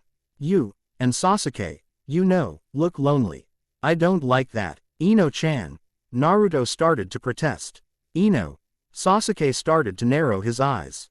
In perfect unison. Again. "How amusing. Hear me out first, will you?" She was starting to get exasperated. Embarrassed as hell as well, but now that she's beginning to explain, there was no way to back out of it. Yamanaka Ino was everything but a coward. You can deny it all you want, but do it when I finished talking. She nodded, more to herself than the two when they closed their mouths, resuming their attentive listener's role. "I don't like being upset. I hate it, in fact. But I don't know what makes you lonely in the first place, why Naruto grins too much and why Sasuke angst too much. I don't know the reasons. I'm sure you won't tell me even if I asked, so I can't help you with them. I don't have much to offer, but to me, friendship is the most valuable thing I have. That's what I'm offering right now. And I don't take no as an answer." Quote. The silence was really beginning to grate her nerves, and Ino sullenly thought that that was the worst confession that she had ever made in her whole life. Then including the IPDONHEN, she was 5. And yes, she had stopped doing it when she reached 6. Ino waited for her teammates to break the overwhelming silence, to say something or, as cruel as it seemed, to laugh out loud. Naruto was staring down at his sandaled feet when she looked over at him, while Sasuke had opted to death glare the window ledge. Both refused to be the first one to speak. Was it that bad? The blonde girl groaned inwardly. They must have thought that she was a serious nutcase. Either that, or they were offended. Maybe she shouldn't have said too much. Maybe she should. Deve just told them that she had promised on her dead turtle's grave that she would make friends with her genin teammates. Ino-chan. Ino tilted her head, nodding to show that she was listening. Her eyebrows furrowed into a frown as he watched Naruto shuffled uncertainly on his feet. Sasuke had also looked up from trying to murder his window ledge, apparently unsuccessful with the attempt. You are. Remember when I asked you about those stuff you said back when we were in your kitchen? Yeah, she nodded again, confused of the direction of this conversation. Why, you said that you'll be my friend. My first real friend. The smile that was plastered all over Naruto's face was brilliant, sincere and astoundingly beautiful, and Ino felt like 100 anxious butterflies were fluttering madly inside her stomach. And I believe you. We are friends. I promise that. I don't want to do that peace treaty crap. I don't need it. Ino couldn't help but to smile at that, a warm feeling coursing through her veins and killed those annoying butterflies at once. Her eyes softened and she said, in a gentle voice quite unlike hers, "Thanks, Naruto." One blink of an eye and Ino was frowning again. But that's not really what the peace treaty was all about, you idiot. Naruto blinked. Like I said, we make a terrible team when you and Sasuke keep arguing over everything, she breathed out, crossing her arms. What I meant was that we make a promise to not argue too much. Sometimes is okay, because I know that you two are too much of a stubborn bastard to stop completely, but if we do it every time we meet, we'll kill each other before the enemies get us. Naruto can promise not to call Sasuke names and Sasuke can promise not to, grunt too much. How about that? What about you? Sasuke suddenly questioned, effectively reminding the other two that he was still there. What about me? Retorted the girl, frown deepening. Sasuke smirked and lazily said, dead last one.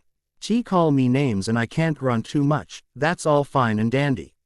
But what about you? What'll you promise not to do? Yeah, Ino-chan, it's not fair when only me and Sasuke bastard got to promise things. You have to promise something too. But I was the one who came up with this. Ino all but shrieked, eyes widening in indignation. Besides, I don't do stupid things like you guys. Then you have to stop whacking us.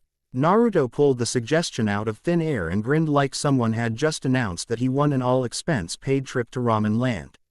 He rubbed his abused head once again and continued. No more hitting my head, and Sasuke's. All right, just the heads, sneered Ino, a feral grin on her face. She flexed her arms and cracked her knuckles. That means, I can feel free to amputate your other limbs, sans the head of course. Naruto whimpered under the homicidal vibes radiating from the girl. No more hitting, period. Sasuke snapped, though he looked more relaxed than Ino had ever seen him whenever he was around them. And for once, his eyes held something akin to mirth when he looked at her. Do we have a deal? I believe we do, Uchiha-kun, nodded the blonde Yamanaka.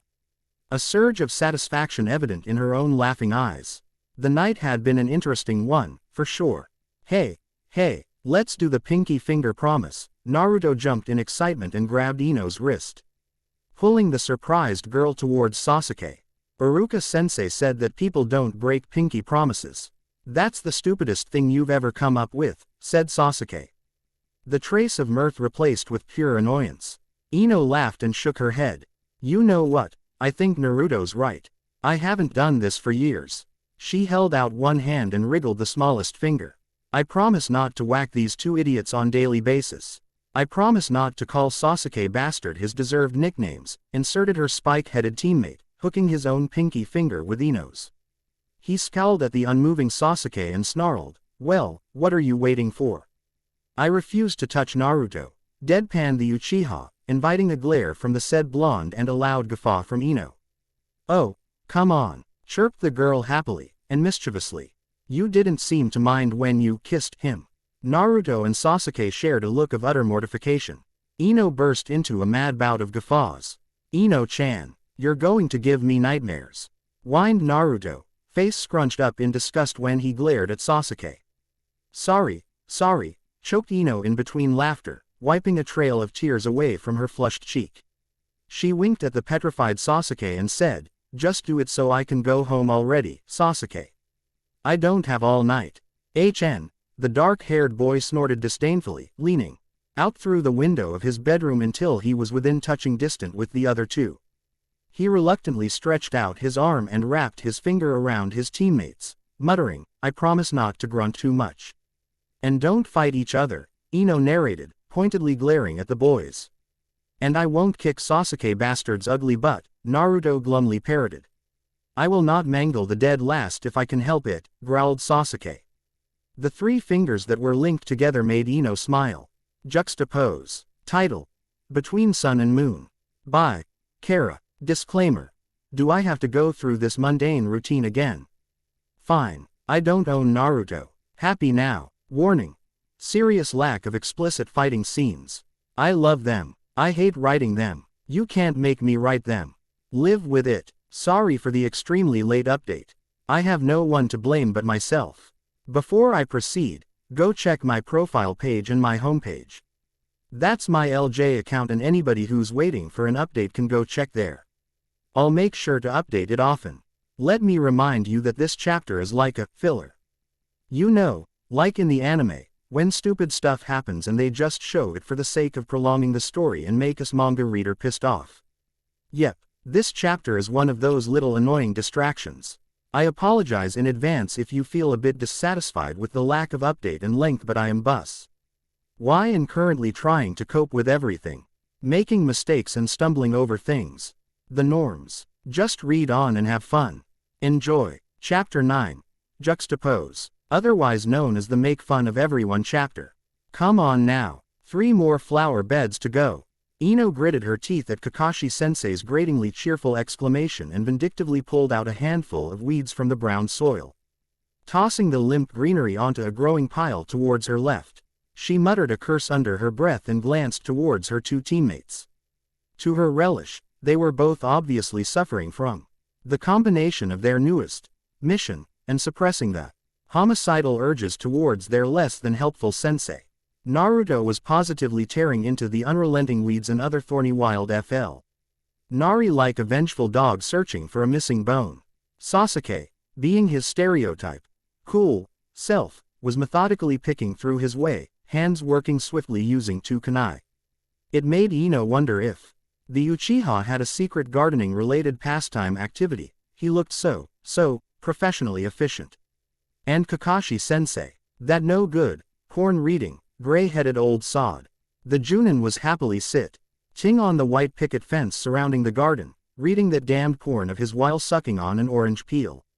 The platinum blonde ran a gloved hand over her sore, bandaged TTLY when crumbs of dirt dribbled onto her dress.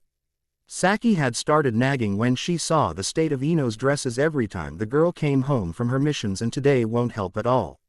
Ino tilted her head heavenwards, only to squint under the bright assault of afternoon sun. They had started working in the massive, untended gardens since mid-morning, after Kakashi-sensei had arrived 3 hours late from their fixed meeting time. The owner of the garden, some young Master Yoshino, was to arrive that evening from some western country, and a direct order was given for the butler to make the garden, to quote Rom the scroll that Kakashi-sensei had read to them, pleasant to the eye, neatly tended and cherished with much love. Ellipsis. Cherished with much love his ass. Ino muttered more curses and set working again, throwing death glares towards the general direction of a certain Junin, only to be continuously ignored. Sulking, the blonde turned to her task and attacked the weeds with energy that she would rather spend maiming Kakashi-sensei. Or at least, die trying. Kakashi-sensei, I'm done. Can we go and have ramen now? The high-pitched voice from her loudmouthed teammate jerked Ino away from her murderous stupor. She blinked and stared down at her weed-filled hands and the garden beds before her. Naruto was right. The blonde boy had finished in record time. Which was understandable for Ino to be absolutely baffled by the fact. She had never known Naruto to be one that roots for gardening. Interesting. The one-eyed Junin snapped his vile book close and jumped down from the fence with experienced grace. He sauntered around the now clean, pleasant to the eye, neatly tended and cherished with much love, garden with appraising gaze and nodded appreciatively. You've done a good job, Sasuke. Are you sure you didn't want to be a gardener instead? The Uchiha survivor growled threateningly at the taunt. Hey, Kakashi-sensei, what about mine? Demanded a pouting Naruto, pointing at his share of work. I can do better than Sasuke basta. He swallowed when Ino shot him a pointed half-glare. Sasuke. The Junin quirked an eyebrow, a curious glint flashing temporarily through his one visible gray eye. He rubbed a thumb along his masked jaw and eyed his students with demanding authority. You guys are really weird today. No insults from Naruto to Sasuke, and vice versa. And, gasp, Ino didn't even whack anybody today. He paused with a dramatic silence and loomed above the genins. Did you set someone's house on fire? Ino, Naruto and Sasuke gaped at their sensei and the random accusation. No, stupid sensei. Growling growl. Kakashi-sensei grinned and shrugged nonchalantly, as if the combined sound attack did not just made his eardrums ring. If it wasn't, the guilty conscience of partners in crime, then did something happen between you three? Nothing that had anything to do with you, pervert sensei, snapped the blonde girl, peeling off her gloves. And chucked the soiled pair on top of her pile of weeds. Ino wasn't about to tell Kakashi-sensei of the night when they had linked their lil ol' pinky fingers and promised the dumb promise. She was dead sure that the smarmy Junin would laugh his perverted ass off if he knew about their little peace treaty. She tossed her head back and cracked her knuckles. Can we get our pay and go home? I am seriously in need of a bath right now. I smell like cow dung. Bags of fertilizer near their feet became the newest victim of Ino's death glare. Change the topic before Kakashi-sensei tricked them into telling. Tactic didn't seem to work as it should have, as the Junin was still frowning at them with that annoyingly scrutinizing eye of his. How one eye could bore such deep hole into three genins' hardened consciences, and at the same time too, was one of the many mysteries that shrouded their twisted reality. Naruto was already fidgeting on his feet, chewing on his bottom lip as if he was resisting the mighty temptation of spewing forth whatsoever events that had happened the night before. Years of being an insufferable loudmouth had taken a toll on his ability to keep secrets from others. But as Kakashi-sensei opened his mouth to deliver, well, whatever it was that he was going to deliver, a sudden explosion erupted in front of them, successfully distracting the Team 7's instructor. Kakashi-sensei took a step back and arched an eyebrow coolly. Ino, Naruto and Sasuke yelped in unison and stumbled back rather clumsily. I have arrived, Kakashi, my eternal rival. The sight that greeted our young genins as the cloud of dust settled down was something that would haunt them forever, even as they have grown into fully matured, kill-em-all, kick-ass shinobi. Even in the most cliched and grotesque nightmares could not compare to the horribleness of the thing that had unraveled itself in front of them. They were robbed of their vision of happy youth and dancing squirrels. The innocence taken from them by vicious hands of sly fate in a matter of seconds and could never be returned again, just like those useless little things we bought in a supermarket with the not returnable sticker attached to them. Team 7 was absolutely, completely, ultimately scarred for life. Because before them, proudly stood the beautiful green beast of Konoha. In all his pink tutu glory. All hail the greatness that was made a guy. Ino, Naruto and Sasuke did the only sensible thing to do at that time. They screamed in perfect imitation of torched orang-utans and clawed at their tainted eyes. Kakashi-sensei, Sharingan or not, had turned into a stone statue in his state of shock. Fortunately for them, Guy-sensei had the decency to wear the wretched tutu over his stretchy green spandex. Instead of prancing around donned only in the sinfully fluorescent pink fabric and fishnet stockings. The proud shinobi twirled in perfect circles with one leg thrust up towards the sky, his hands waving around like a graceful, overgrown, green and pink swan. His commercialized bowl-cut hair shone gleamingly under the jealous rays of sunlight, blinding those within 20 feet radius around him with its dazzling brightness. Suspicious as it was, Guy-sensei seemed to have tiny green ribbons dancing merrily on top of his shiny head. Eyes closed and lips puckered, the beautiful Saint continued his manly ritual of twirling around in circles and dizzying the heck out of everybody who's watching.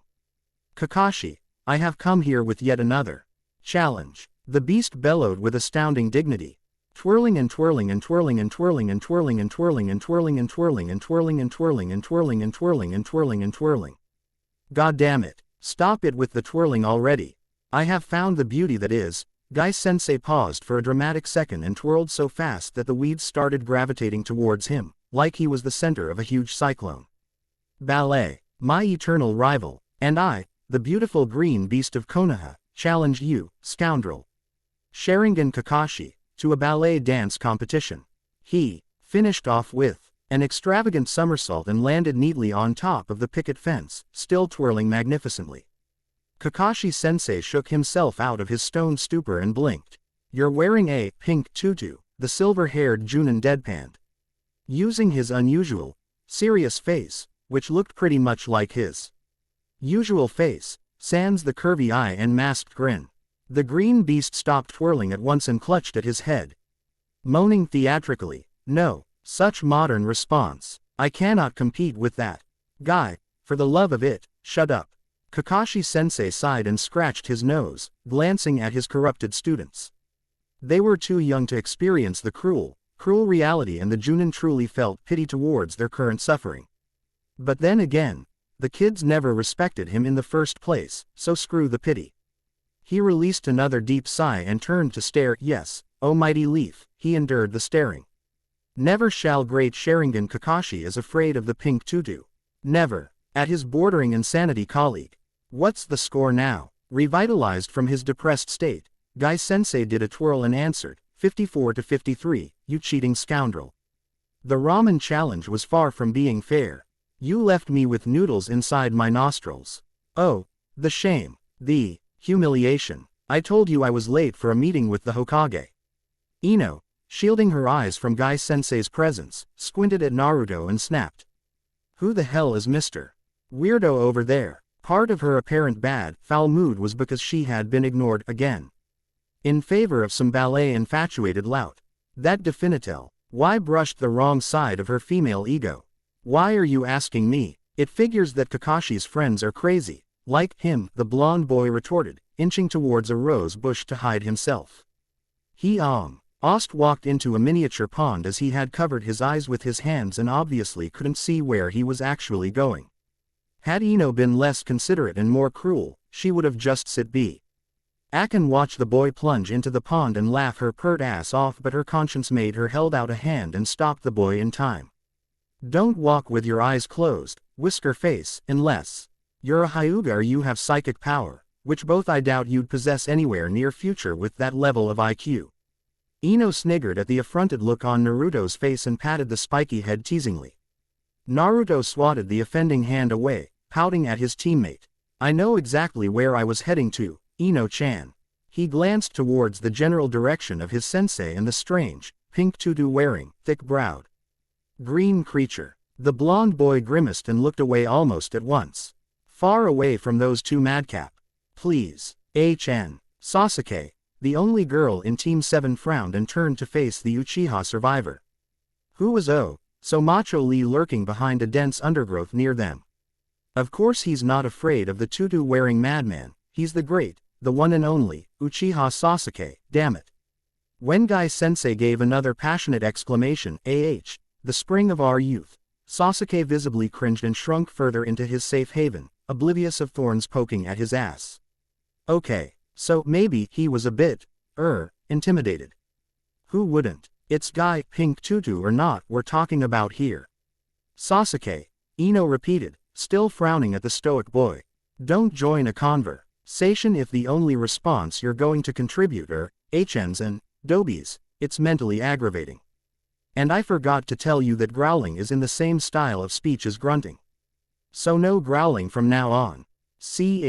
And that ruled out snorting too. The girl sighed exasperatedly and glared at her dark-haired teammate. Honestly, don't tell me you can't form a complete sentence now. I've heard you speak more than 3 words before. Naruto scrunched up his face and sneered. Maybe Uchi-chan didn't want to spoil his perfect reputation, being mute extraordinaire and all.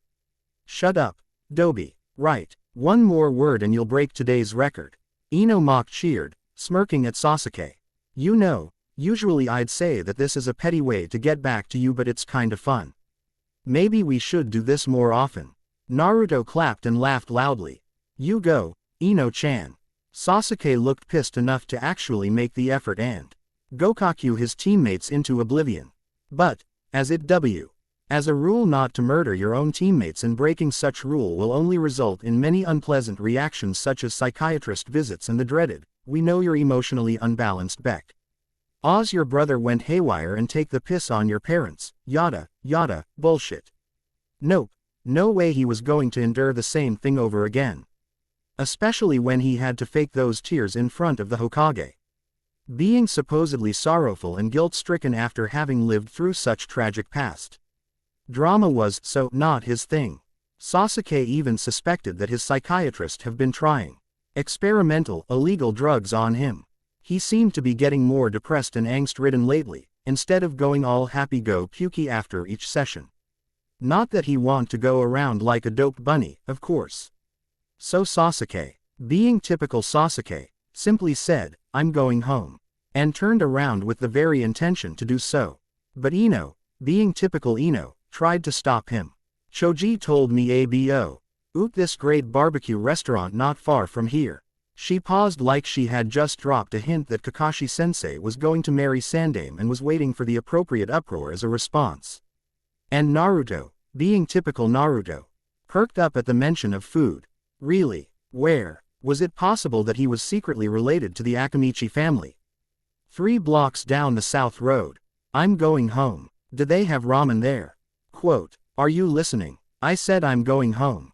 Naruto, people go to a barbecue restaurant to have barbecue, not ramen. Which part of barbecue that you don't understand? I'm leaving. Well, I don't understand the, are there any ramen there? Part. That's it. Goodbye. We're not having ramen again. You had 5 bowls for breakfast. What did my mom tell you about nutritional food? Aren't you going to try and stop me? But Ino-chan, I wanna eat ramen. Am I being ignored here? Bloody hell. Shut up about the ramen already. Ramen, ramen, ramen, ramen. Naruto, shut up. I am being ignored, aren't I? Sasuke, shut up. Both boys took the warning and instantly clamped their respective mouths shut. Ino was perspiring rather heavily and was on the verge of breathing out fire.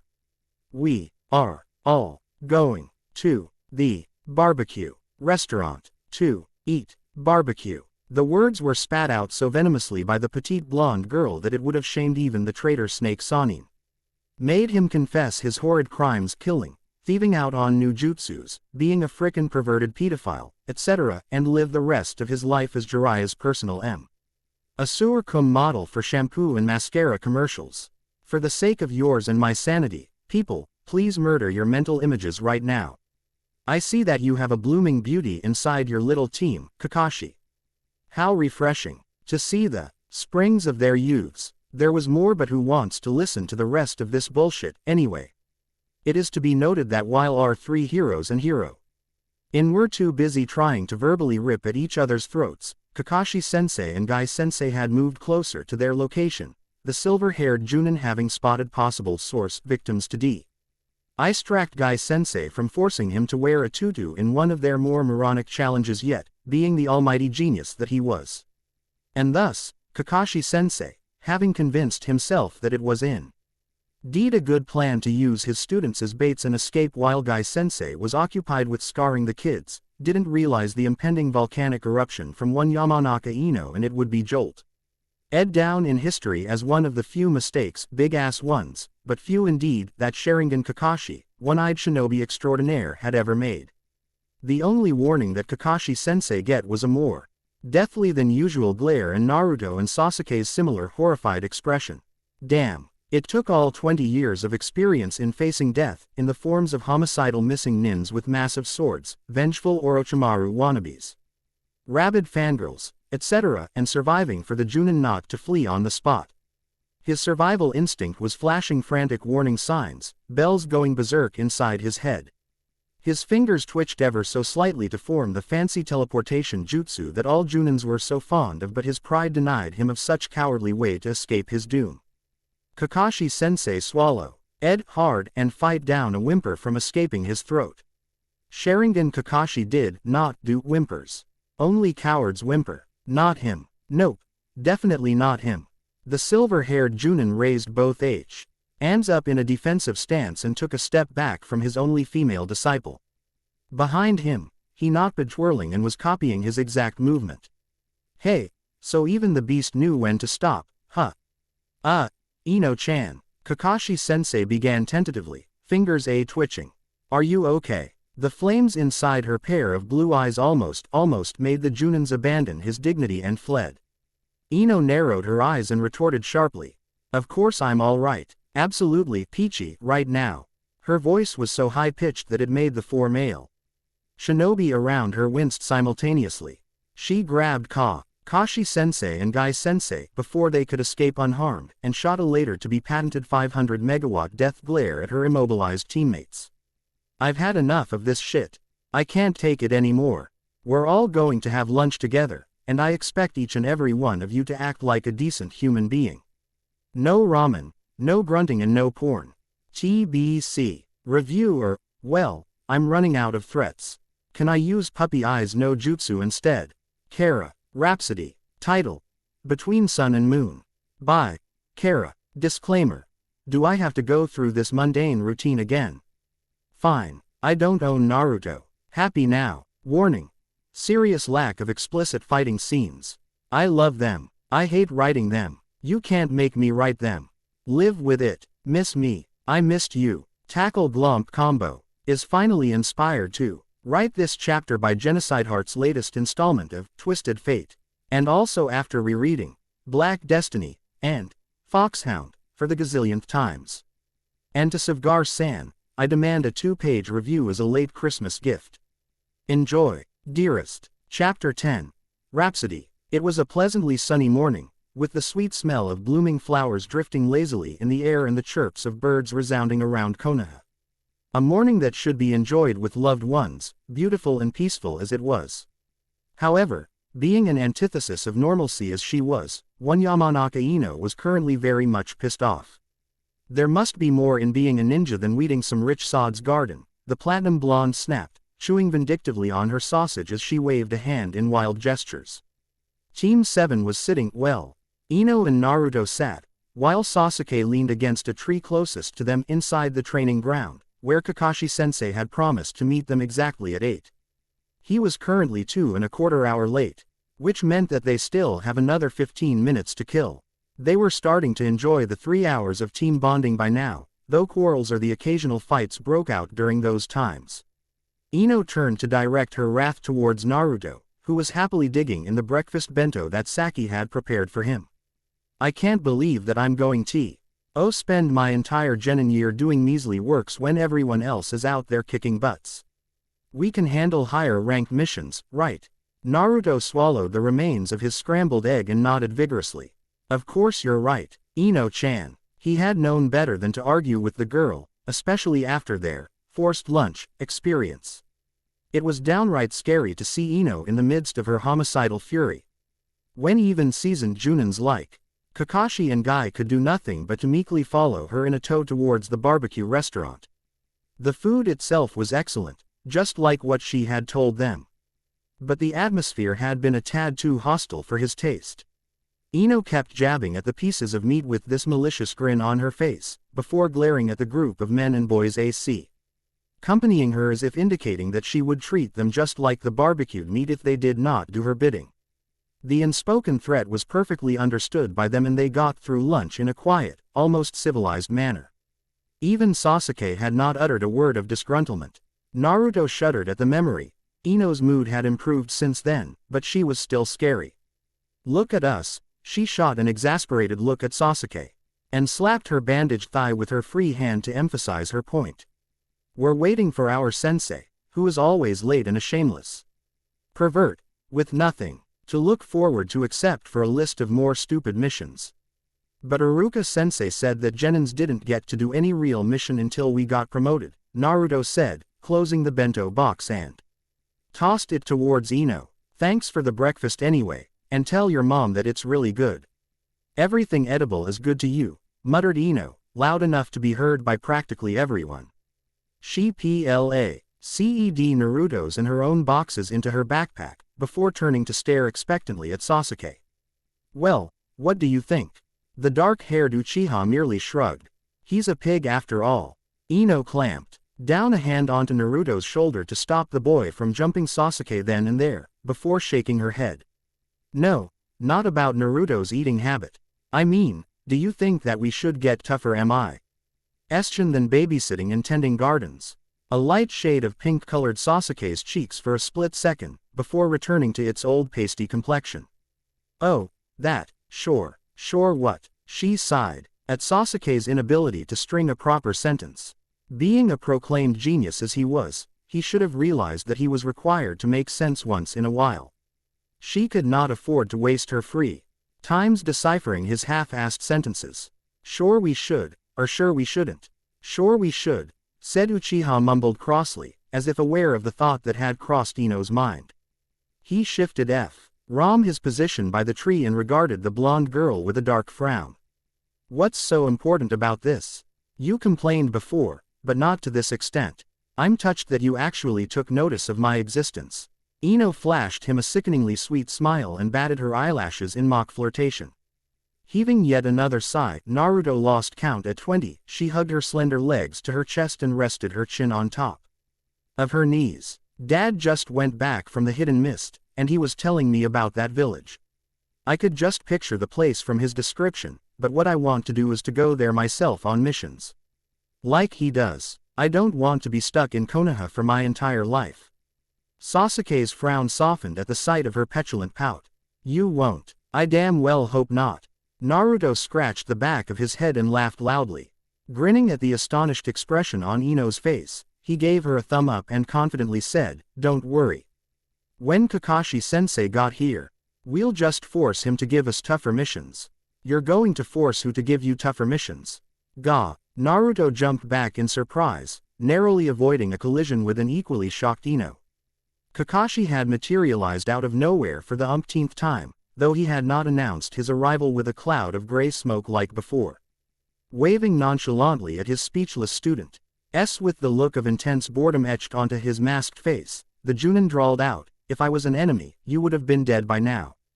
I didn't even realize that you were there, shouted Naruto in defense, scowling at Kakashi-sensei. From the look on Sasuke's face, neither did he. Kakashi lifted a finger and simply said, And until you do, you'll still be a genin. What's with the early sermon? Ino interjected. She had both her hands hooked on her hip. The Hokage finally realized that you're useless and fired you. Ah, Ino. The gray-headed menace turned his creepy one-eyed smile at her. The platinum blonde wisely took a step back. Nice to see you too. Did you wake up at the wrong side of the bed today? At least I woke up early and got here on time, she retorted, cocking her head towards the Junin. Unlike someone that I know. Said Junin ignored her last comment and spun to address his last two students. We're going to do a bit of a training today, seeing that you're getting out of shape. Hey, I'm not getting out of shape, cried Naruto indignantly, shaking a fist at his grinning teacher. Sasuke snorted and raised an eyebrow at the blonde.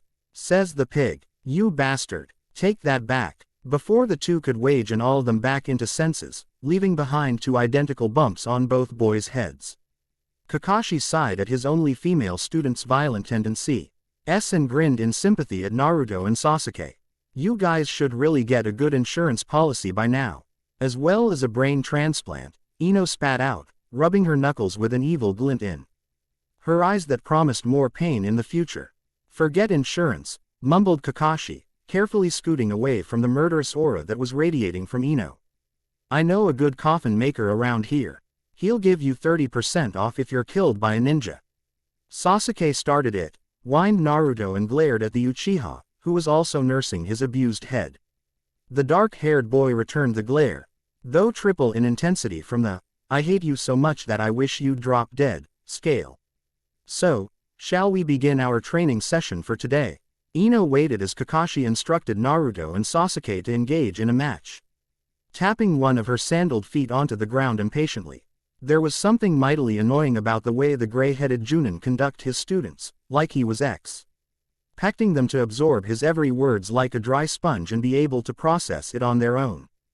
She had heard that he was a genius of somewhat, but in truth, the Junin was one hell of a crappy teacher.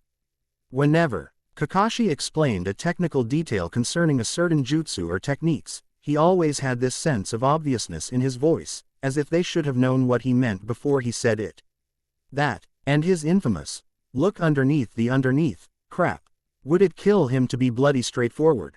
In one occasion, Ino had to explain to Naruto the whole concept of properly channeling chakra to his tenketsu.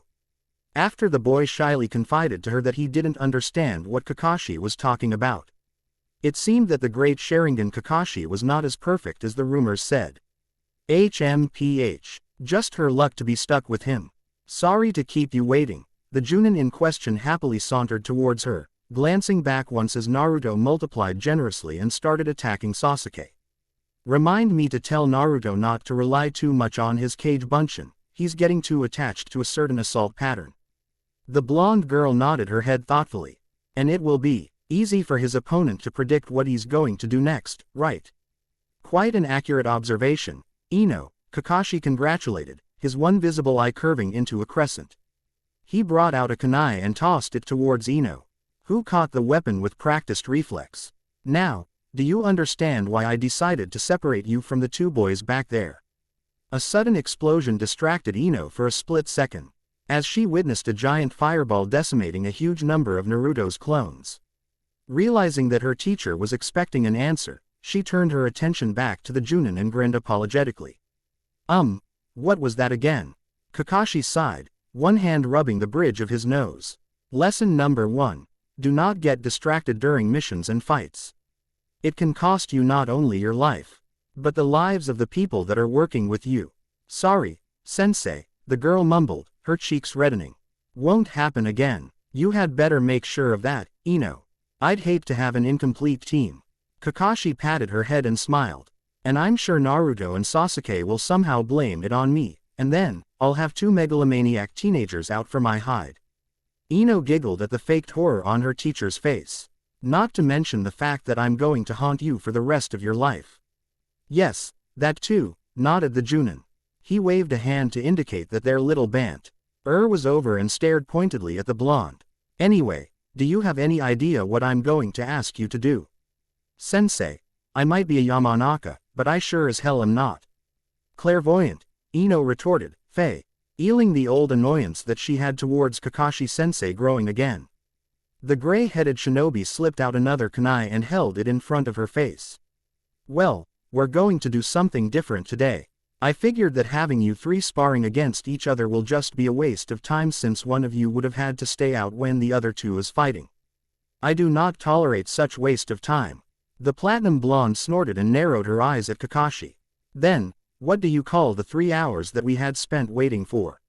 You every single day. That 3 hours. Kakashi winked at her and said, it's for team bonding. Useful, isn't it? Without waiting for Ino's answer, which would have been somewhere along the line of extremely sarcastic or plain sharp, he continued with his impromptu lecture. I want you to concentrate in improving your accuracy with thrown weapons. I don't expect you to be perfect. Kami knows what'll happen to me if you manage to do so, but I anticipated that you'll be able to hit the targets by today. Where are the targets? Ino craned her neck in the attempt to see any object that could resemble a practice target. Kakashi's creepy one Ed's smile warned the girl of the impending danger.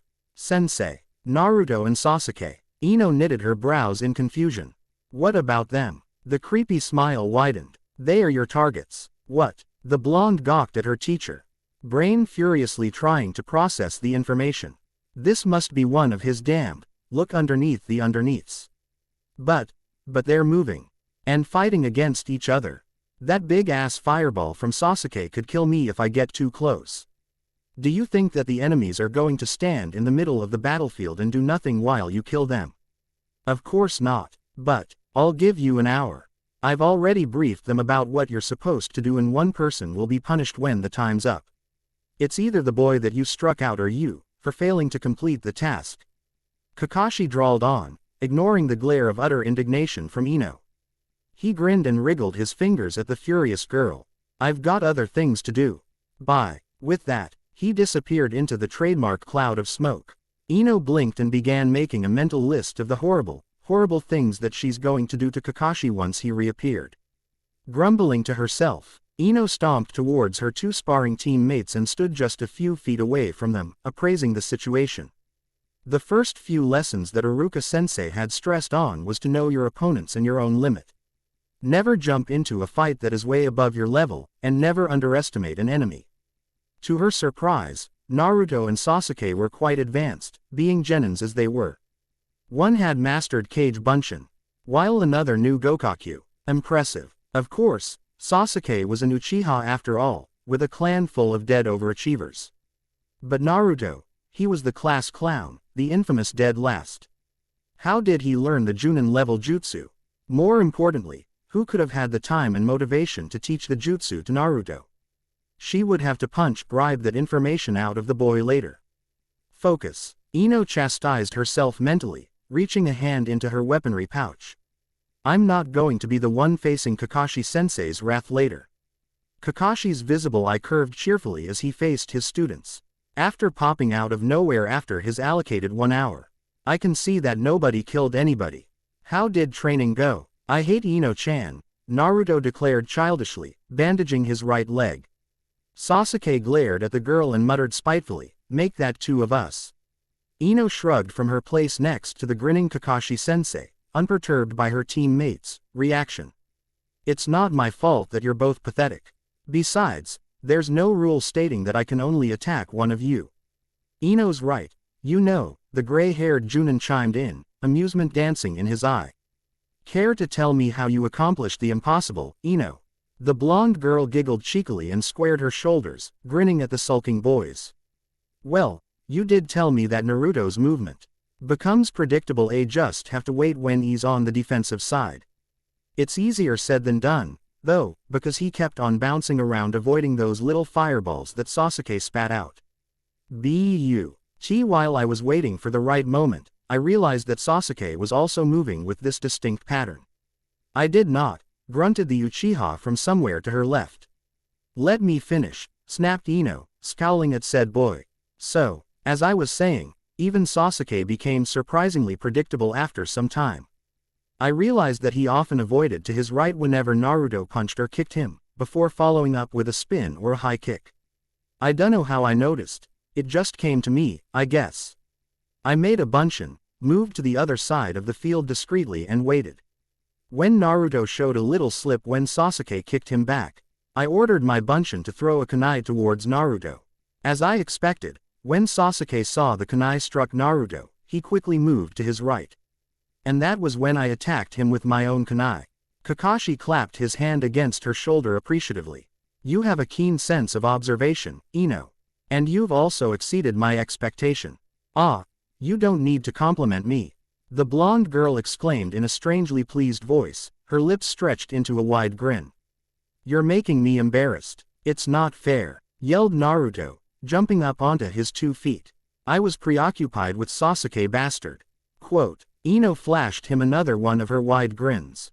You can't use that excuse forever, you know. It was a mere miscalculation. Sasuke silently offered his peace of mind. Still wearing that dark frown as he stared at Ino. And I almost deflected the kunai. The keyword here is, almost, the girl retorted coolly, refusing to be intimidated by Sasuke's apparent fury. Their Junin sensei effectively put a stop on whatever war they were about to engage in by cuffing both boys' head. Ducking from the oncoming attacks from said boys, Kakashi said loudly, I was summoned to the Hokage Tower today. He flipped over as Naruto tried to impale a newly sharpened kunai into his arm. And I was told that we have a mission. Sasuke almost hit him with an axe kick, though the Junin simply sidestepped the attack. C rank, I heard. The attack ceased immediately. That's great. Naruto started doing a weird war dance, hooting and howling ecstatically. Woohoo, AC rank mission. Sasuke, though he said nothing, was actually pretty pleased. Weeding Garden wouldn't help him to surpass his missing brother, after all. Ino was instantly suspicious. She said nothing though, because she knew better than to burst the extremely happy bubble that Naruto was in at that time. They followed Kakashi with the air of overflowing glee mostly attributed to the blonde, war-dancing git. Sandaled feet trudging lightly on the graveled path as they headed towards the looming tower in the middle of Konoha. Once convinced that Naruto and Sasuke would not notice her absence, Ino slowed her pace and fall in steps with Kakashi, who had whipped out his infamous book of dirty porn and was reading it with customary patches of red coloring his masked cheeks. The platinum blow. NDE glanced warily at her two teammates, before staring pointedly at his appeared-to-be innocent teacher, which told her that he was completely on the opposite. Deceiving asshole, you angled for the mission, didn't you? It was more of an accusation, instead of a normal question. Did you bribe or blackmail Sandaime-sama? Kakashi blinked his one visible eye and turned the page of his orange book. I have no idea of what you're talking about. Bullshit, Ino hissed under her breath, grinning like a sly cat at the Junin. Iruka-sensei wouldn't allow Naruto to take on a C-rank mission. Not this early, anyway. And don't give me the crap about the Hokage acknowledging our potential as a team, we barely scraped through. So it must be you. The man shook his head and chuckled silently.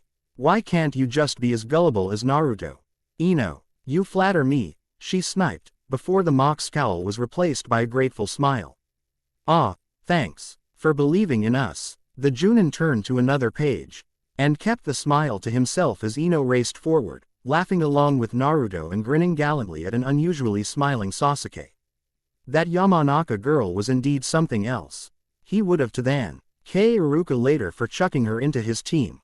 But of course, the excitement considerably died down when Team 7 realized what their much-anticipated C-rank mission was all about. These three brats are going to protect me. The old man critically eyed Naruto, before backing off and grunted in disdain. They don't look capable to even defend themselves. Iruka-sensei's polite smile seemed to be a bit more forced than usual. Ino bristled at the comment, annoyed that he had the nerve to imply that she was weak. She'll show him who's weak. Before the blonde girl or Iruka-sensei could say anything, the Hokage himself sashayed into the spacious floor, donning his usual ghastly attire that made him look 10 years older than he actually was. The old man tilted his angular hat thing and addressed the rude old man politely. Tazuna-san, I understand your doubt, but I assure you that it is unnecessary. The Tazuna person snorted. How am I supposed to feel secure when I'm in the hand of those kids? They are certified genins of Konoha, the Hokage calmly explained. And their Junin sensei will come along to supervise. There's no need for worry. Tired of being ignored, Naruto jumped into the conversation. Hey, we're good enough to take this mission. I don't trust any of you, the old man snapped, taking a swig from the bottle in his hand. Especially the shortest one. The Regenins exchanged stares for a few seconds, an invisible line dotted meticulously just above each respective heads. Naruto screamed in fury a split second later. Ino raised an eyebrow in distaste. Knowing her crummy luck, she should have anticipated this sort of outcome. With a hand straining Naruto from mauling their prospective client, she had been doing that so much lately, that she felt her muscles had developed. She directed her most unnerving glare at Tazuna, gray-blue eyes blazing threateningly. You better watch what you're saying, old man, because you can never judge a book by its cover. That's so corny, she heard Sasuke mutter under his breath behind her, before elbowing said boy's gut. The Uchiha winced in pain and retaliated by kicking her shin. Iruka-sensei stood from his chair and planted both hands firmly on the table. Please believe in them, Tazuna-san. If we feel that they can take the responsibility, then they are ready. The man rubbed his nose, before shrugging. It's up to you, then. All I know is that I better arrive safely. Kakashi nodded and turned to his team. All right, I give you 30 minutes to pack. Bring only necessities and we'll regroup at the front gate. Don't be late. But I can't pack all my clothes and makeup in 30 minutes. Ino cried out, inviting a collection of huge sweat drops suspending from everyone's heads. You just cut your packing time into half just for saying that, Ino, the Junin announced cheerfully. See you in 15 minutes. TBC. Review or I'll spit furballs towards you for the rest of your life. Rar. Kara. Incubus. Title. Between Sun and Moon. By Kara. Disclaimer.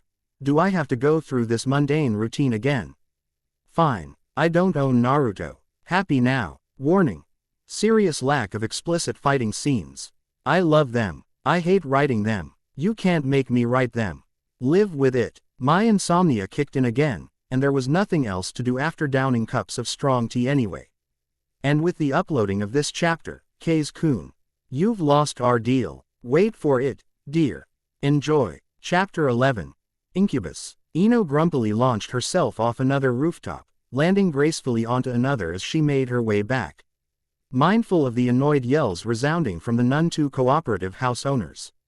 It was rumored that there had been some sort of a petition going around Konoha, foundlords complaining that shinobi should be banned from using their roofs as a mean of shortcut to whatever destination that they were heading to.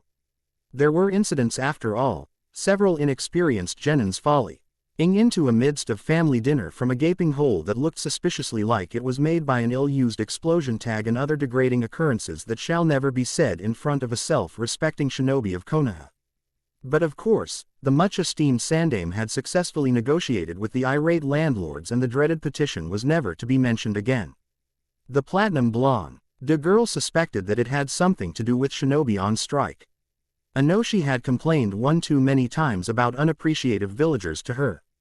Rooftops, apparently, were sacred to shinobi. After another, "Get the hell off my roof, you brat," which resulted in a rather graphic use of middle finger from Ino's part. Ino finally caught sight of her two-story house and leapt hastily towards her opened window. She had wasted a valuable amount of time, approximately 3 minutes and 15 seconds, give or take 1 second, in arguing with Kakashi sensei about his rather crude approach to her delicate feminine needs.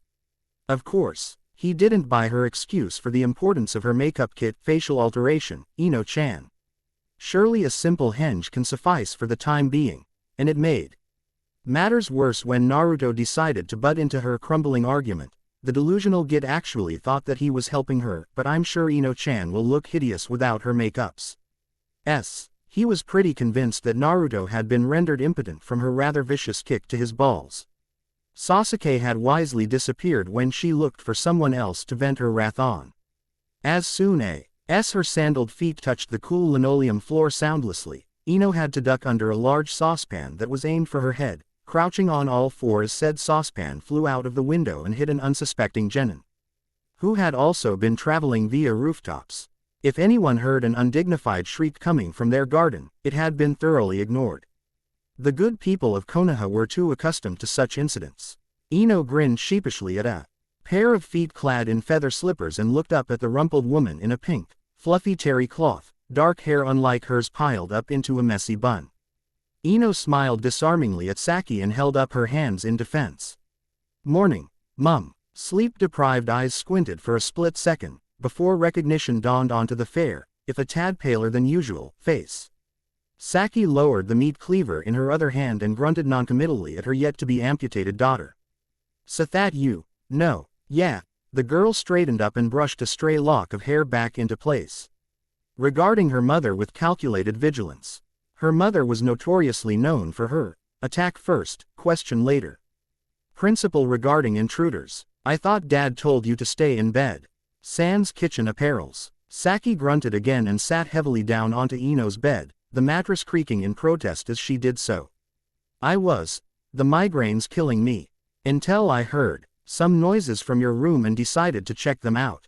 It was once said, most probably by a drunken Inoshi, that her mother had been the top kunoichi of her class when she was in the ninja academy.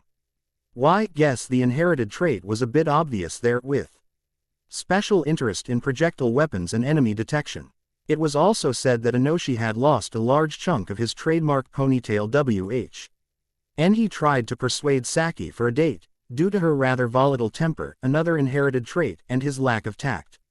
It was only because of Grandma's untimely death that Saki didn't follow her ninja path, concentrating instead on the art of commercial botany to pursue her late mother's business, though it seemed that she had never lost her proficiency with what she had learnt in the academy.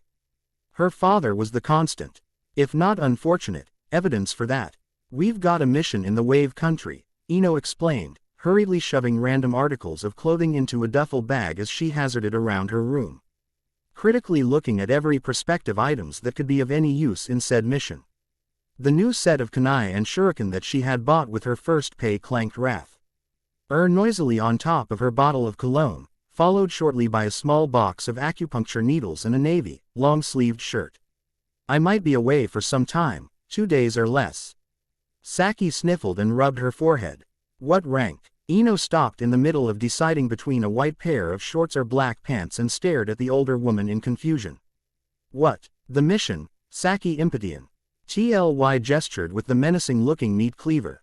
What rank is it? C rank. Ino saw the immediate changes on her mother's face and scowled darkly.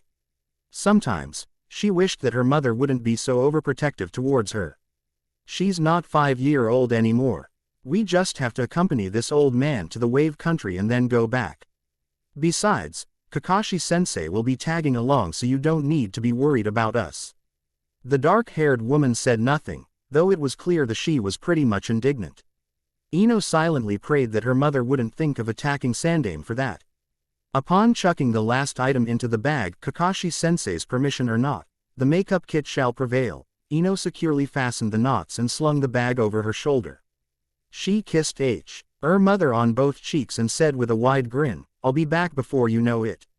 Saki smiled at the girl and waved her goodbye as Ino lumbered out of the room, through the door this time, and disappeared from view. The smile was instantly replaced by an apprehensive frown. Somehow, her maternal instinct told her otherwise. He said 15 minutes. That perverted, gray-headed, no-good sod. Ino's hyperventilating session was punctuated by a heavy sigh and her butt crashing down onto the hard ground, duffel bag thrown carelessly next to her immobile form. Said gray-headed sod was nowhere to be found, as the gate was deserted except for the patrolling guards who have enough sense to stay away from the incensed blonde, lest they have death wishes, and equally pissed off Naruto and a silent as usual Sasuke.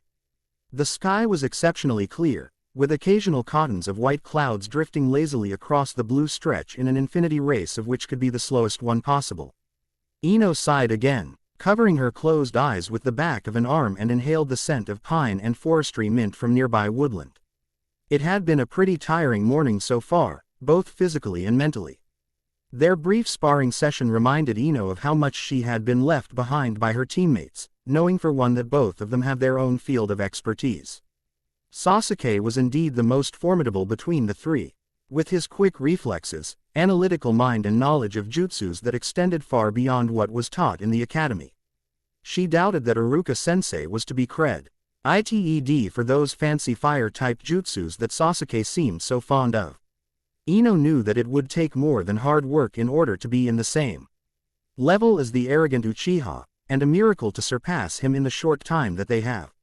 And Naruto. Let's just say that after seeing the boy performing a Junin-level jutsu, she had doggedly asked Kakashi-sensei about it since she saw Naruto's Kage Bunshin in the Bell's test.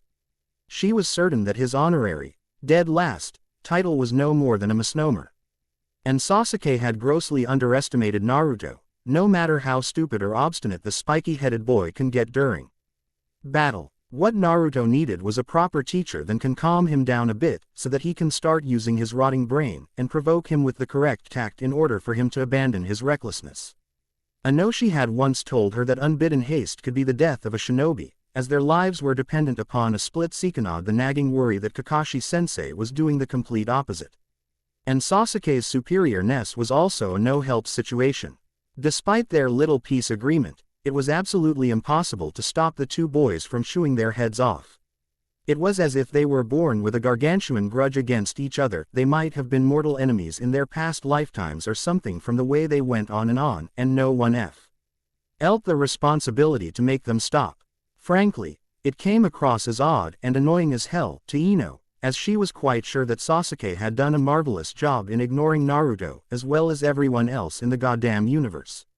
When they were still in the academy, Sasuke was just a quiet guy that got periodically swamped by his fangirls, while Naruto was the remorseless class clown that would someday be the death of Iruka-sensei.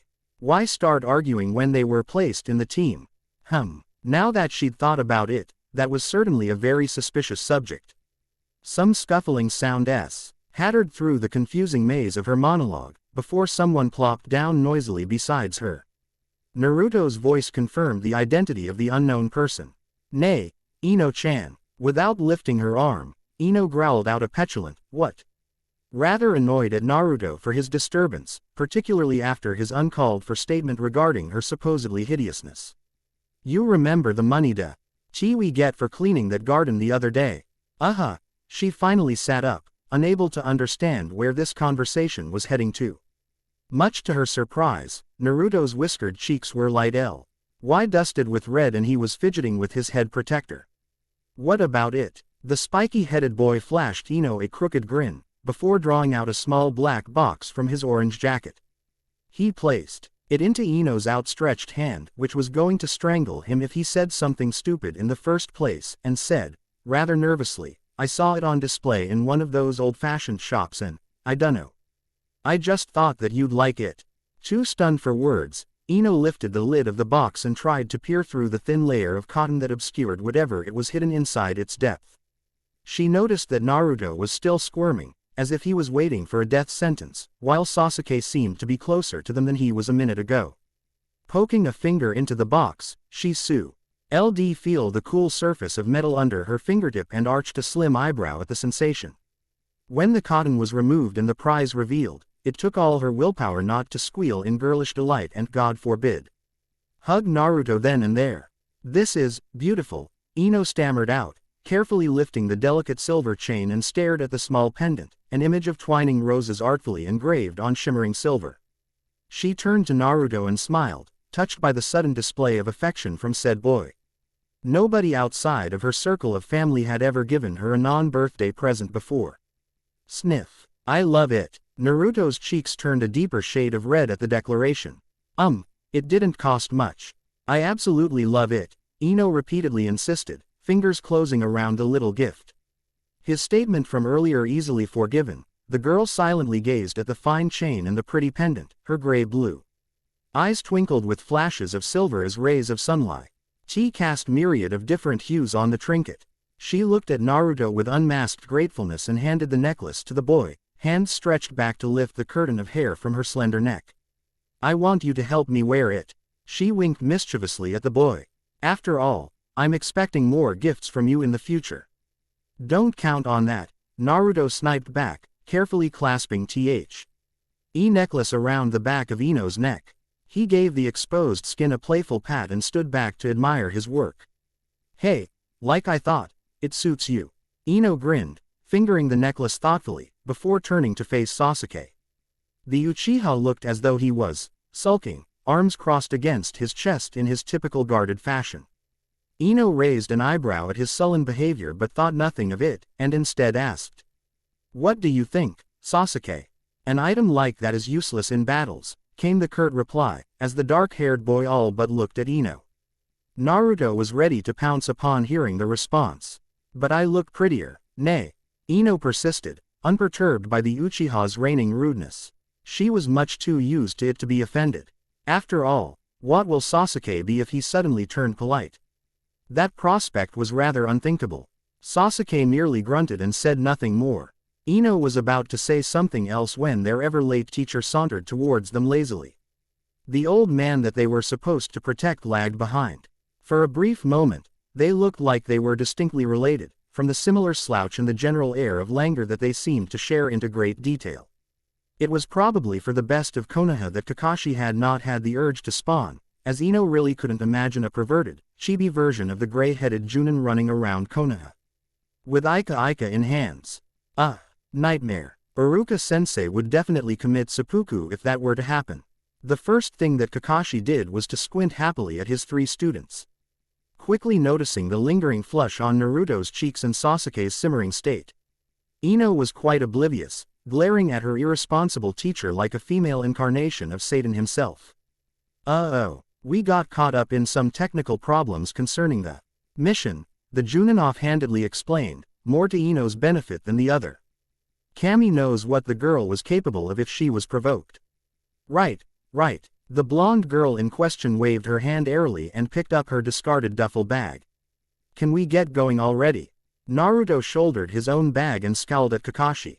You said 15 minutes, Kakashi-sensei. I don't think punctuality is one of his virtues, Sasuke all but snapped, dark eyes glinting dangerously. Ino chuckled gaily and nodded her head in agreement.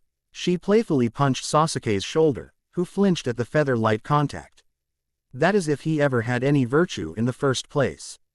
Naruto and Ino exploded into a fit of raucous laughter.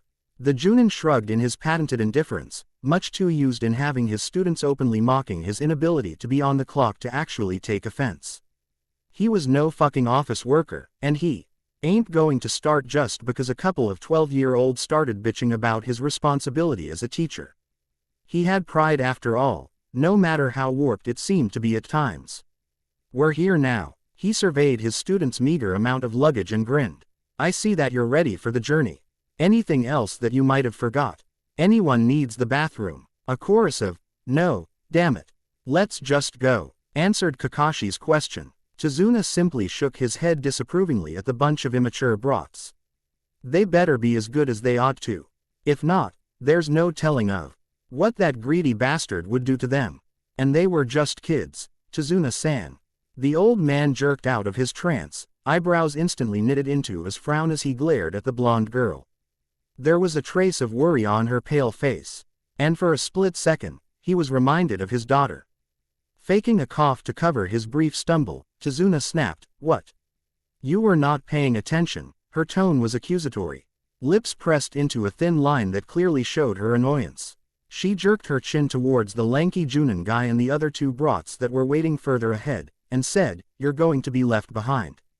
And seeing that we're supposed to protect you, I'd really appreciate it if we can start moving now." Chizuna grunted in reply and trudged towards the three waiting shinobi, conscious of someone glaring a hole through his head from behind him. He had later concluded that the pale one to be messed around with, a wise decision from his part. He wanted to arrive in his own turf in one piece after all. And he had better start cooperating with those brats from now on, no matter how insufferable and loud they can get at times. Chizuna sighed in utter misery, wishing that he had more booze at hand. It was going to be a long, long day. Ino was still fiddling with her new necklace as she took up the rear, a whimsical smile playing on her lips. The chain felt pleasantly cool around her neck and she had quickly gotten used to the extra weight, however light it was on her chest. Her eyes strayed around the sparse landscape, eventually finding their way to latch at a certain blonde boy who was having a verbal match with Sasuke. Ino's smile widened, and her fingers tapped the small pendant thoughtfully. It had been a sweet gesture, and she was sincerely touched. Though it had never occurred to her that Naruto was capable of such action, it flattered her nonetheless to know that she had meant something to him, that he specifically took the trouble of buying her a gift. "That's a nice necklace you got there, Ino." She tilted her head slightly upwards and smiled at Kakashi. He was walking beside her, as they had earlier arranged that two would take up the lead. And another two would take the back. Chizuna would walk in the middle, sufficiently covered from two angles. It was doubtful whether Sasuke and Naruto should be paired together, but it was Kakashi's decision and they had known better than to argue. The Junin's visible eye was fixed on her, his vile orange book poised in one hand. She slipped the pendant back underneath the fold of her purple top, blushing lightly. "Yeah, it's kinda nice." Chizuna was currently explaining something to the two boys ahead, and Ino caught some words that convinced her that it had something to do with the history of the Wave Country. Sasuke and Naruto had stopped bickering and were listening with rapt attention to what Chizuna was saying. She had learned all about their trade and other relevant information in Iruka-sensei's class. So she chose to ignore the old man's tirade of words and focused her attention on Kakashi-sensei instead. "I didn't notice you wearing it when we met earlier," Kakashi prodded on. Apparently bored with the lack of interaction between him and his only female students that did not involve general sharp comments from the said female and a languid answer from his own side. Ino briefly considered if he was envious of Sasuke and Naruto's loud arguments. "I just got it," answered Ino, a tad reluctant to reveal the rest of the details. She wouldn't put it past Kakashi-sensei to tease her about it. The gray-headed Junin nodded his head knowingly and grinned. "It's from Naruto, then." Ino almost tripped over her own foot, though she barely managed to stop herself from diving headlong onto the dirt. Whirling around to glare at his teacher, she narrowed her eyes and flashed him one of her evilest glare. Kakashi-sensei was impressively not affected. "What makes you come to that conclusion?" Kakashi stroked his chin in the, "I'm a Junin and I know every goddamn thing about you," sort of attitude. After a considerable amount of time and much glaring from the girl, he finally deigned upon an answer. Saw him buying the thing. Neat little shop, and I know the owner. Naruto told me that he got it from an antique shop, Ino muttered softly, somewhat scandalized. Why would you, of all people, be in that sort of shop? I thought you live on porn or something like that. A huge sweat drop appeared on top of Kakashi's head, and the corner of his masked mouth twitched sporadically. I don't live solely on porn, Ino. Well, no use telling me that, the girl pointedly stated. Almost half of Konoha's population is convinced that you do. I'm certain that that is not good for my reputation, said Kakashi nonchalantly, showing that he indeed did not give a damn about what the villagers think about him. Ino snorted and crossed her arms against her chest. Like you care. I'm sure I should have. But you don't. I was not aware that you have the obligation to question my morality, Ino. How much were you paid?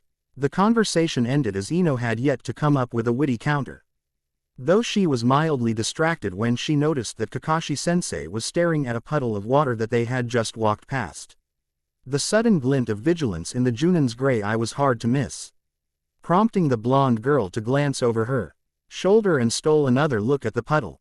It looked just like an ordinary body of water, and it puzzled her of why the Junin took special interest in it. When she brought her attention back to Kakashi-sensei, he was discreetly staring at her over the top of his porn book. The way his eyes were narrowed in a semblance of cold mirth made her uneasy and suspicious. Kakashi-sensei was obviously not telling her something not good. Did you notice anything wrong, Ino? He asked, his voice barely above a whisper. She squirmed uneasily and shook her head. Am I expected to? If you don't, then I'll be sorely disappointed, Kakashi replied and turned back to his book. It was followed by another stretch of silence except a few indignant exclamations from Naruto up front before he thought out loud, it's hot today, isn't it? Ino blinked at the sudden rhetorical question, her mind furiously trying to work out the code behind Kakashi-sensei's deliberate words. He was hinting at something, and she'd be damned if she couldn't read his underneath bullshit. He would punish her for this lack of insight. And knowing the Junin's sadistic streak, it would not be pretty. She remembered the pool of water, his remark on the weather, the hidden caution. Something definitely did not click into place. The strap from her duffel bag was digging painfully into her shoulder. The weight suddenly increased hundredfold as realization dawned into the pit of her stomach. Oh shit. Her eyes widened and she turned to her teacher, whose face was hidden behind Ika once again.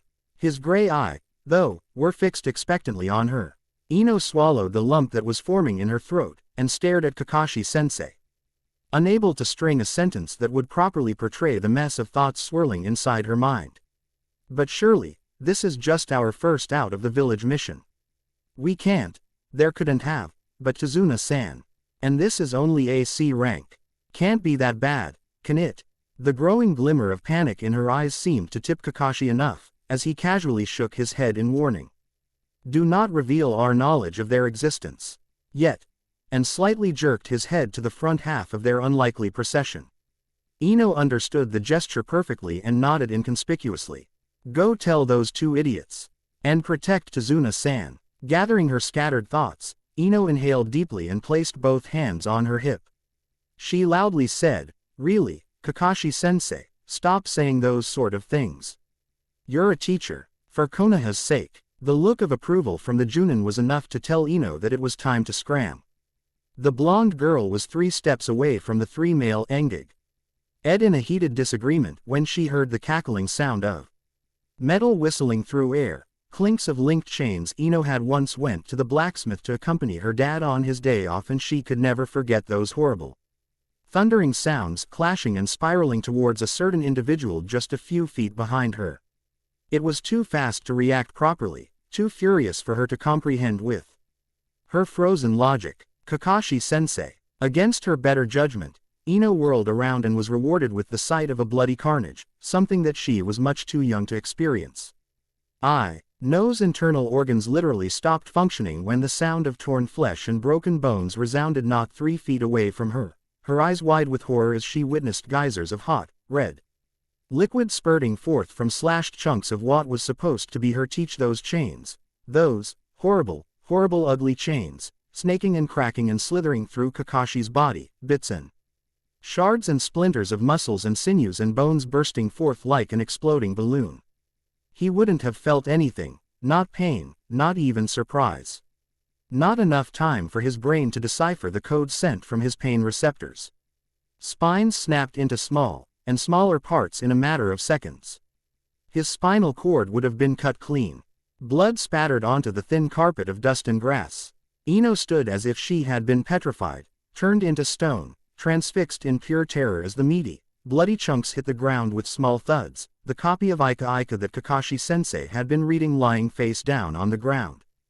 Dyed dark red from undoubtedly the spill of blood. Kakashi sensei. The chains snapped back as they had completed their purposes, and Ino automatically jerked out of her trance to have enough sense to try and spot the attackers. Kakashi sensei. Her stomach was churning, mingles of her breakfast and whatever it was inside there rising towards her throat, pushing to be freed. Kakashi sensei. Her ears were buzzing, like there were hives of bees working frantically inside them. Kakashi sensei. Her limbs were yet to regain their normal uses, the small tremors running through her frail nerves were the only indication that she had not fallen asleep or unconscious. Kakashi sensei. But her mind was working as sharp as ever, eyes wildly following the dancing snakes of chains to their malicious owners. 2 of them. Bastards. Fucking cowardly sons of a bitch. Sasuke and Naruto and Tezuna's voices had disappeared amidst the buzz, drowned by the roars of blood pounding against her cranium. 2 pairs of hungry eyes were suddenly locked at her own. Ino froze as waves of homicidal urges further paralyzed her incooperative limbs. She could see the curve of their mouths, the vile glint of glee in their hooded eyes. She could almost hear what they had whispered to each other. "You're next, little girl. TBC. Review or I will make both Sasuke and Kakashi gay. Muahahaha. Kara. Jargon. Title. Between Sun and Moon. By Kara. Disclaimer. Do I have to go through this mundane routine again? Fine. I don't own Naruto. Happy now. Warning. Serious lack of explicit fighting scenes. I love them. I hate writing them. You can't make me write them. Live with it. I was dead, went to hell, and got resurrected just now. Runs off from mad readers. I'm sorry for not updating this story. I really do, and I think I'll try to keep on writing, in hope to complete this one day. So, just bear with me for just a couple of months, years, decades, yes. And it was kinda disturbing to know that at least 3 out of 5 of my reviewers encouraged me to write Kakashi, Sasuke gayness galore. That, are merely stating that of course, they're both already gay. It was that obvious, huh? Now, shoo, go read FIC. Chapter 11. Jargon. You're next, little girl. Ino could feel her hands trembling, unable to tear her eyes away from the 2 unknown mercenaries that had Saint reduced her Junin teacher to mere chunks of oozing red meat. Her mind was frantically trying to send signals to her limbs. Move, move, move, or you'll get killed. It was a futile attempt, as she still stood her ground. Though unwillingly, both darkly clad men shared sinister grins, gauntleted hands making odd, clinking noise as they advanced swiftly towards the petrified girl in perfect unison. Like a pair of Shinigami howling for fresh blood. The chains, smooth rustle resounded loudly in her ears. Horrible, horrible ugly chains. She never did like chains in the first place. She was convinced that she would loathe it from that day onwards. The necklace felt oddly cold against her skin.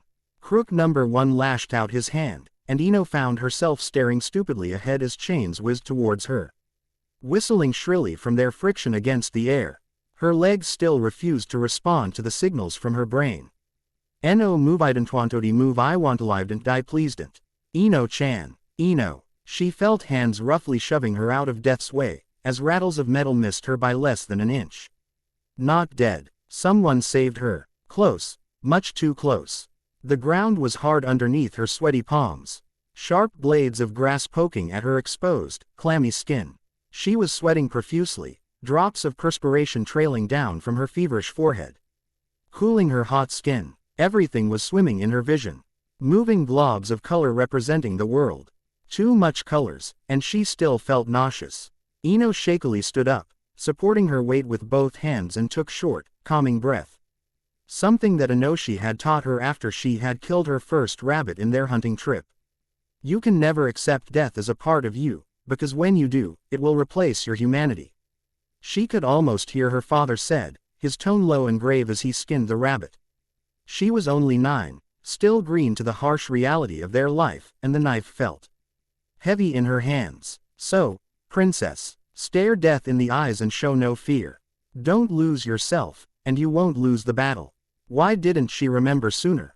She had lost herself for that several seconds, and it almost ran off with her life. Stupid, stupid, stupid. Ino shook her head, forcing her mind back on track. No use berating herself for something that she couldn't change. She couldn't afford to lose herself again. Not now, not after what nearly happened. Her fingers were clenched into tight fists, and she told herself to relax, forcefully reconnecting the link between her limbs, her nerves and her brain. Time was something that she couldn't afford to waste, seconds ticking away as she congregated her scattered wits. The blonde girl instantly switched her attention to her teammates, and to Zuna-san. She had gathered that they were the one that had saved her frozen ass, as she vaguely recalled 2 different voices yelling at her. If they were not in a life-and-death situation, Ino was ite sure that both of them would be teasing her right now, gloating of how they rescued her. She wished that they would, because then, that would meant that they were not in danger. That Kakashi-sensei couldn't have been dead. Ino pointedly averted her eyes from the red patch of ground that held the remnant of the Junin and stared at her teammates, trying in vain to ignore the prickle of tears from the back of her eyes. Naruto and Sasuke were both engaged with the gauntleted killers in a dance of death, each holding on rather admirably, seeing that it was quite clear which side had the most experience. They didn't seem scared, didn't freeze up like she did. Oh, the shame. It was almost as if they were enjoying the rush of adrenaline that only a good fight could bring. Ino followed their movements with burning envy. Noting how smoothly Sasuke evaded a vertical slash from one of the dark-clad killers, she couldn't even differentiate them properly. Their fashion consultant must have been an undertaker or plain dead. With the black theme and all. And Naruto's ease in choreographing his attacks with his shadow clones. The blonde boy had slowly abandoned his, swamp the enemies with my army of clones infamous technique under Kakashi-sensei's tutelage. Ino flinched at the thought of her teacher, those precious few hours where the Junin would make a sad attempt to teach them something, which usually ended in disaster. But Kakashi-sensei did try. He did, and now he couldn't even see how they fared. Refusing to yield to her grief, Ino gritted her teeth and steeled her clenching heart. Gray-blue eyes clouding for a split second, though no tears actually escaped. Kakashi-sensei would have been proud with her. The blonde girl was slowly regaining her old strength, one of her hands flying up to harshly wipe her eyes. Tazuna-san was standing not too far from her, his eyes switching in between Naruto, Sasuke and her. There was relief on his weathered face when he saw Ino getting back on her feet. The wrinkles on HFOR a split second. After what looked like a flash of hesitation, Tazuna finally ran to her side, arriving in several long strides. Ino was partly annoyed and partly thankful when Tazuna slid his strong hands protectively against her back, stabilizing her slightly shaking legs. The images of Kakashi-sensei being slashed into pieces stubbornly plagued her mind. And Ino doubted that she would be able to sleep that night. If they survive these 2 madmen, that is. You okay, kid? The old bridge builder asked, concern dripping from his lowered voice. You look pale. Ino turned to him and nodded slowly, though she was tempted to reply with a scathing, well, what do you expect? My feckin' teacher got butchered in front of my eyes, but thought better of it. Tazuna-san was, after all, trying to help her. Her hands automatically slipped into her weapon pouch, relief and confidence coursing like quicksilver inside her veins when her fingers curled around the cool handles of her kunai. I'm a proud ninja, and I'd damn well not die here. Not in the hands of those coward bastards. Ino discarded her duffel bag in one smooth movement and gripped her kunai tighter, falling into a defensive stance in front of Tazuna. First things first, Tazuna-san, please stay behind me, she spoke out, a tad surprised that she actually managed to sound calm. Her head was still buzzing, and she still felt like keeling over and puked her breakfast out. Our mission is to protect you until you arrive in the wave country, and even if our teacher is not here, we still have the responsibility to complete this mission. The white-haired man scoffed at her authority-like words. This coming from a little girl that looked like she's about to faint 2 minutes ago. A lie. A flush of humiliation colored the blonde girl's cheeks, and Ino had to fight the temptation to just shove a kunai up the man's ass. Instead, she inhaled deeply and said, "I apologize for that slip. It's solely my fault." Curt and formal. You're lucky those two boys were quick to react. Ino grimaced like she had been slapped with a live, wriggling salmon. He didn't need to pour salt into the already existing wounds. Clashes of steel against steel snapped her attention back to the fights between her teammates and those two mercenaries, where Sasuke had just managed to trap one of them with a clever, if not complicated, trick. The chains from the killer's gauntlet were wrapped around his own body, tying him up conveniently to a tree. Ino bit her lower lip in anticipation as the Uchiha moved in for the kill. Before realizing that the other killer had slipped through Naruto's clones and had lashed his chain towards Sasuke's blank point, intending to catch the dark-haired boy unaware. It was too late to warn Sasuke, and too far for Naruto to intercept or stop the attack. Ino did what she thought would be rational at that point. She threw one of her kunai towards the whistling chain. The tip of the kunai snagging a link of the chain by luck, though she would rather kiss Tazuna-san than admit that, and misdirected it from Sasuke, which resulted in one half of the homicidal duo Su Denli and unfortunately remembered that Ino was still pretty much alive and well. Crap. Blast it. Tazuna-san, hide. Ino hastily yelled, drawing out another kunai to replace the one that she had said to save Sasuke as the assassin knocked back Naruto and a couple of his clones, advancing towards her and the bridge builder. She pushed Tazuna towards a nearby tree, gesturing wildly for the old M. And to get his wrinkled ass out of harm's way. Ino braced herself for an attack, her eyes warily following the swift approach of her soon-to-be murderer, with full knowledge that she would be sharing Kakashi's fate if she was not careful. The chain rattled like an ominous giant snake towards her, but she had enough sense not to let the horrendous afterimage of the Junin's untimely death to affect her like before. Instead of fear, molten fury demolished any last fragments of doubt, the old thrill of a good fight replacing uncertainty. Ino had thrived to be a fighter, better than most of the kunoichi of her age. And she would rather die fighting, than running off like a coward with her tail between her legs, figuratively speaking, of course. She wouldn't allow this creep to humiliate her in front of her teammates again. Her grip on the kunai significantly tightened. Naruto and Sasuke had better protect Tazuna-san after this. She snorted inwardly at the thought of herself dying a glorious death. I'll die for you. Q in a truckload of chains slashing, general murderous activities act. Really, she had been watching too much drama lately, though her mind automatically followed He wide arc of the killer's hands as he brought them forward, nasty-looking claws protruding from the gauntlet. Great. First chains, and now oversized toothpicks. What'll he pull out his ass next? Sporks. Despite that, she knew that he was a professional, a dangerous one at that. Though he clearly lacked the finesse of a Junin-level shinobi, how'd Kakashi-sensei got killed anyway? He was way out of her league. The only reason why Sasuke and Naruto had managed to fare against those two maniacs so far was because they were stronger than your average genin. From the corner of her eyes, the blonde girl saw Naruto rushing towards her, only a few feet behind the mercenary. There was panic and something quite unrecognizable, fear, for her, etched onto his whiskered face, but she knew that he couldn't catch up in time. And it was certainly not for the lack of trying. A glance to her left showed that Sasuke had either killed or knocked crook number 2 unconscious. She hoped with much vehemence that it was the former. And was also sprinting forward with the intention to aid her. Such loyal, wonderful teammates. They could have made a great team. It was surprising how much one can notice in the span of several seconds. And Ino briefly wondered if her life would start flashing through her eyes. Hey, that would be fun to watch. 12 years of achieving nothing. Ino raised her kunai so that it was leveled with her eyes, crouching into a defensive stance. Reminiscing could wait for later. Right now, she had a dead Junin to avenge and a miserable granddaddy to defend. Much to her surprise and chagrin, the gauntleted assassin maneuvered around her, instead of facing her off. Ino was confused by the sudden action, as she was quite convinced that he looked as if he had intended to shred her to pieces. The blonde girl first thought that he was trying to attack her from behind, sneaking an attack like the tricky bastard that he was, but changed her mind upon realizing that he had moved well out of attacking range.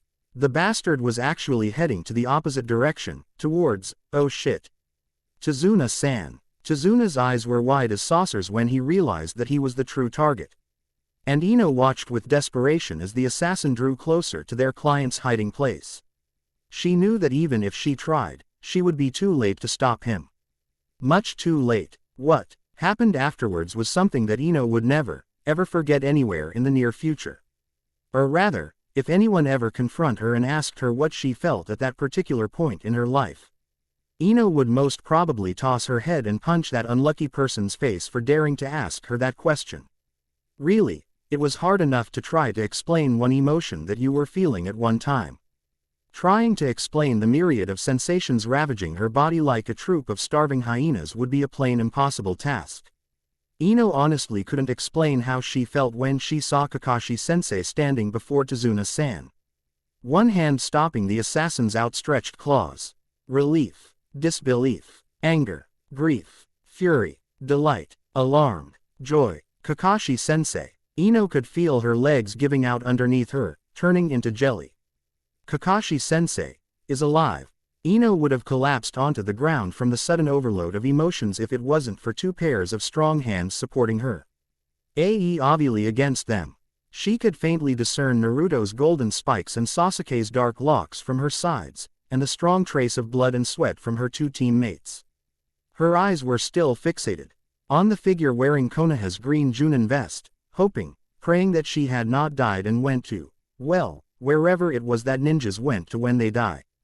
Kakashi sensei twisted the captured limb in his hand, sending the assassin onto his knees and into a howling frenzy. Fast as lightning, the Junin jabbed several places on the assassin's body with his index finger, before releasing his hold, and stared down at his immobile captive. Kakashi patted Tazuna's shoulder before turning to head towards his students. He stood before them, and flashed the three genins a winning smile, not that you can see it from underneath the mask. Good job, genins. You've just succeeded in defending the client on your own. Ino felt like crying and laughing at the same time. Staring up at Kakashi sensei, she settled on kicking his shin. The Junin unexpectedly didn't avoid the feeble attack, and instead leaned over to mess up their respective hair, much to their chagrin. He straightened up, visible eye curved into a happy crescent, and turned to Tazuna-san, who was conspicuously kicking the stock-still assassin before him. Now, I assume that you will be telling us what you've been hiding from us, Tazuna-san. Are you okay? Ino-chan. The blonde kunoichi looked up from her spot on the ground, bandages held firmly in her hand from her earlier task in bandaging a small wound on her knee. She smiled at Naruto, who was hovering over her. Much better. She scratched the back of her head and laughed sheepishly. Sorry about freezing up before. And thanks for saving my ass. Naruto grinned back, clear blue eyes sparkling brilliantly. He placed a hand on Ino's shoulder. You almost scared me to death. But I'm glad you're okay now. You need to be careful next time, Ino. The stern voice belonged to Sasuke, the Uchiha, having abandoned his spot near to where Kakashi sensei and Tazuna-san was currently having a conversation. He was standing rigidly in front of her, dark eyes shadowed and unreadable. You could have died back there. Don't you think I am aware of that already? Ino retorted irately, though her lips curled into a smile a split second later. Thanks for saving me, Sasuke. The dark-haired boy scoffed and crossed his arms. It'd be troublesome to drag your carcass back home. Hearing Sasuke muttered the word, troublesome, sent Ino into a giggling fit, a sudden visy on of the Uchiha with a pineapple-like hairstyle invading her mind without her consent. Naruto cocked his head to a side at his teammate's strange behavior, and Sasuke scowled darkly. That only succeeded in making Ino's giggles explode anew and had a rapid increase in volume. She only stopped when Kakashi sensei strolled towards them in his usual lazy slouch, trailed by a harassed-looking Tazuna-san. She immediately stood up to join her teammates, dusting the back of her pants and tucking back the roll of bandage into her bag. We're dropping the mission, their gray-haired sensei unceremoniously announced to his team. Running one hand through his spiky hair, Naruto was the first to break through the shocked stupor that had descended upon Team 7 from the announcement. He looked at Chizuna-san, who looked away with something akin to embarrassment on his face upon eye contact. But why? Chizuna-san has broken the contract when he lied about the class of this mission, Kakashi patiently explained. Regarding his students with one-eyed half-glare, we have no reason to protect him onwards, and should anything happen to him in the future, he is no longer our responsibility. And if there are more assassins, Kakashi sighed, he is no longer our responsibility, Ino. But we can't abandon him here. Naruto was positively livid with fury, and his eyes burned with rage. We agreed to protect Chizuna-san until he arrives safely. Naruto, I don't think you understand how the missions work, the Junin countered with a surprising amount of patience in his calm voice.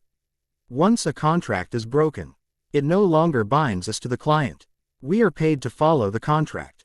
Sasuke, who had been silent throughout the exchange, coughed softly and said, but we can still go on with the mission if we want to, correct? Quote, the Junin shrugged, sure you can, but it won't be good for your own security. Then I'm still escorting Chizuna-san back. Naruto and Ino shouted in unison, their passionate cry ringing through the landscape. Sasuke snorted. Kakashi shook his head and wondered for the umpteenth times why he ended up with these brats. It's up to you. Just don't complain if something bad comes our way. No way. Ino flashed a thumbs up at her sensei, grinning widely. I thrive on danger. Collective sweat drops suspended on everyone's heads. Chizuna-san came forward, his steps slow and unsure. I shouldn't have done what I did. But there was no other way, and I apologize for what had happened to you. I didn't know that Geto would go as far as sending assassins to wait for me. Right, Ojii-san, interjected Naruto, before more display of remorse could commence. He turned to his teammates, sensei and client, and energetically proclaimed, Yosh, let's go. TBC, review, or I shall take another year to update. Kara, end of the road. To everyone out there that reads this fanfiction of mine wherever you are, I'd like to thank you for your reviews and constructive criticism and general support. I appreciate them very, very much, and it pains me to do what I'm about to do right now. I'm dropping between sun and moon. This is my pet project for a very long time, and I just don't know how to phrase what I'm feeling right now. I love Naru Ino, and I will never stop loving this pairing. But I've decided to drop BSAM for numerous reasons, and I'm here to inform you of my decision. So that none will wait for the next update. Consider this a permanent hiatus. I'm really sorry. I love each and every one of you out there. Thank you for such a fun ride. The experience had been priceless to me, as I hope it had been for you too. Kara,